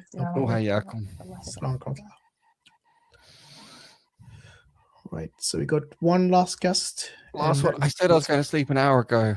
More than an hour ago. Hour 20 minutes ago. You're more than welcome to go and take your rest, brother. I know you have but if he mentions atheism, I'm going to come back on anyway. Well, let's find out. Better Life. You there? Hello. Can you hear us? Assalamualaikum. Wa alaikum salam. Yeah, I just came up to say Assalamualaikum. Long time I've been on this. And you guys are doing a very good job, actually. I believe Brother Hashim remembers me. I think so. Right. From Kerala. Yeah, from Kerala. I think you came probably a year ago. So. No, yeah, kind of 6 months. 6 months? Okay. Yeah. Yeah, that's good. And Nice to see you again. watching you, yeah, just like that, and working on a video on the moon splitting mosque, the oldest mosque in India, not India, Oh, the nice. subcontinent. Yeah. So Alhamdulillah. just last week I got the permission to take the video and all. Inshallah, Okay. going on fine. Do you have Is a this the YouTube channel Charaman for that? Masjid or which one is it? Yeah, Better Life is my YouTube channel's name, but yeah, the stuff is not about religious now and that. So it is more about the politics and all those. All those will be removed. Yeah, so you're saying the oldest masjid, so it sounds good. Yeah. Yeah, that is coming on next, inshallah, and the iftar over there, 2-3 videos on the mosque, and this the concept of the channel is being changed to Muslim lifestyle. So Oh, nice. So which masjid is this? Is it Charaman Masjid or is it a different one? yes, ceremony. The Charaman one. Okay. Yeah, that's the oldest in India, right? Or oldest in South Asia. Subcontinent, in fact. Is it? Okay. I don't know. Yeah. I mean, alhamdulillah, the So- Sahabas had ventured far and wide, so I think India was Yeah. very close to the Hijaz. So yeah, it's a And no-brainer. we have another one northern side of Kerala that is also like that is where actually the grave of Malik Dinar is, who actually was the first one to come.